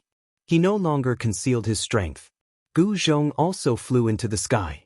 Enemy attack. Just as Gu Fei's corpse stopped concealing its aura, someone sensed the aura being released from their bodies 100 miles away. Appearing near the phoenix nest, if it wasn't an enemy, what else could it be? The grand formation that enveloped the entire phoenix nest was activated. Beams of divine light soared into the sky, interweaving to form an incomparably huge transparent canopy, completely covering the phoenix nest. An aura of the divine Tao spread out. Saint-class formation. At this moment, Gu Fei and his disciple arrived in the sky above the phoenix nest. Divine light flickered below as countless Tao runes appeared. An incomparably powerful force was rapidly condensing. They were not in a hurry to make their move. Instead, they stood in the sky and quietly watched this scene. One had to admit that the defense of the phoenix nest was not bad. A saint-class grand formation could block all experts below the sage realm outside. However, it was a pity that the ones who came this time were Gu Fei and his disciple. To Gu Fei, a saint-class formation was not unbreakable. He just needed to spend a little more time. After all, he had even broken through an extreme Tao divine formation before. Who is it? A loud shout came from the phoenix nest. Then, a dark red silhouette rushed out from the phoenix nest and into the sky. It was a young man with an incomparably dense murderous aura. From his aura, one could tell that this young man was definitely a battle-hungry person. You are one of the 13 great bandits, Tu Qing. Gu Zhong took a step forward and looked down at the young man behind the transparent screen. Who are you? Could it be that the people from the Ziyun clan want to attack the 13 Iron Blood Banners? The young man named Tu Qing shouted. Tu Qing was extremely shocked. To know that ever since the 13 Iron Blood Banners was established, no one had been able to find the headquarters of the 13 Iron Blood Banners. But today, early in the morning, someone had come to kill them. The Ziyun clan? What is the Ziyun clan? Xianxia was defeated by my master. Gu Zhong said. What? Hearing this, Tu Qing was shocked. Who are these two? How could they be so arrogant? Even the most talented disciple of the Ziyun clan, Xianxia, was not their opponent. Very quickly, Tu Qing thought of a person, and his expression immediately became very ugly. Your master, could it be Gu Fei? Tu Qing glanced at the people behind Gu Zhong and asked carefully. That's right. This is my master, Gu Fei. Today, we are here to ask for your surrender. Gu Zhong said indifferently. You? Suddenly, Tu Qing pointed at Gu Zhong and laughed to the point that tears were coming out. Is it really that funny? You're going to cry soon. Gu Zhong's expression was still calm. There was no expression on his face. At a time like this, he would not show any emotions. You guys are too funny to... Tu Qing was still laughing. He couldn't help but laugh. Gu Zhong's words were truly funny to him. Two people were able to subdue the entire 13 Iron Blood banners. This was simply the funniest joke he had ever heard. Gu Fei's name had already spread throughout the entire southern region. Even in other regions of planet Buzhou, many people knew of Gu Fei's existence. However, no matter how strong Gu Fei was, he was not as strong as a saint. Although they had found the headquarters of the 13 Iron Blood banners, the Phoenix Nest was protected by a saint-level formation. Tu Qing did not believe that Gu Fei and the others could break through the formation and enter the Phoenix Nest. At this time, people continuously rushed out from the valley under the transparent sky curtain. These people were the core members of the 13 Iron Blood banners. Tu Qing, what's going on? A tall man wearing the same dark red armor rushed out. The baleful aura on his body was much stronger than Tu Qing's. This man was simply a murderous demon king. Otherwise, how could his body condense such a strong baleful aura? The baleful aura on this middle-aged man was so strong that it was almost visible to the naked eye. Brother Jiao, this is too funny.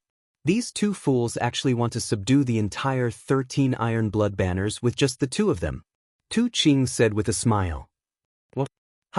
The man called Brother Jiao also laughed. You two are really brave. You actually want to subdue us with just the two of you? Truly foolish. Brother Jiao had a boorish appearance. His voice was as loud as a bell. Despite being separated by a layer of sky curtain, his voice still spread far and wide. Gu Fei and Gu Zhong did not say anything, allowing them to laugh. After they had laughed enough, Gu Zhong said, "Surrender or die, it's up to you. Let us know when you've made your decision." Gu Zhong's face remained expressionless even after saying this. Tu Qing and Brother Jiao were unable to see anything from his expression. Where did you guys come from? How dare you talk so big? Did you eat too much garlic? Brother Jiao also laughed to the point of tears. From their point of view, this was indeed very funny. Even the Ziyun clan or the Central Plains immortal manor would not dare to say such words. The person behind this idiot is Gu Fei, who is currently in the limelight. Tu Qing said. What? Brother Jiao was shocked. The 13 Iron Blood banners were still very well informed. It was impossible for them not to know that Gu Fei had defeated Xianxia. As the saying goes, the shadow of a tree is the shadow of a person. Since Gu Fei could defeat a descendant of a sovereign clan like Xianxia, he definitely had some ability. Hurry up and inform Boss Tai. Brother Jiao shouted at Tu Qing. Only the Iron Blood Taoist could deal with these two fellows. If they were to go out, they wouldn't even know how they died. Fortunately, they had activated the formation. Otherwise, the consequences would be unimaginable if that maleficent being allowed in. Is there a need to alarm Boss Tai? He's in seclusion right now. Tu Qing hesitated. One must know that the Iron Blood Taoist hated being disturbed during his cultivation. Tu Qing did not want to make Boss Tai unhappy. Brother Jiao glared at Tu Qing, then turned around and flew towards the valley below. Have you made your choice? Surrender or die? At this time, Gu Zhong suddenly said to Tu Qing, Are you stupid? Of course I don't want to die, but I don't want to surrender either. What can you do to me? As one of the 13 great bandits, Tu Qing still had some pride. Your life or death is not up to you. Chapter 1991. Your life and death are no longer up to you. Gu Fei hadn't said a word ever since he had arrived. Tu Qing was startled by his words. Just as he was about to laugh, Tu Qing suddenly realized that Gu Fei's eyes had suddenly lit up. Tu Qing felt an indescribable suction force from Gu Fei's eyes that was tugging at his primordial spirit. This was no small matter. To immortal cultivators, the primordial spirit was their everything. If it was destroyed, then their souls would scatter. This was the most thorough way to die. Although Tu Qing was startled awake, the light in his eyes only brightened for a moment before dimming again. This time, his consciousness quickly sank into darkness, and his body fell from the sky. A ball of divine light wrapped around a miniature version of Tu Qing emerged from his body and floated in the air. This was Tu Qing's primordial spirit. His primordial spirit was lifeless and confused, as if it had lost its sentience. Then, with a bang, the primordial spirit suddenly exploded. At the same time, a jade tablet suddenly shattered in a pavilion in the phoenix nest. What happened? Why did old 13th's tablet shatter? An exclamation came from the pavilion. Brother Gio had just descended from the sky and arrived at the entrance of the pavilion.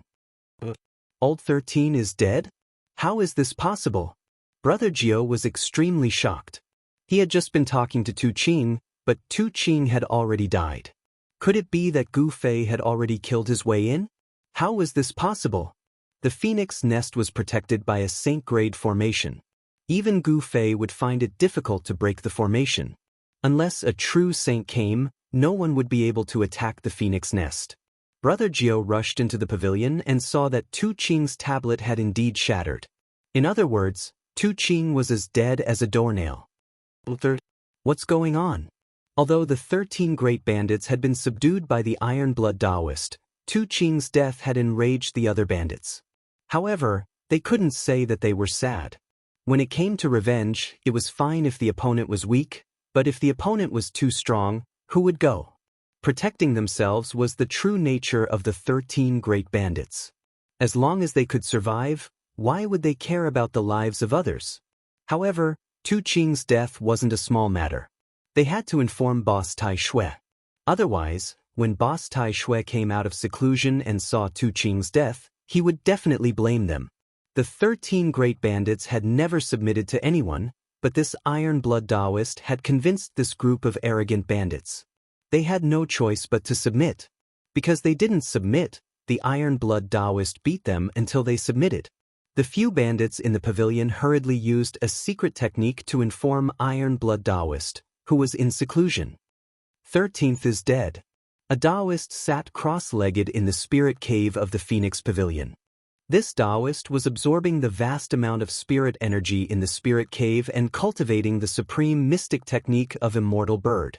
The Undying Bird mysterious art was a mysterious art created by the ancient Taoist Undying. Once cultivated to the great success stage, one could become a saint. Of course, the Iron Blood Taoist was still a distance away from becoming a saint. At this moment, a message talisman flew into Iron Blood Taoist's secluded cultivation grounds. How is this possible? Who could have killed 13th? Iron Blood Taoist's pupils shrank. 13th's cultivation had already reached the 5th heavenly layer. There weren't many people who could kill him. Who is this Gu Fei? There was very little information in the message talisman. It only mentioned that a person called Gu Fei had killed 13th, and that person still hadn't left. You killed my men and still haven't escaped. You really have guts. Iron Blood Taoist stopped his cultivation and stood up. This Gu Fei must die. Otherwise, he would be called the boss of the 13 great bandits for nothing. Although he didn't want to come out of seclusion, he had no choice. Just as Iron Blood Taoist came out of seclusion, Gu Fei and his disciple were having a conversation outside the phoenix nest. Master, your godly snatching secret technique is getting more and more superb, Gu Zhong said. Just now, Gu Fei had used the godly snatching secret technique to pull out the primordial spirit of Tu Qing, one of the 13 great bandits. His primordial spirit was destroyed, causing his soul to scatter. Although there was a layer of sky curtain separating them, it wasn't difficult for Gu Fei to kill Tu Qing. Tu Qing's death shocked the core members of the 13 Iron Blood Banners in the Phoenix Nest. They couldn't imagine how Gu Fei could kill Tu Qing under the protection of a saint-level Grand Array. No one in the Phoenix Nest knew how Tu Qing died. Even the other bandits were the same. They couldn't find any damage on Tu Qing's body that could be considered as man-made. This made the bandits look at each other in dismay, inexplicably horrified. If you cultivate diligently, you can also reach my level. Gu Fei said. He had already passed on the 9 secrets of immortal Tao to Gu Zhong. The magical thing about the 9 secrets of immortal Tao was that any cultivator could cultivate it. Roar! At that moment, a furious roar came from the phoenix nest. The entire heaven and earth trembled as an extremely powerful aura appeared between heaven and earth. It's time for the main character to appear. Gu Fei said. A figure rushed out from the depths of the phoenix nest. His terrifying aura shook the surroundings, causing everyone in the phoenix nest to tremble in fear. The aura was so powerful that it intimidated everyone. Who is Gu Fei? Come out and accept your death. The person rushed to the sky and shouted, causing the void to tremble along with his voice. Boss Tai is here. That guy is dead for sure. Some bandits were overjoyed, but others weren't so optimistic about the Ironblood Taoist chances. One should know that the invader was none other than the Grim Reaper, Gu Fei. The name of Grim Reaper Gu Fei had long spread across the entire southern region of Buzhou ancestral planet. However, the Ironblood Taoist had gone into seclusion some time ago, so he didn't know who Gu Fei was or whether he was flat or round. This is going to be a battle between a dragon and a tiger. Brother Jiu said something like that. Even though Gu Fei is strong, Boss Tai Shui isn't someone to be trifled with. A bandit said. At this moment, none of the bandits dared to get too close. One should know that if they were careless and got caught in the crossfire, they would be in deep trouble. So you're the Ironblood Taoist. Gu Fei walked up and looked at the Ironblood Taoist. The Ironblood Taoist was a skinny Taoist wearing a gray Taoist robe. He had a delicate face. However, at this moment, this sage-like Taoist had a murderous look on his face. So you're Gu Fei? You're the one who killed Old 13. The Ironblood Taoist glared at Gu Fei as his murderous aura spread out. The temperature around him dropped rapidly under the impact of his murderous aura. Chapter 1992. The 13th of the 13 Great Bandits, Tu Qing, was killed by Gu Fei, provoking the leader of the 13 Great Bandits, the Ironblood Taoist. Gu Fei and the Ironblood Taoist faced off against each other through a transparent barrier. That Tu Qing didn't know what's good for him. He refused to submit to my master, so he died. Gu Zhong looked at the Ironblood Taoist and spoke calmly. He could feel the Taoist's anger. This person was like an enraged beast and was currently in great danger. And who are you? A puny powerhouse. This isn't a place for you to interrupt. The Ironblood Taoist shouted. The aura of a quasi-sage erupted from his body and pressed towards Gu Zhong, who was outside the sky. He wanted to show Gu Zhong his strength. However, Gu Zhong's expression remained unchanged under the pressure of this quasi-saint. He actually withstood the pressure without batting an eyelid. The Taoist couldn't help being startled that Gu Zhong was able to endure the pressure of a quasi-sage. Was this guy really only at the Almighty Realm? He was a little doubtful. Taoist Ironblood, do you dare to come out and fight? Gu Fei naturally knew that the Taoist was pressuring Gu Zhong, but he didn't stop him. He knew that Gu Zhong could withstand the aura of a quasi-saint. You're going too far. The Taoist was both shocked and furious. These two didn't seem to be simple at all. Just how did his subordinates provoke these two guys? If he were to find out who provoked these two fiends, he would definitely throw that person to feed the beasts. At this moment, the Taoist calmed down. These two dared to come to his doorstep. This meant that they weren't afraid of him at all. Especially that Gu Fei. He actually couldn't see through this person's depth. He knew that supreme powers like the Ziyun clan and the immortal palace of the Central Plains had a few self-sealing saints. These existences were the strongest in the human world. Before these existences, quasi-saints were like powerless children. Could it be that this person was one of those supreme antiques? I'll say it again. Surrender or die, it's your choice. Gu Fei said as he looked at the Ironblood Taoist in the sky screen. He could sense that the qi and blood of the Ironblood Taoist seemed to be stronger than that of an ordinary half-sage. The more powerful a cultivator's blood and qi was, the more powerful that cultivator's life force was. Cultivators with a strong life force were less likely to die. Just like Gu Fei, even if his martial body was destroyed, It could still be reconstructed in an instant. This is intolerable. Open the formation. I want to go out and kill these two arrogant fellows. The Iron Blood Taoist could not take it anymore. These two fellows were too despicable. They actually wanted to subdue the entire 13 Iron Blood flags with just the two of them. Boss, that person is Gu Fei. Ninth brother transmitted his voice to Taoist Iron Blood. So what if it's Gu Fei? The Iron Blood Taoist said impatiently. This Gu Fei defeated Xianxia not long ago. The ninth of the 13 bandits continued. What? Damn it. The Iron Blood Taoist was shocked. He didn't know who Gu Fei was because he had been in seclusion when Gu Fei had appeared in the southern region. However, he couldn't ignore Xianxia. Xianxia was known as the greatest genius of the Ziyun clan in the past 1,000 years. He had already become a half-sage at such a young age. With enough time, Xianxia would most likely become a saint. Although the Iron Blood Taoist had never fought Xianxia before, he knew that he might not be able to defeat him if he were to meet him. This person had actually defeated Xianxia. He truly did have the right to be arrogant. So, surrender or die? Gu Fei didn't want to talk nonsense with the Iron Blood Taoist. The Iron Blood Taoist only had two choices. With his current cultivation, he had to keep his word.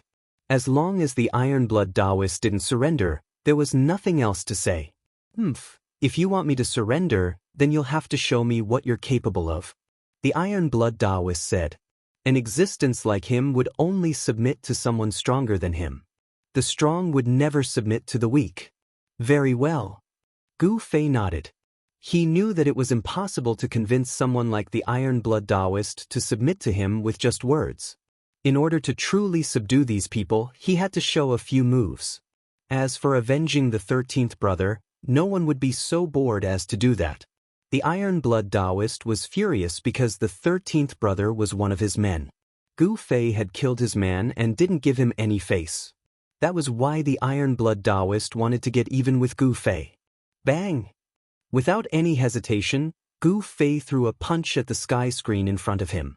Primal Chaos Tao patterns faintly appeared on his fist.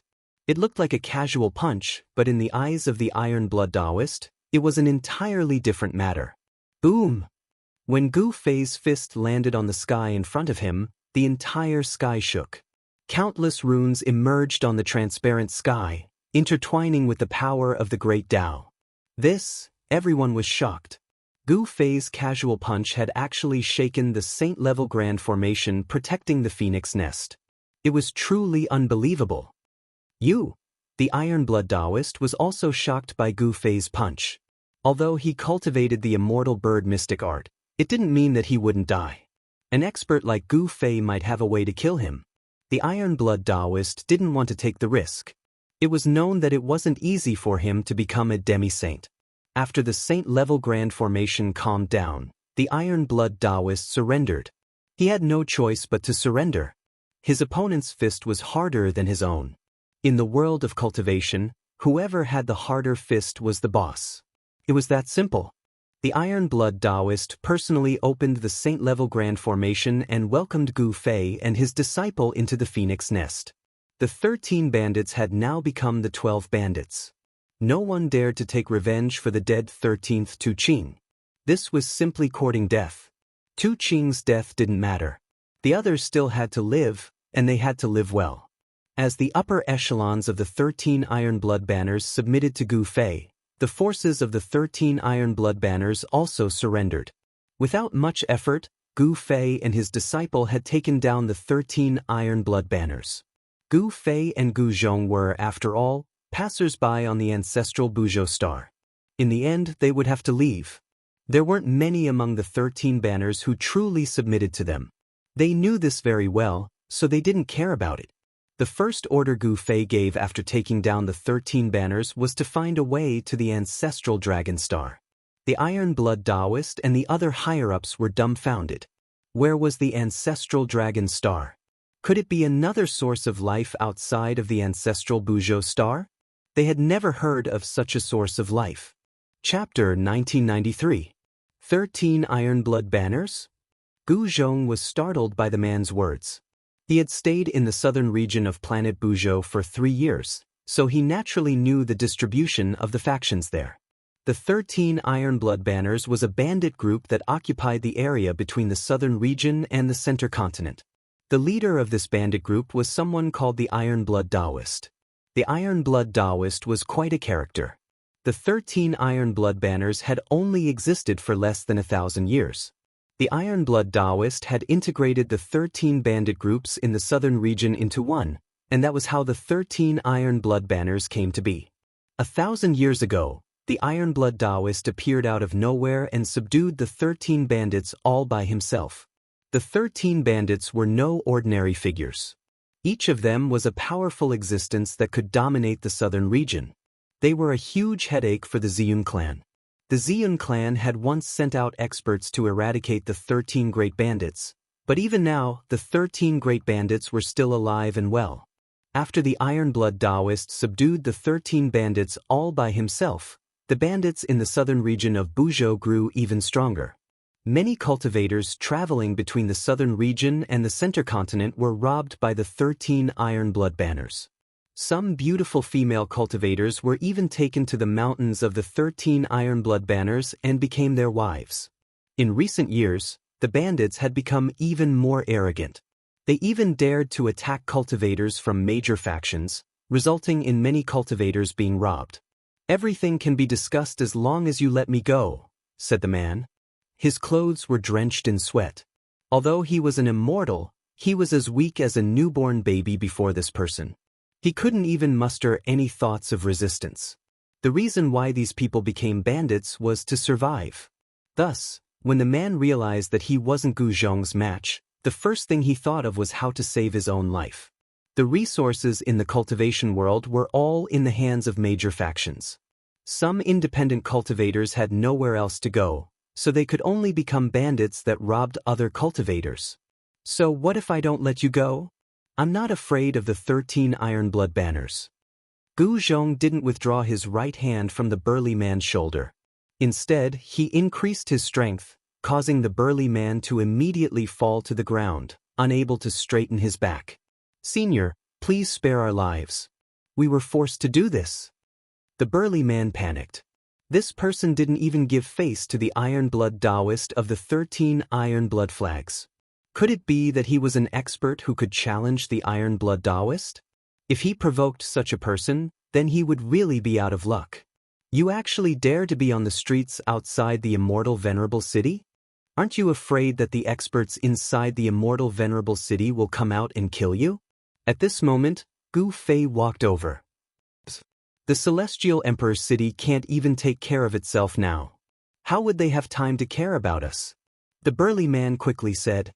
He wanted to show that he still had some value in front of these two people. In this way, he would have a higher chance of not being killed. "You're not stupid. How could Gu Zhong not know what this fellow was thinking?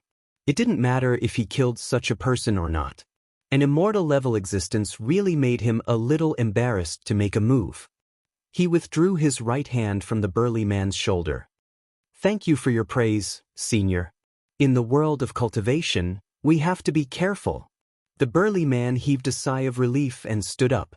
At this moment, the burly man's dozen lackeys were still lying on the ground, groaning in pain. Their cultivation levels weren't high, so their fall wasn't light. No one cared about their life or death, not even the muscular man.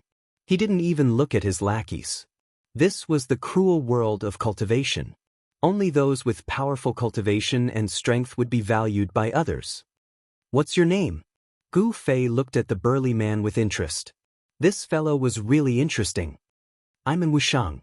The burly man answered carefully. "And Wushang?" Gu Fei couldn't help but laugh. This fellow's name was the same as his person. It was also very interesting.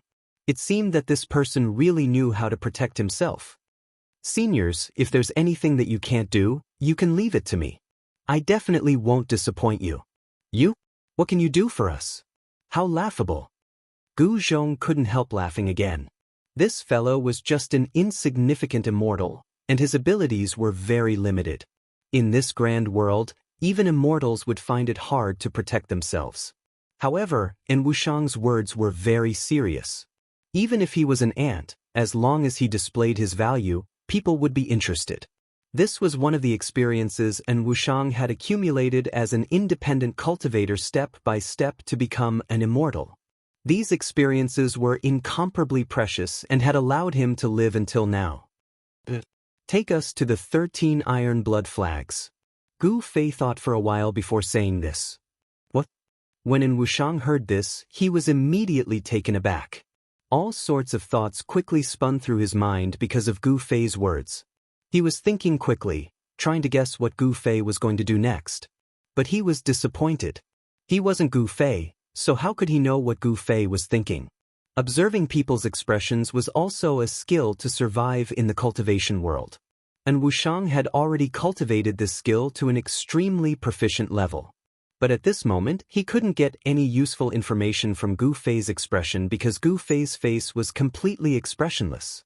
No one could tell what he was feeling right now. "Master, what are you doing?" Even Gu Zhong didn't know why his master would do such a thing. The bandits of the 13 iron blood flags weren't easy to deal with, especially that iron blood Taoist. Rumor had it that he had successfully broken through the shackles of cultivation and became a sage-to-be. This was also the reason why the people of the Ziyun clan and the immortal revered city were wary of the Taoist. The Ziyun clan and the immortal revered city were indeed powerful, much more powerful than the 13 iron blood banners. However, if a demi-saint went berserk, it would still be terrifying. Destroying the 13 iron blood flags required a huge price. Thus, both the Ziyun clan and the immortal palace of the Center Plains were unwilling to lose manpower at this time. As long as the Taoists didn't go too far, the people of the Ziyun clan and the immortal palace of the Center Plains would endure it. This was the reason why the 13 iron blood flags could survive in the cracks between the Ziyun clan and the immortal palace of the Center Plains. As long as the 13 iron blood flags didn't cross the bottom line of these two supreme powers, they wouldn't touch them. Don't you think that the two of us are too weak? Chapter 1994. Gu Fei and Gu Zhong were both powerful individuals, but there were only two of them. No matter how powerful they were individually, there were many things that were difficult to accomplish. However, as an expert, there was no need for them to do everything personally. As long as they gave the order, there would naturally be countless people who would work for them. This was the benefit of having one's own faction. Wuxiang's words reminded Gu Fei that if he had his own faction on planet Buzhou Ancestral Star, it would definitely be much more convenient for him to get things done. He didn't want to borrow the power of other super factions because there would be many conflicts of interest, and those super factions weren't good people either. Since he didn't want to borrow the power of other factions on planet Buzhou Ancestral Star to do things for him, there was only one way, and that was to establish his own faction. However, establishing his own faction in a short period of time didn't seem to be an easy task. However, the existence of the Iron Blood 13 banners saved Gu Fei a lot of time and effort. As long as he could control this faction, it would be enough. At night, Gu Fei and Gu Zhong were led by Wuxiang to a stronghold of the Iron Blood 13 banners in the mountains 1,000 miles away from Immortal Venerate City. This stronghold was a new stronghold of the Iron Blood 13 banners. Because the Iron Blood 13 banners had recruited many wandering cultivators in recent years, their faction had expanded very quickly. Because of the arrival of the Great Era, experts had appeared from all over the world, and the wandering cultivators on planet Buzhou Ancestral Star were having an even harder time. In this Great Era, the most worthless people were rogue cultivators. If they encountered those people who came out from the big forces to gain experience, they would very likely lose their lives. For wandering cultivators like Wuxiang, if they wanted to survive, they would have to join a powerful faction. However, for rogue cultivators, there weren't many powers that they could truly join. Those big sects wouldn't accept them because of the issue of loyalty. The disciples of large sects all entered the sect from a young age, and then they would cultivate and grow in the sect. It was the sect that nurtured them. The loyalty of such disciples was definitely much higher than those wandering cultivators who came to join a sect. A rogue cultivator would not have enough loyalty to the sect. Loyalty was something that needed time to be nurtured. However, a bandit force like the 13 Iron Blood banners had a much lower requirement for loyalty. After all, they were bandits to begin with. With the advent of the Great Era, factions like the Iron Blood 13 Banners had a chance to develop rapidly. The Iron Blood 13 Banners had developed quite well. Is it in bold?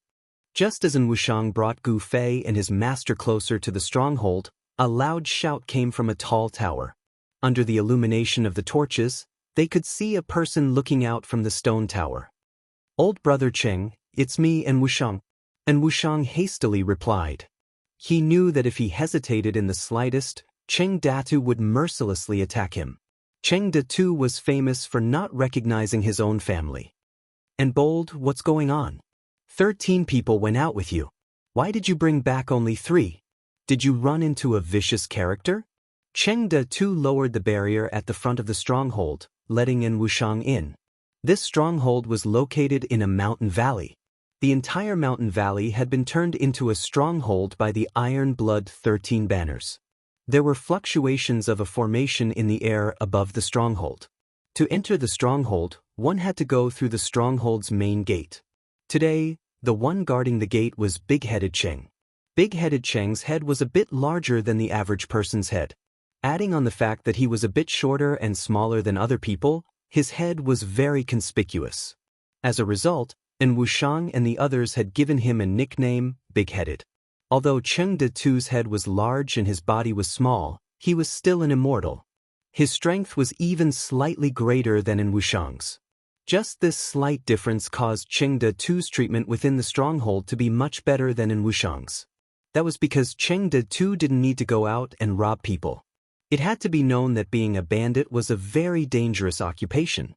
You might run into someone stronger than you at any time, and you might lose your life at any time. And Bold, you really are a lucky bastard. You actually managed to come back alive. Upon seeing Wuxiang walk in, a few people who recognized him greeted him. Those two, but just at this moment, someone realized that the 2 people behind Wuxiang weren't one of his lackeys. In just an instant, at least 5 people had surrounded Wuxiang and Gu Fei. "How dare you? You must have eaten a bear's heart and a leopard's gall to dare to bring an outsider in?" At this moment, a loud shout rang out from the tower. Following that, a small figure jumped down from the tower. A short person with an especially conspicuous head appeared in front of Wuxiang. "Cheng Datu, I also had no choice. These 2 seniors wanted to pay you a visit, and I didn't want to refuse. What do you think?" Wuxiang stepped aside. "Who are you?" Cheng Datu's heart couldn't help trembling. Someone had actually taken the initiative to attack their stronghold. This was a very rare thing. Ever since the stronghold had been built, such a thing had never happened. The others were incomparably nervous. It had to be known that only fierce dragons dared to cross the river. The fact that they had dared to come here was enough to prove that these 2 were very confident, so confident that they could easily exterminate everyone in the stronghold. "Call out the people in charge of this place." Gu Zhong took a step forward and expressionlessly swept his gaze over these people. These people were all immortals, but they had been reduced to bandits. Were immortals really that worthless now? Had they all become bandits? These people were all newly joined vagrant cultivators. They were very smart. Although they were on guard, they didn't take the initiative to attack. "Just you wait." Cheng Datu was just about to go report. "Which honored guest has graced us with your presence? Forgive me for not going out to meet you." Just at this moment, a voice rang out from the depths of the stronghold. A person walked out. This person only stopped when he was 10 meters away from Gu Fei's group. He then began to carefully examine Gu Fei and his disciple. Chapter 1995. I am the person in charge of this place. May I know why the 2 of you have come? If my men have offended the 2 of you, I will apologize on their behalf, the middle-aged man said politely. The middle-aged man was secretly shocked. He was secretly shocked that he couldn't see through the depths of these 2 people. Could it be that these 2 people were actually almighty? This time he had really kicked an iron plate. This middle-aged man was the manager of this place, and his name was Bai Xiong. He wasn't some kind-hearted person. He had once annihilated 9 small sects in a single night.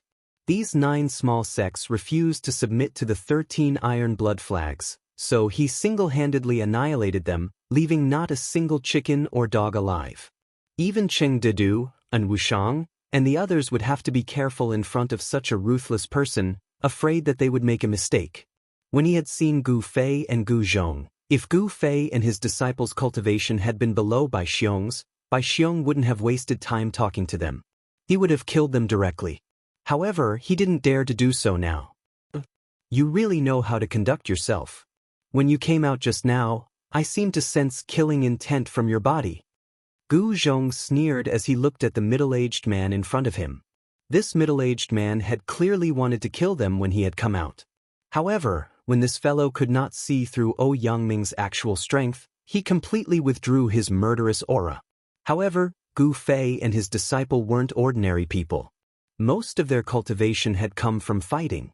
The two of them had experienced countless battles of life and death, so their sensitivity to killing intent could be said to have reached the point of perfection. As long as someone had killing intent towards them, they would be able to sense it immediately. Fellow Taoist seems to have misunderstood. Why would Bai Xiong have such thoughts towards the two of you? The middle-aged man hurriedly said. His forehead was already covered in a thin layer of sweat. Although he looked calm on the surface, he was extremely shocked inside. Forget it, I can't be bothered to waste my breath with you. I will only say this once. Where is the headquarters of the 13 Iron Blood Flags? If you know, tell me. If you don't, I will kill you. Gu Zhong didn't have the patience to waste his breath on these people. What? Bai Xiong was shocked. These two people were actually looking for the headquarters of the 13 Iron Blood Banners? Did I hear wrongly? Where did these two people come from? Could it be a peerless expert from the Ziyun clan? Or a demi-saint from the Middle Continent Immortal Mansion? Everyone was stupefied, especially Cheng Detu and the others. What kind of person did Audacious and bring back? He actually dared to directly attack the headquarters of the 13 Iron Blood Flags. Cheng Datu and the others couldn't help looking at Wuxiang. And Wuxiang helplessly shrugged his shoulders. He also wanted to know their origins, but even if he had 10 times the guts, he wouldn't dare ask. This was one of the keys to survival as a rogue cultivator. Don't ask about things you shouldn't know. Don't look at things you shouldn't see. If they spoke, they could live. If they didn't, the two of them would start a slaughter. That made everyone nervous, including Wuxiang. In this stronghold, Bai Xiong was probably the only one who knew where the headquarters of the 13 Iron Blood Flags was. The others had never been to the headquarters of the 13 Iron Blood Flags. This was also a matter of loyalty. Only the core members of the 13 Iron Blood Flags knew where the headquarters of the 13 Iron Blood Flags was. At this time, the stronghold was incomparably silent. Even the breathing of Cheng Datu and the others could be heard. They were all looking at Bai Xiong. They didn't want to die. It had to be known that the reason why Cheng Datu and the other rogue cultivators had joined the 13 Iron Blood Flags was to survive. If the 13 Iron Blood Flags couldn't guarantee their safety, then why would they join them and listen to their orders? Oh! Seeing Bai Xiong hesitate, Gu Zhong couldn't help feeling a bit irritated. These bandits all had a baleful aura and weren't good people. Killing them would be as easy as lifting a finger, so he didn't mind sending them on their way. As if sensing Gu Zhong's killing intent, Bai Xiong's expression immediately changed. He also didn't want to die, but if he revealed the location of the 13 Iron Blood Flags headquarters to these two, then the bandits definitely wouldn't let him off. He would definitely die without a grave. But if he didn't speak, then he would die immediately. Fellow Taoists, I'll speak. Bai Xiong's voice was trembling. If he didn't speak, then he would die immediately. Bai Xiong's loyalty to the 13 Iron Blood Flags was not as important as his own life. Very good. Gu Zhong smiled. Dealing with these loose cultivators was truly simple and direct, unlike those disciples from the great sections. It was truly difficult to get any information from the disciples of the great powers. The majority of rogue cultivators viewed their own lives as more important than anything else. That was because survival was their #1 priority. Gu Fei and his disciple quickly left the 13 Iron Blood Flags stronghold. They brought Bai Xiong with them, but they didn't bring in Wuxiang. The loyalty of rogue cultivators was a problem. These rogue cultivators could betray them at any time. Leaving in Wuxiang in that stronghold meant that Cheng Datu and the others wouldn't dare do anything to him. In their eyes, and Wuxiang had gotten lucky this time. Those two seniors had taken a liking to him. Without any suspense, after Bai Xiong left, and Wuxiang became the boss of the 13 Iron Blood Flags stronghold.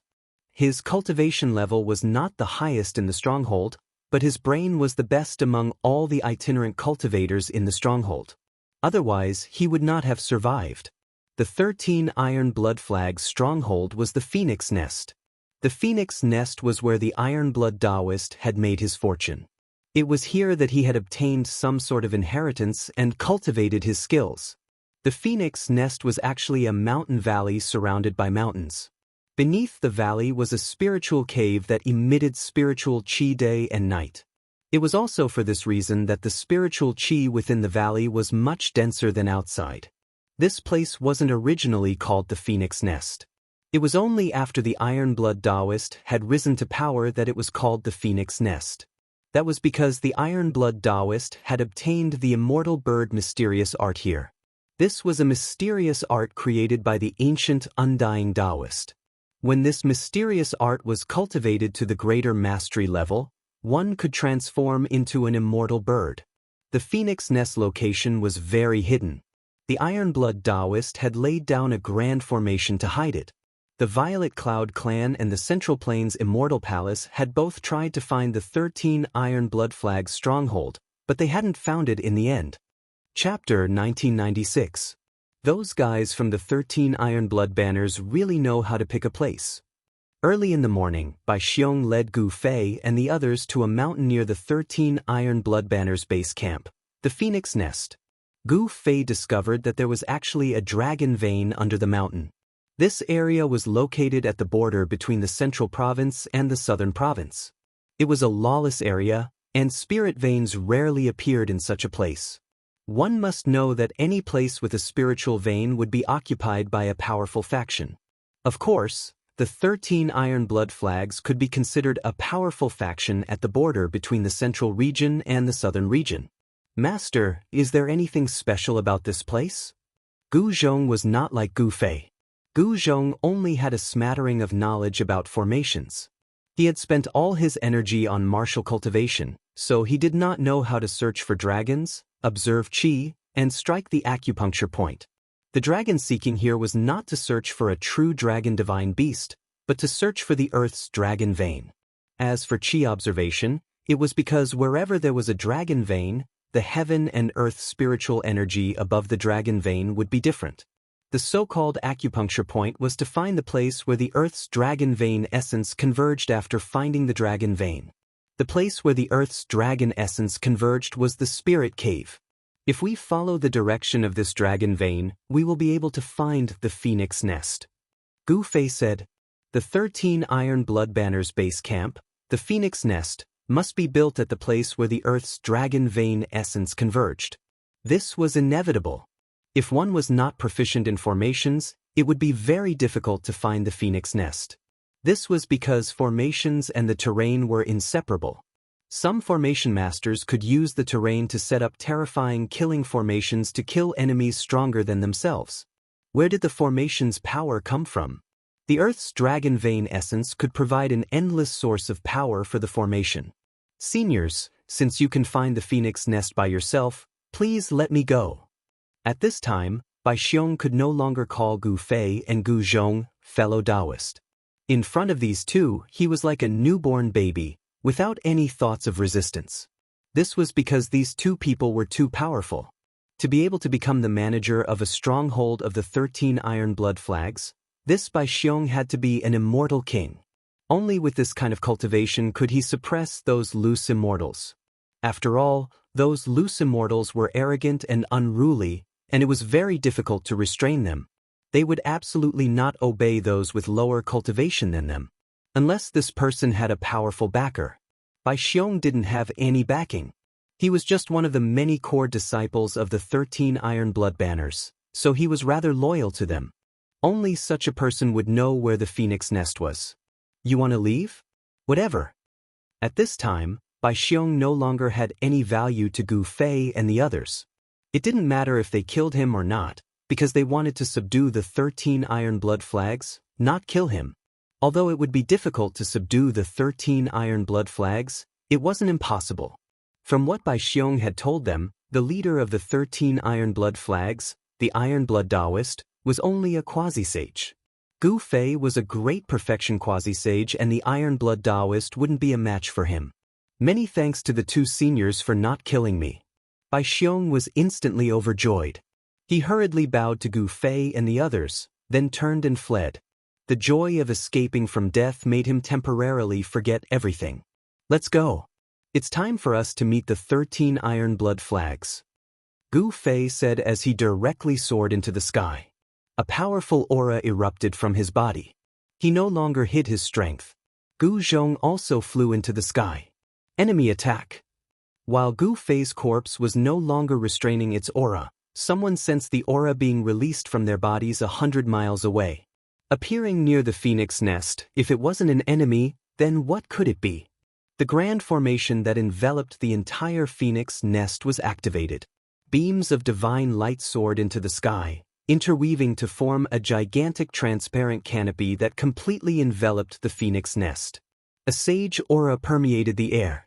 Saint-class formation? At this moment, Gu Fei and his disciple arrived in the sky above the phoenix nest. Divine light flickered below as countless Dao runes appeared.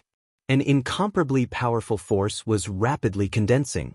They were not in a hurry to make a move. Instead, they stood in the sky and quietly watched the scene unfold.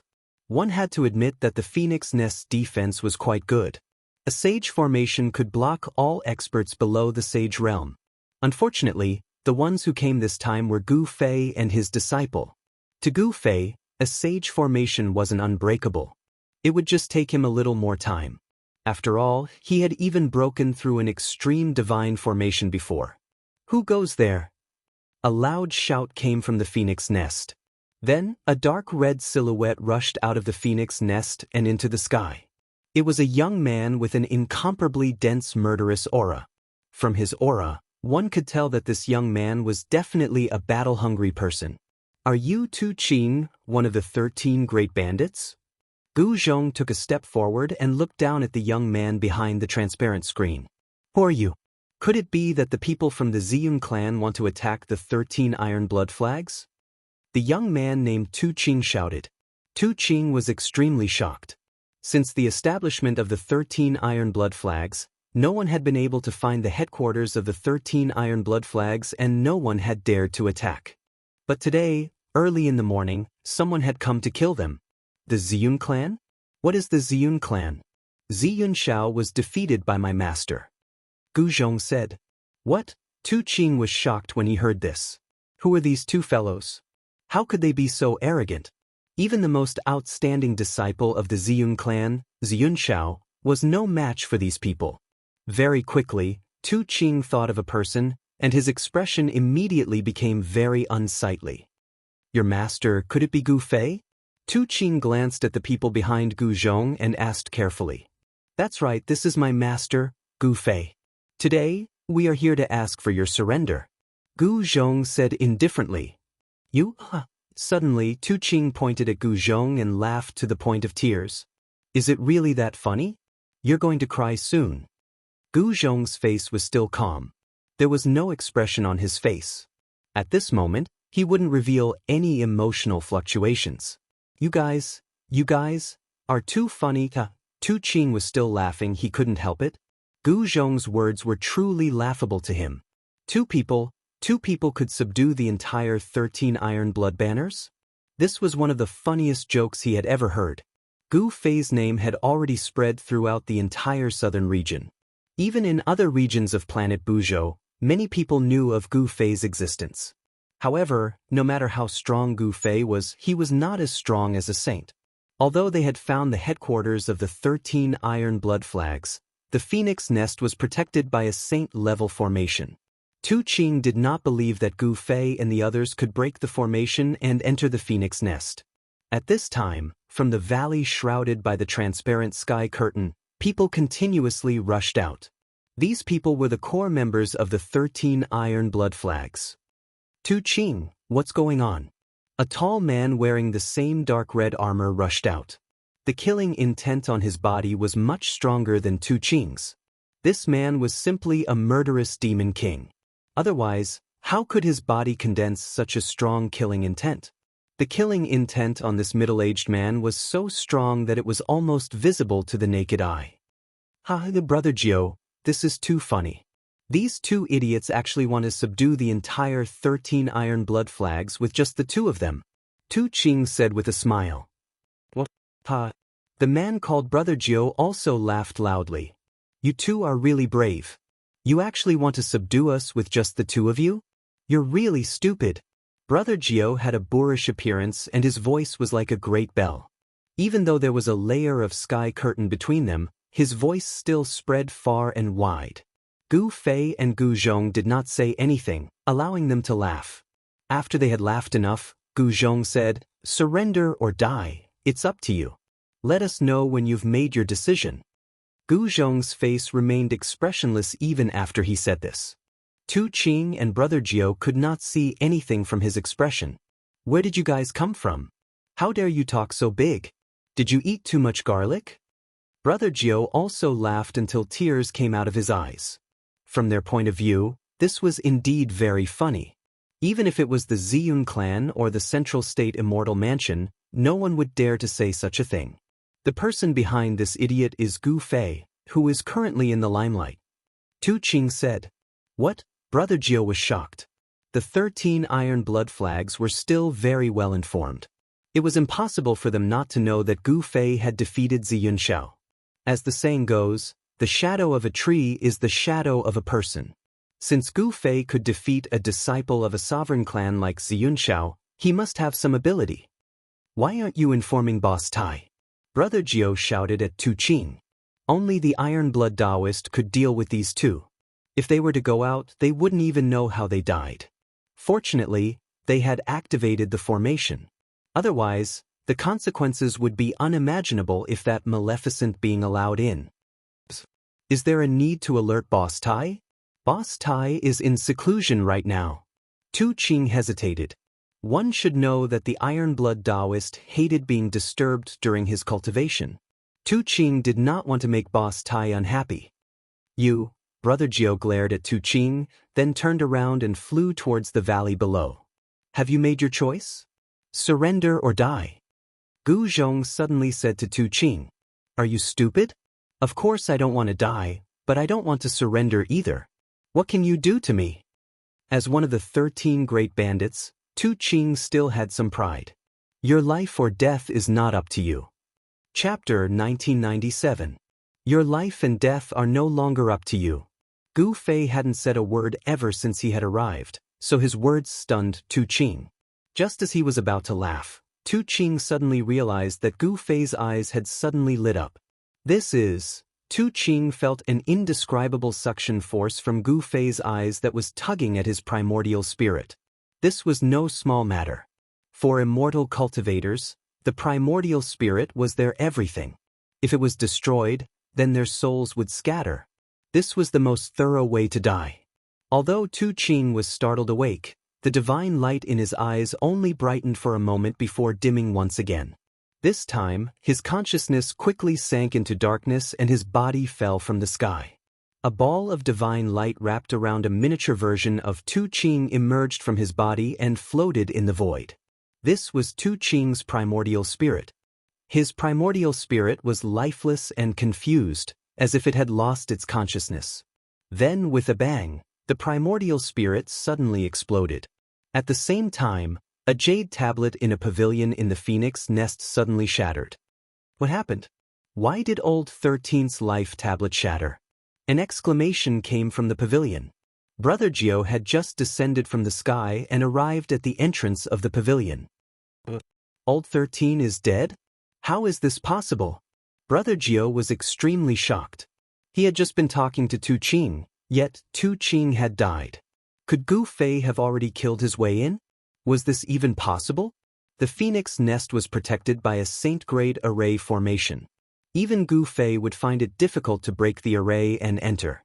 Unless a true saint came, no one would be able to attack the phoenix nest. Brother Jiao rushed into the pavilion and took a look. Indeed, Tu Qing's life tablet had shattered. In other words, Tu Qing was as dead as a doornail. What's going on? Although the 13 great bandits had already been subdued by the Iron Blood Taoist, Tu Qing's death had enraged the other bandits. Revenge? If the opponent was weak, it would be fine. But if the opponent was too strong, who would go? Preserving oneself was the true nature of the 13 great bandits.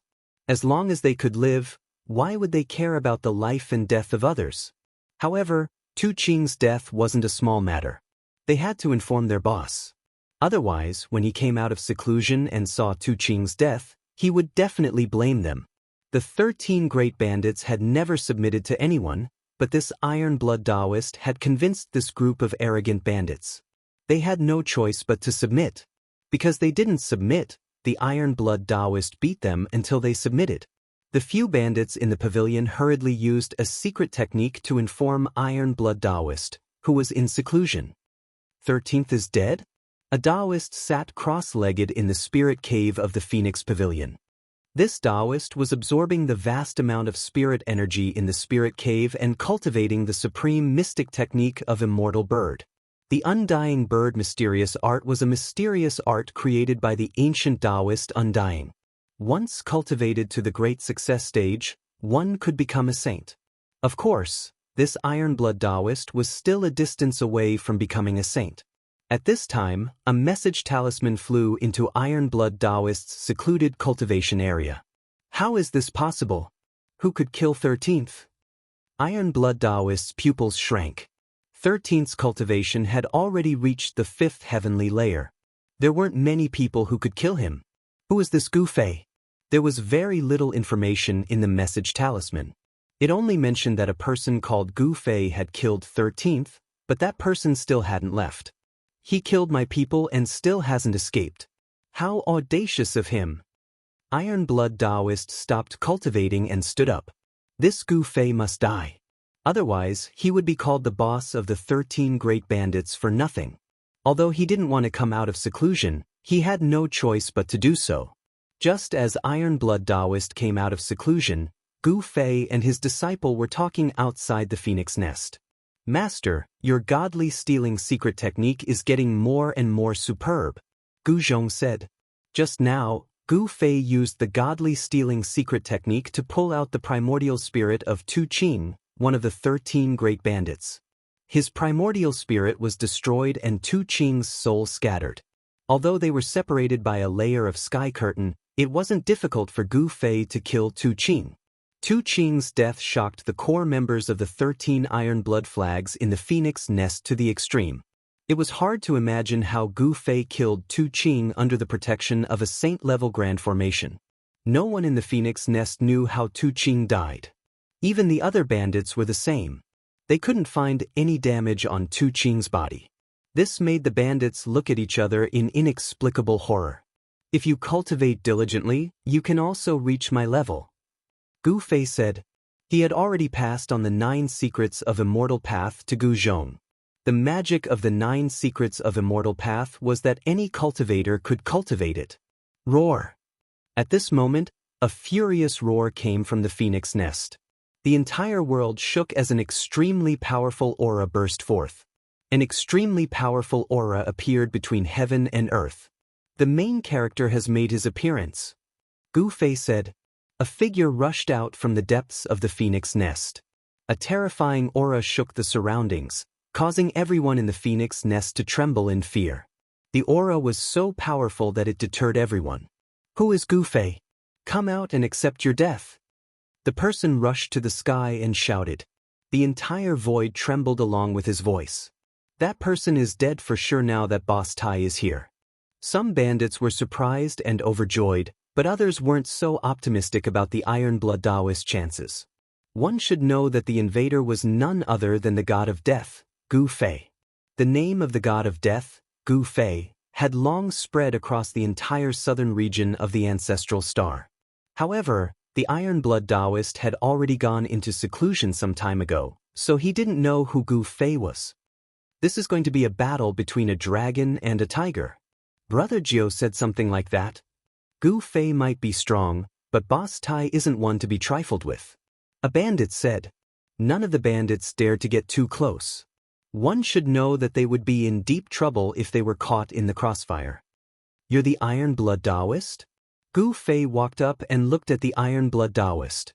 The Iron Blood Taoist was a skinny Taoist. He wore a gray Taoist robe and had a delicate face. However, at this moment, this sage-like Taoist had a murderous look on his face. You're Gu Fei? You're the one who killed 13th? The Iron Blood Taoist stared at Gu Fei as a murderous aura spread from his body. The temperature around him dropped rapidly under the impact of the murderous aura. Chapter 1998. The 13th of the 13 Great Bandits, Tu Qing, was killed by Gu Fei, provoking the leader of the 13 Great Bandits, the Iron Blood Taoist. Gu Fei and the Iron Blood Taoist faced off against each other, separated by a transparent barrier. That Tu Qing didn't know what's good for him. He refused to submit to my master, so he died. Gu Zhong looked at the Iron Blood Taoist and spoke calmly. He could feel the Taoist's anger. This person was like an enraged beast and was currently in great danger. And who are you? A puny powerhouse. This isn't a place for you to interrupt. The Iron Blood Taoist shouted. The aura of a quasi-sage erupted from his body and pressed towards Gu Zhong, who was outside the sky. He wanted to show Gu Zhong his strength. However, Gu Zhong's expression remained unchanged under the pressure of this quasi-saint. He actually withstood it without batting an eyelid. You. The Iron Blood Taoist was shocked to see that Gu Zhong could actually withstand the pressure of a quasi-saint.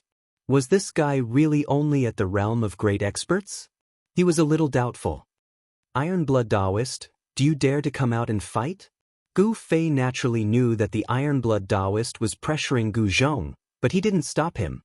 He knew that Gu Zhong could withstand the aura of a quasi-saint.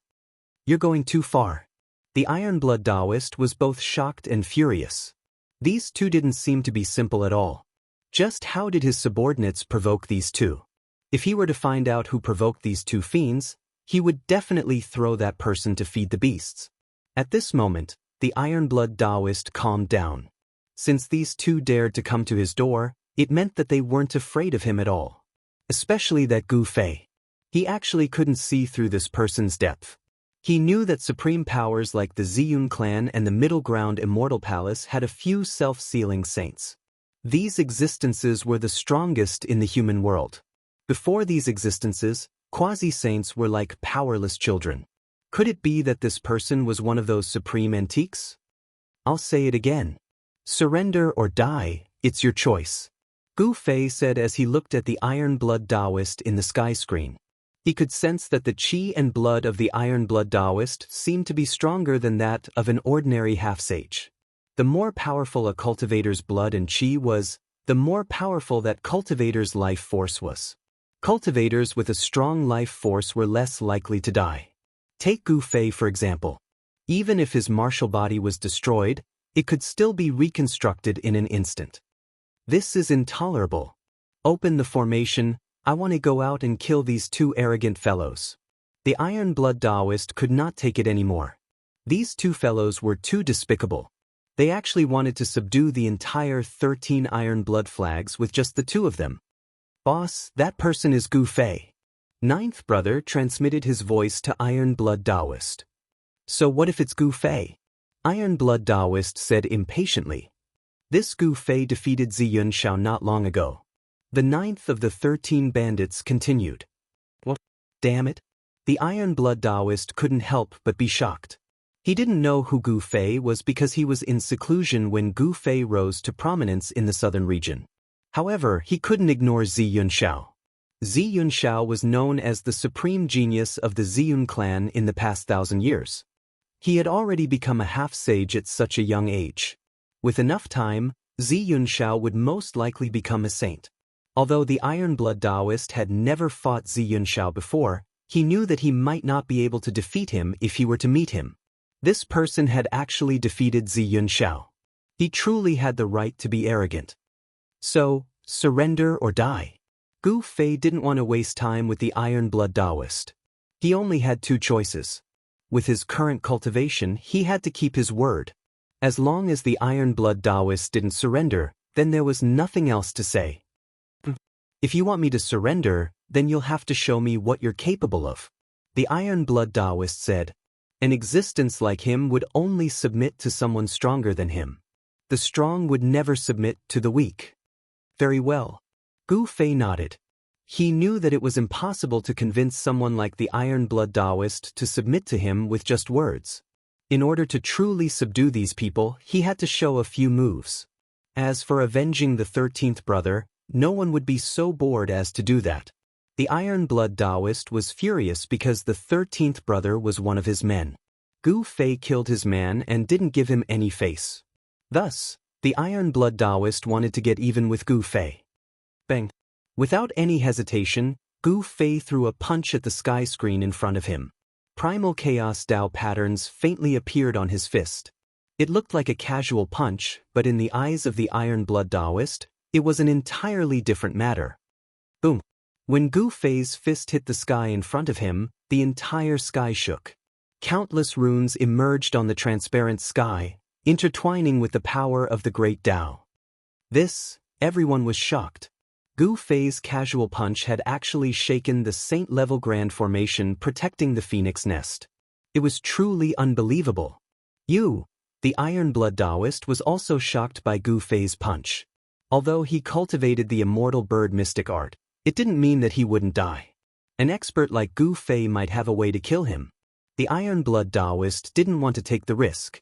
It was known that it wasn't easy for him to become a demi-saint. When the saint-level grand formation calmed down, the Iron Blood Taoist surrendered. He had no choice but to surrender. His opponent's fist was harder than his own. In the cultivation world, whoever had the harder fist was the boss. It was that simple.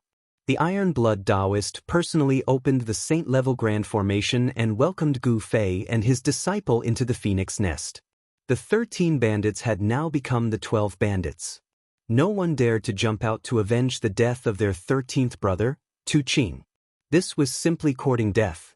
Tu Qing's death didn't matter. The others had to live, and they had to live well.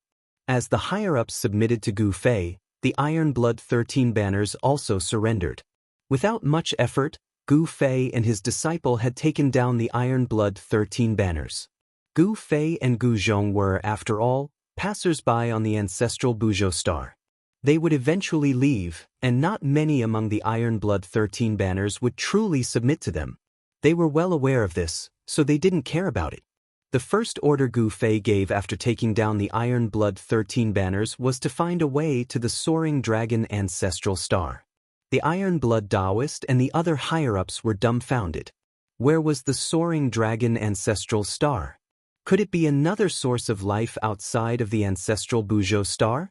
They had never heard of such a source of life. Chapter 1999. Time gradually passed. 5 years had passed in the blink of an eye, yet the people of the Steel Blood 13 banners had not heard anything about the Soaring Dragon ancestral star. Perhaps it was because the Soaring Dragon ancestral star was too far away from Buzhou ancestral star that Gu Fei and the others could not have come to Buzhou ancestral star if it wasn't for a coincidence. It made sense that the cultivators of Buzhou ancestral star did not know about the Soaring Dragon ancestral star. Given the strength of the Steel Blood 13 banners, they could not find anything even after 5 years. Did they really have to venture into the human race's ancient path to the Middle Continent? There were still 5 years before the human race's ancient path to the Middle Continent's immortal mansion would open. For cultivators, the past 5 years passed in the blink of an eye. Although 5 years was short, it was enough for a lot of things to happen. The entire Buzhou ancestral star was in an uproar after the news of the opening of the Middle Continent's immortal mansion was announced. However, there was a limit to the number of people who could step onto the human race's ancient path. Only the strongest 100 experts could step onto the ancient path. Countless cultivators were preparing for it, as no one wanted to miss the opportunity. 5 years later, a grand competition would be held at the Middle Continent's immortal mansion to determine the top 100. The 100 winners would then be able to step onto the human race's ancient path. Both the rising geniuses and the older generation cultivators were qualified to participate in the grand competition. However, There was an exception: the saints who had sealed themselves. The saints who had sealed themselves were not allowed to participate in the grand competition, as the ancient path was a path of cultivation for those who had yet to become a saint. Inside the spirit cave in the phoenix nest, Gu Fei and Gu Zhong were sitting cross-legged on the ground, absorbing the dragon vein spiritual qi. Apart from them, the steel-blood Taoist was also cultivating in the spirit cave. Among the entire steel-blood 13 banners, only the 3 of them were qualified to enter the spirit cave to cultivate. The others were not even qualified to enter. Even the 12 great bandits were the same. "Master, what do you think is going on with the Outworld Ancient Road?" Gu Zhong asked. He had heard from Gu Fei about the ancient path of extraterritorial lands. There was an ancient path of extraterritorial lands on Kunlun Ancestral Star that led to the Buzhou Ancestral Star. However, that was a path of no return. The array that was constructed could only be used for one-way teleportation. Although Gu Fei had modified the teleportation runes, allowing for two-way teleportation, it was impossible for Gu Fei to return to Kunlun. There were 5 ancestral planets marked on the immortal divine metal.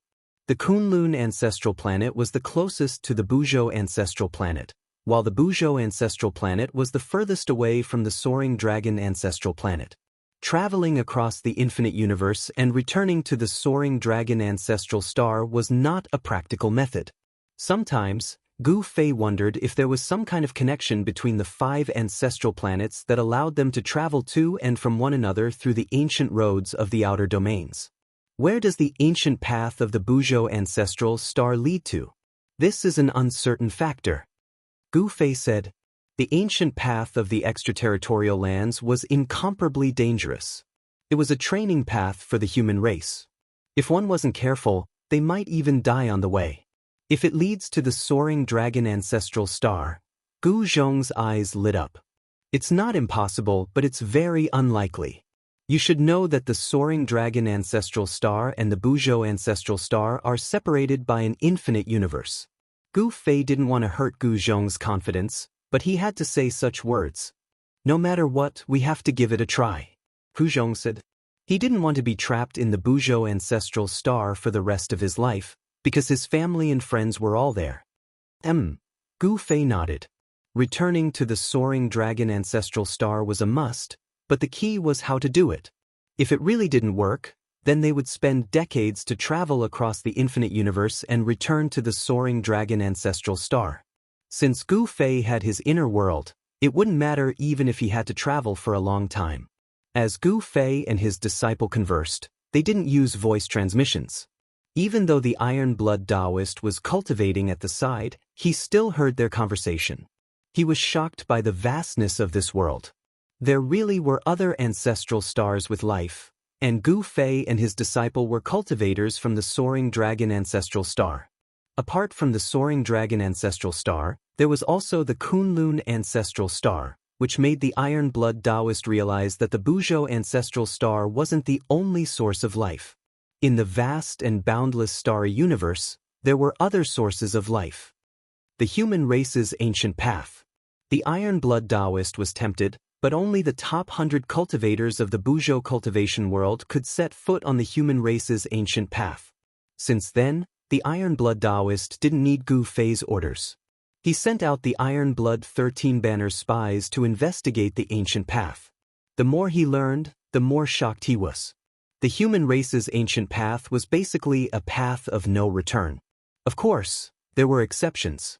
Some people who took the path returned as unparalleled experts. However, most of them disappeared the moment they set foot on the human race's ancient path. Danger and opportunity coexisted. The ancient path was a trial for the top 100 cultivators of the Buzhou ancestral star. Those who could complete the ancient path could become unparalleled experts, or even saints. However, compared to those who became unparalleled experts, there were many more who died on the human race's ancient path. 3 years passed in the blink of an eye. On this day, Gu Fei and Gu Zhong came out from seclusion and received all sorts of news, some of which shocked them. Xianxia of the Ziyun clan had appeared again. Wasn't he punished by Zi Su to face the wall for 1,000 years? Why did he come out so quickly? Gu Fei was surprised. Xianxiao's younger sister, Ziyun, had also appeared out of nowhere. She continuously challenged demi-saints of the previous generation and was undefeated. It was not hard to imagine that Xianxia was able to come out so quickly. It was definitely because the human race's ancient path was about to open. The Ziyun clan did not want to miss this opportunity. Apart from Xianxia and his sister, the golden goddess of the gold family had also ended her 7-year seclusion and walked out of her seclusion grounds. At the same time, several heaven-defying figures had also appeared in the middle continent. These rising stars had completely overshadowed the demi-saints of the previous generation. They took advantage of the rapid rise of the Great Era to compete with the demi-saints of the previous generation. In this era, there was no lack of geniuses. In 2 years, the great competition of the middle continent would begin. Gu Fei and Gu Zhong were preparing. The Iron Blood Taoist was also preparing. He was also very interested in the human race's ancient path. All the cultivators who were interested in setting foot on the human race's ancient path were waiting quietly. The opening of the human race's ancient path had affected the mood of every cultivator. The performance of the younger generation was too eye-catching. The demi-saints of the previous generation felt great pressure. Chapter 2000. The Central State Grand Competition will begin in 3 days. The people of the Central State Immortal Mansion put up a notice stating that all cultivators, as long as they weren't saints who had sealed themselves, could sign up for the grand competition and compete for a spot on the human race's ancient road. Today was the first day, and there was a sea of people outside the Central State Immortal Mansion. Cultivators from the other regions of Buzhou Ancestral Star had arrived at the Central State Immortal Mansion. There was a row of tables in front of the entrance, and dozens of disciples of the Central State Immortal Mansion were bustling about. They were registering the cultivators participating in the Central State Grand Competition. Countless people were competing for the 100 spots. The competition was too fierce, but there was no other way. The Central State Immortal Mansion could only use this elimination method to eliminate the majority of the weak. Only the strong were qualified to set foot on the human race's ancient road. From morning to night, there was still a sea of people outside the Central State Immortal Mansion. The situation was too much for the disciples of the Central State Immortal Mansion to bear. The situation only improved on the second day, and the crowd gradually dispersed. However, there were still many people rushing to the Central State Immortal Mansion. On the third day, Gu Fei and Gu Zhong appeared. They had been secretly observing outside the Central State Immortal Mansion for 2 days, and they found that there weren't many true experts among the cultivators.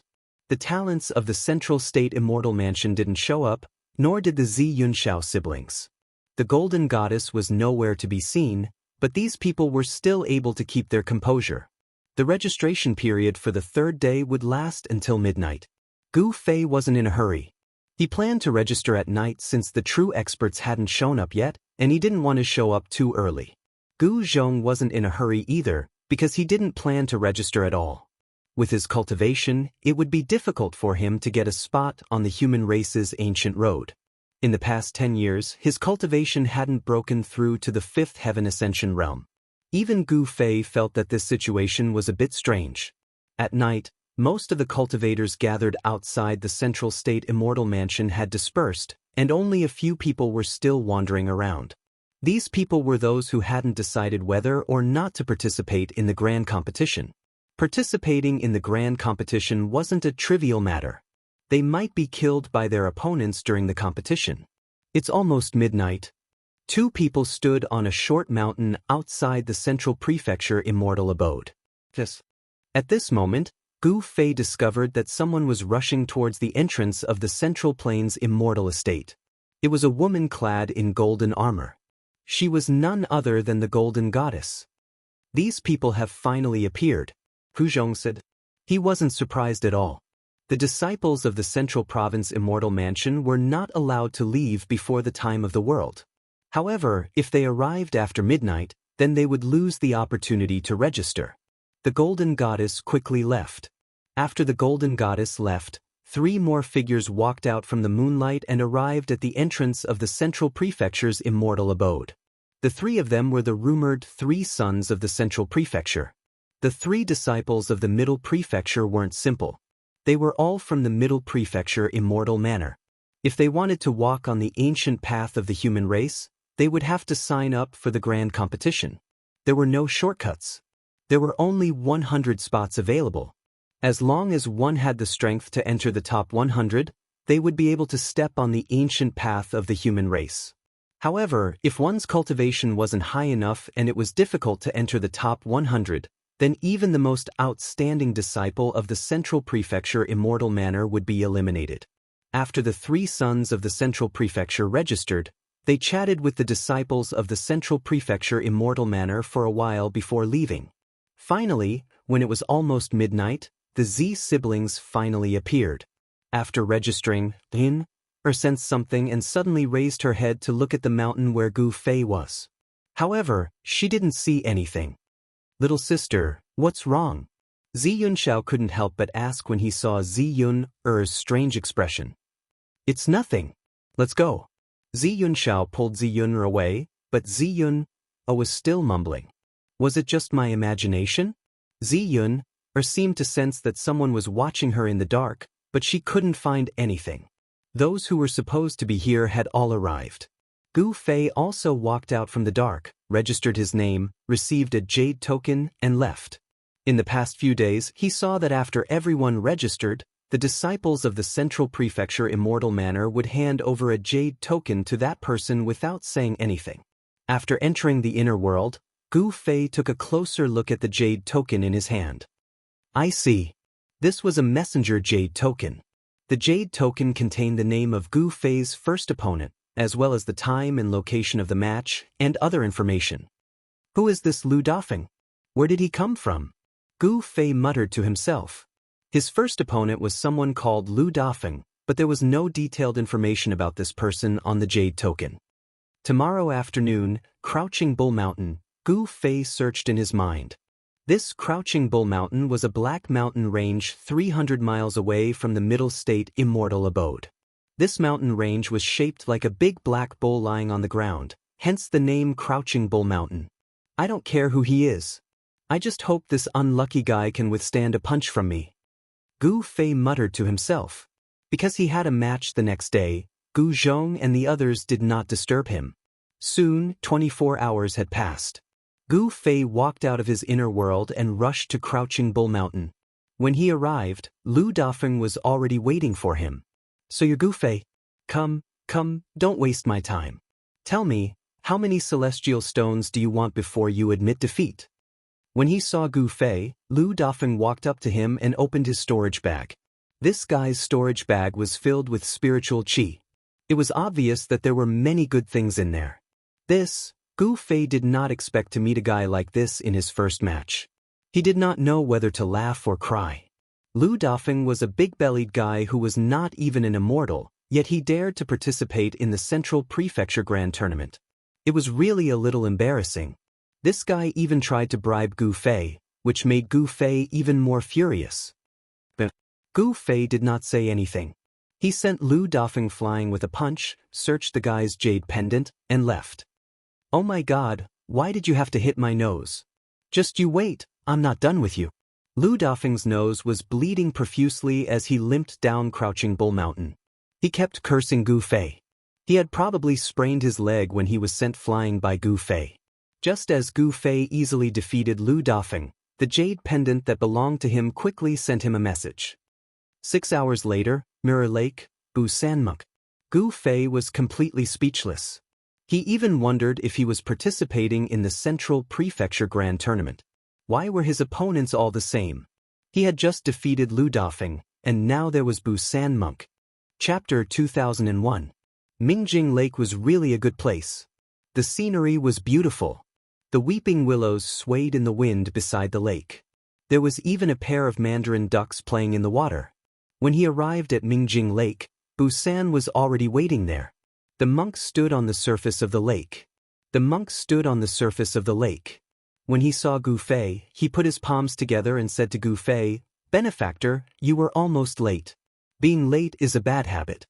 Making others wait for you is a sin in itself. Shrimp tofu, Do you know what a sin is? Not only have you wasted your time, but you have also wasted others' time. Wasting time is equivalent to wasting one's life. Do you understand? Shrimp tofu, it's good enough to waste your time. Why are you wasting my time as well? Shrimp tofu, shut up. Gu Fei couldn't take it anymore. This damn baldy was like a fly. No, it was a bunch of flies buzzing around him. It was so annoying. Shut up. You told me to shut up. Shrimp tofu, you actually told me to shut up. You, Bu-san wanted to say more. You big baldy, eat my fist. Gu Fei didn't have time to talk nonsense with this big baldy. Before the monk could finish speaking, Gu Fei had already punched him. The ferocious wind from his punch caused the monk to involuntarily shut his mouth that had been chattering non-stop. With just another punch, the third monk was sent flying. A string of beads of blood flew out of his nose. With a bang, he fell into the lake. This time, Gu Fei sensed the jade card on Bu-san's body. When he sent Bu-san flying, the jade card on Bu-san's body had already fallen into his hands. Without hesitation, Gu Fei crushed Bu-san's jade pendant. Then he turned around and left. With a splash, the monk Bu-san emerged from the lake. Outrageous, you shrimp tofu, Bu-san started to talk again. However, this time, he was the only one showing off. Gu Fei had already left. He really didn't know how this baldy beat his opponent. Could it be that his opponent was defeated by his foul mouth? Very soon, new information came from Gu Fei's jade pendant. 2 hours later, Wu Yun Peak, Yu Xiaochuan a girl. Gu Fei was a little surprised. His third opponent was actually a girl. It was an unfair victory. However, in order to step on the human race's ancient path, he had to kill whoever he met. Wu Yun Peak was 1,000 miles away from the Central Prefecture immortal abode. It was a mountain that was thousands of miles high. The peak was usually surrounded by clouds. To Gu Fei, he had enough time to travel 1,000 miles in 2 hours. When he arrived at Wu Yun Peak, Yu Xiaochuan was still nowhere to be seen. Gu Fei found a big rock on the peak and sat cross-legged, quietly waiting for the arrival of his opponent. Just as the time was almost up, a sword light flew over from afar and landed on Five Clouds Peak. The sword light dissipated and a person appeared. What? When Gu Fei saw this person, he was even more surprised. This Yu Xiaochuan was actually a man. Damn, was there a mistake? A man actually had a girl's name. You are Gu Fei. Yu Xiaochuan's voice was gentle and delicate. It was a woman's voice. Moreover, he took out an embroidered handkerchief from his body and wiped the beads of sweat off his forehead. The orchid fingers that were pinching the handkerchief almost made Gu Fei vomit out the food he had eaten the night before. Damn, it was disgusting enough for a man to have a girl's name, but this man was also a sissy. That was really disgusting. Oh heavens, oh earth, what kind of people came to participate in the Central Prefecture competition? Gu Fei had the urge to go crazy. Be careful, I practice the Jade Maiden Sword technique. I'm coming.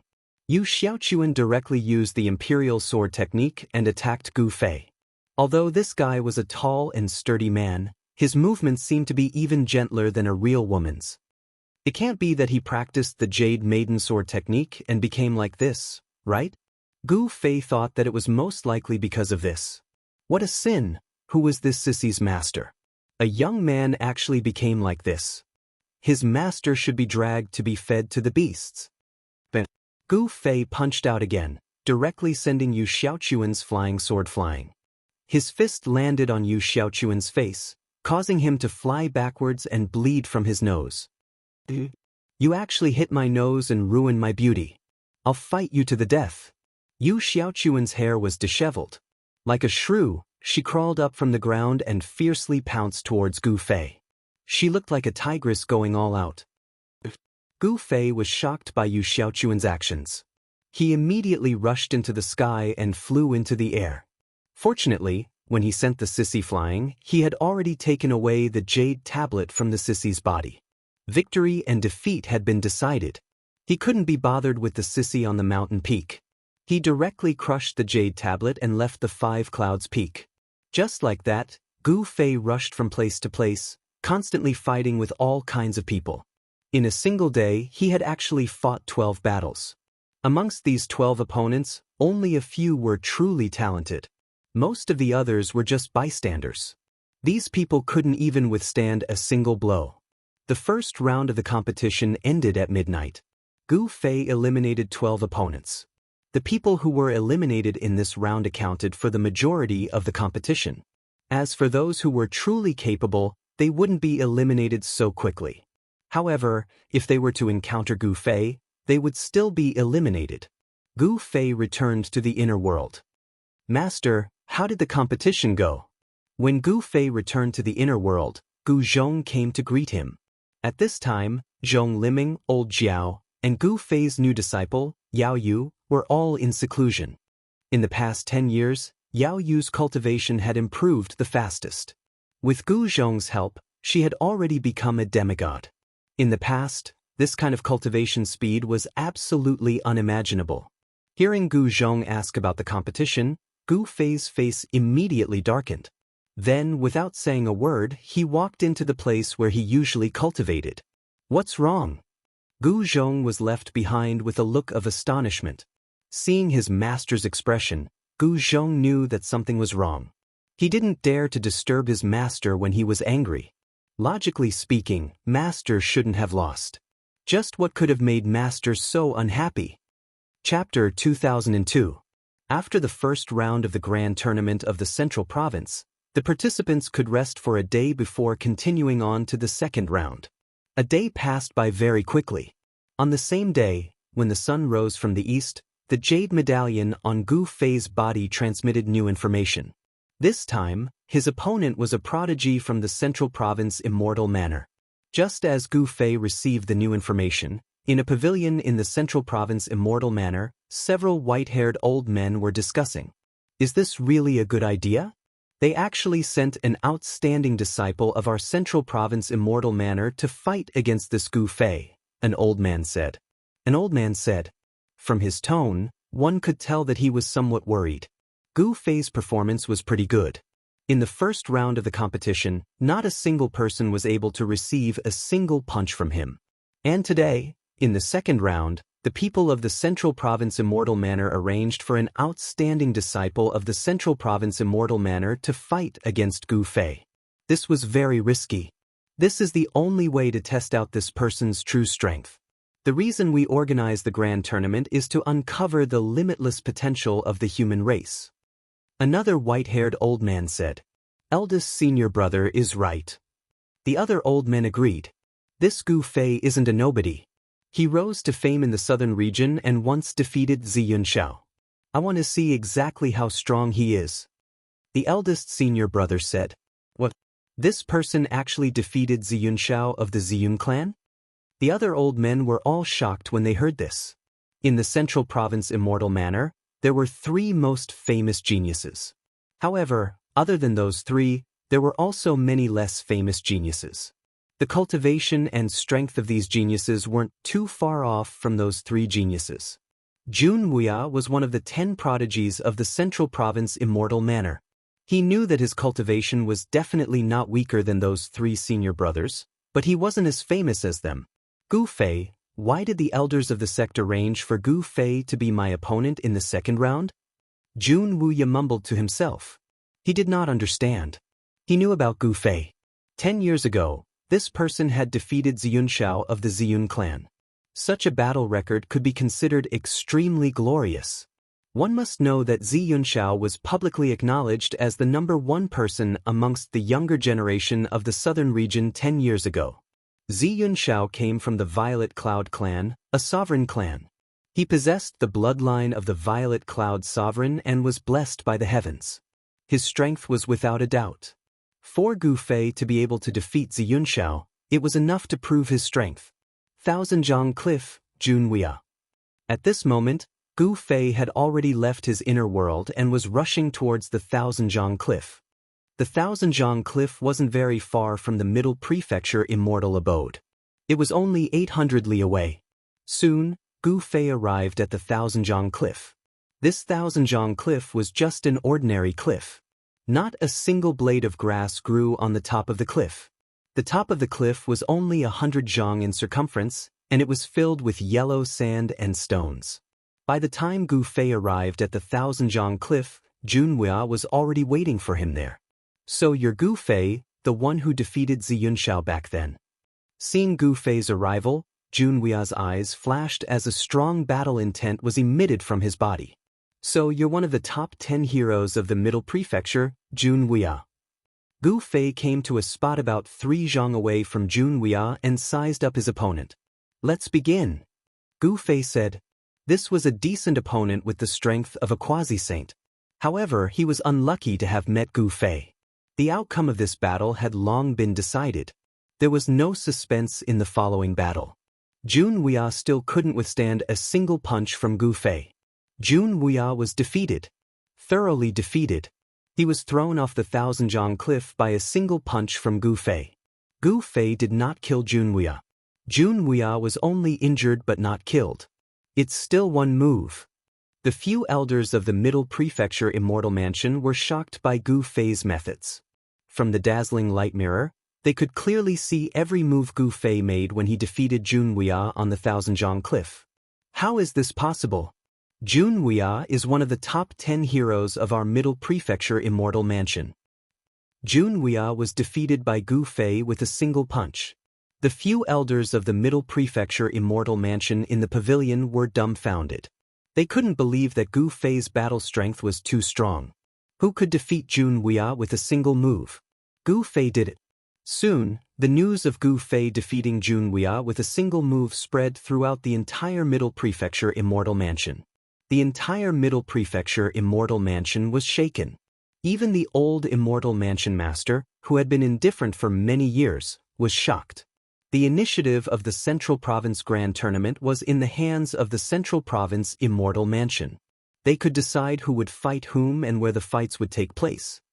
Arrange for one of the 3 to fight Gu Fei. The old Immortal Mansion Master personally oversaw the competition pavilion. The few elders immediately got busy. Those who could attract the attention of the elders were the absolute minority in the grand competition. The elders couldn't be bothered to pay attention to the others, and left them to their disciples to deal with. What a pity!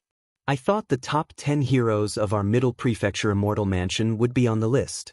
The old Immortal Mansion Master let out a long sigh. A defeat was a defeat. Although Wuxia had good potential, as long as he was defeated in the grand competition, he would still be eliminated and lose the qualification to step on the ancient road of the human clan. Wuxia was defeated. I'm looking forward to fighting with you. In the Middle Prefecture Immortal Mansion, a white-robed young man sitting cross-legged in a stone room said, Wu Daoyi, 800 Black Demon Ridge. After defeating Junwia, Gu Fei's Jade Token soon received a message from the Middle Prefecture Immortal Mansion. When he read the message, he couldn't help but feel a little surprised. Whether it was the opponent or the location of the competition, both surprised him. Wu Daoyi was one of the 3 sons of the Middle Prefecture, the most outstanding disciples of the Middle Prefecture Immortal Mansion. Wu Daoyi's cultivation and strength were definitely at the top of the top. To be able to fight such an expert was also a good thing for Gu Fei. Among the top 10 heroes of the Middle Prefecture, Junwia's cultivation was below average, but Wu Daoyi's cultivation was definitely in the top 3, or even higher. As for the location of the competition, Gu Fei was also surprised. The Black Demon Ridge was not an ordinary place. It was a demonic mountain that had an indescribable demonic aura. Legend had it that in ancient times, it was the place where the great sage of the human clan had slain a demon. The mountains of the Black Demon Ridge were all black, very different from other places. Some people said that it was dyed with the demonic blood of a great demon that had been slain by the great sage of the human clan. In short, the Black Demon Ridge was an ominous place. Even birds wouldn't fly there, and no animals could be seen on the Black Demon Ridge. Moreover, the Black Demon Ridge was very far from the Middle Prefecture Immortal Mansion. Of course, a distance of 10,000 li was nothing to an expert like Gu Fei. When Gu Fei reached the Black Demon Ridge, Wu Daoyi had yet to arrive. He possessed the world's fastest speed, and no demisage could catch up to him. There's something strange about this place. Could a great demon really have been slain by the great sage of the human clan here?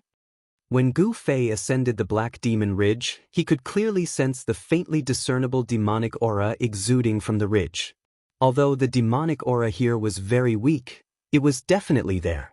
Just as Gu Fei was about to carefully sense the demonic aura on the mountain and find its source, a powerful aura suddenly appeared in the sky. He's here. Gu Fei lifted his head and saw a white-robed man walking in the air towards the Black Demon Ridge. With every step this person took, a Dao pattern emerged under his feet. Wu Daoi.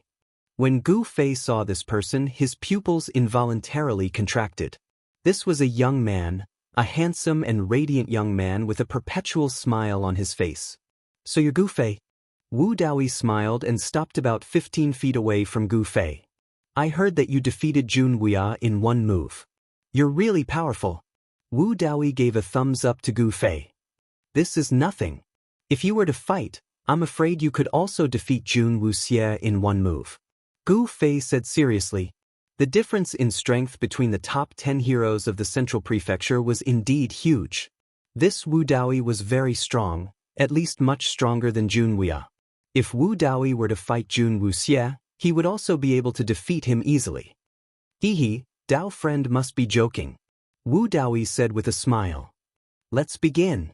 Gu Fei didn't want to say anything more. He had already guessed that this so-called Central Prefecture Grand Tournament was actually controlled by the Central Prefecture Immortal Manor. His opponents would only get stronger and stronger. He was very much looking forward to which experts the Central Prefecture Immortal Manor would arrange to fight against him. All right then. Wu Daoi smiled, and after that his entire person suddenly disappeared from the spot. What? Gu Fei was taken aback. He instinctively took a step to the left, and with this step, he evaded a cold ray of light from Wu Daoi. It was a silver needle. This, Gu Fei's heart pounded. These silver needles were almost transparent. If it wasn't for his good eyesight, he wouldn't have been able to see the trajectory of these silver needles. Other people hide daggers in their smiles, but this guy is hiding needles in his smile. Gu Fei didn't dare to be careless. It wasn't a good thing to be pierced by these needles. Great Sky Covering Palm. Gu Fei directly displayed his martial arts battle technique. A giant chaotic palm appeared in the void, emitting an unparalleled energy fluctuation, and slammed down on Wu Daoi's head. The giant chaotic palm shrouded in all directions. Wu Daoi couldn't avoid it, and could only take Gu Fei's attack head-on. Boom! With a loud bang, Wu Daoi was slammed into the mountain by the chaotic palm. The entire Black Demon Ridge almost collapsed, and cracks appeared on the mountain. Through the dazzling light mirror, the old prefecture master and the others in the Central Prefecture Immortal Manor couldn't help but be shocked when they saw this scene. This kind of battle technique? Could it be a long-lost martial arts battle technique? The old prefecture master said excitedly. The Central Prefecture Immortal Manor was different from ordinary forces. The Central Prefecture Immortal Manor had existed for countless years, and naturally knew many secrets of the world. In ancient times, martial arts battle techniques were incomparably powerful.